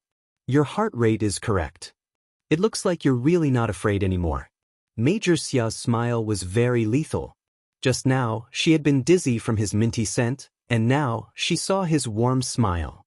What a dangerous man. Yi Qian lowered her head silently. She rubbed her wrists and smiled. "Yes, I'm not afraid anymore if I don't think about it. Little girl, congratulations. You're one big step closer to becoming a qualified soldier. He smiled faintly. He raised his hand and gently rubbed her head. His voice became more serious. Also, even though I can't reward you for this operation, your achievements will be forever recorded in the military files. Everyone will be proud of you. Yiqian was only 14 years old. She had gone through a kidnapping, sacrificed herself to save others, participated in an operation, and fearlessly killed the top target. At 14 years old, she had done things that no one else her age could surpass. Yiqian felt that this was good. She nodded and said calmly, "This is good enough. I don't need to be rewarded, and I don't need too many people to know about it. This is very good. The glory that belongs to you will always belong to you. Accepting everything calmly will make it easier for you. Little girl, you have a very good attitude." Yiqian was indeed very suitable to join the military and become a soldier. At the hospital, when the 4 guards sent by the embassy saw the ambulance arrive, they immediately went out to greet it. Inside the ambulance, Xia Jinyuan confirmed that no one was following them before he removed the gas mask from Yiqian's face. He said in a low voice, "Don't show your face. The embassy guards will escort you back to the hotel. When you go back, don't tell anyone about what happened tonight. I still have things to deal with here. I'll come back tomorrow afternoon." He patted Yiqian's head gently. "Have a good rest and think about tomorrow's exam." Yiqian didn't know whether to laugh or cry. "I thought you would ask me to rest and not take my exam tomorrow's exam. Little girl, the exam is the most important thing for a student. Don't think too much." When Xia Jinyuan heard this, his handsome face smiled deeply.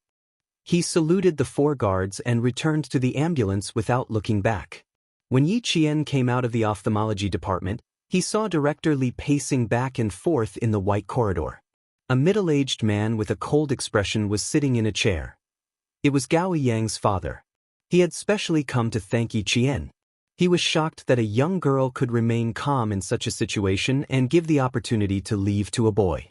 This was a hospital that the Gao family had a large stake in. When Gao Yang's father asked the doctor about Yiqian's condition with a serious expression, Director Li's eyes were already filled with tears. "It's good that you're fine. If you didn't come back, I would have been lying in the hospital." Chapter 203. It's fine, we're all with our own people. Let's go, Director Li. It's too late and we still have exams tomorrow. Yiqian smiled. At this moment, even though the hospital was filled with the smell of disinfectant, she still felt refreshed. After Father Gao understood the situation from the doctor, he turned his head and saw the teacher and student preparing to leave. He quickly caught up to them. "Director Li, this female student, it's too late. I'll get the driver to take you back." It was almost 1 in the morning. No matter what, he couldn't let the female student who saved his son's life leave by herself. This time, Director Li didn't refuse. Father Gao seemed to be relieved. His cold gaze fell on Yiqian's face and he revealed a gentle smile. "You're willing to give life to others and leave danger to yourself. I want to ask for money to express my gratitude. To you, it's a form of humiliation. But if I don't express my gratitude properly, I'll feel uneasy. Student Yiqian, how about this? I'll use your name to provide a scholarship of $1 million to a middle school student in a disadvantaged area. What do you think? A scholarship of $1 million? Director Li faintly sucked in a breath of cold air. A scholarship of $1 million multiplied by 8 times the current exchange rate. Director Li, who had finally calmed down, felt like she had to take another heart-strengthening pill. The exchange rate in July 1995 was 1 million. It was a lot of money. After calculating in her heart, Yiqian, whose eyes were already curved into crescents, said generously, "Actually, I also need money. After all, the amount you're offering is quite tempting. However, it's pretty good as a scholarship. I'm very grateful for your generosity. I think I should also study hard for your scholarship." Her gaze was open and her eyes were clear. Even though she said she needed money, he still felt that she was natural and unrestrained. This made Father Gao's impression of Yiqian even better. He let out a rare laugh and sighed. "People die for money, and birds die for food. This has never changed since ancient times. But a gentleman who loves money has a right way of obtaining it. Not only do you have a good character, but you're even better. Okay, uncle will set up a scholarship for you. As long as you do well, this scholarship will be yours. You're thinking too highly of me. Yiqian really didn't expect Father Gao to think so highly of her. She smiled politely and replied, "There are many outstanding students in our country who can't go to school because of tuition fees and family burdens. I think they need the scholarship you set up." After a brief moment of shock, Father Gao said, "How about this? I'll set up a charity organization that provides scholarships for outstanding and impoverished students in the country. We'll mobilize the overseas Chinese to contribute to the future of our country. What do you think?" This was indeed for the best. Our country does need such a charity organization. We also need the help of overseas Chinese from all over the world. Yi Jian reached out her hand like an adult and said with a sincere expression, "Thank you very much for your help. With your help, more students will be able to enter the school." An important matter was settled just like that. Director Li, who had not interjected at all, was dumbfounded. Gao Yang was still under the effects of the tranquilizer. Gao Yang's father promised to send him to the hotel at 7:30 a.m. sharp the next morning. After that, Director Li left with Yi Jian in the car.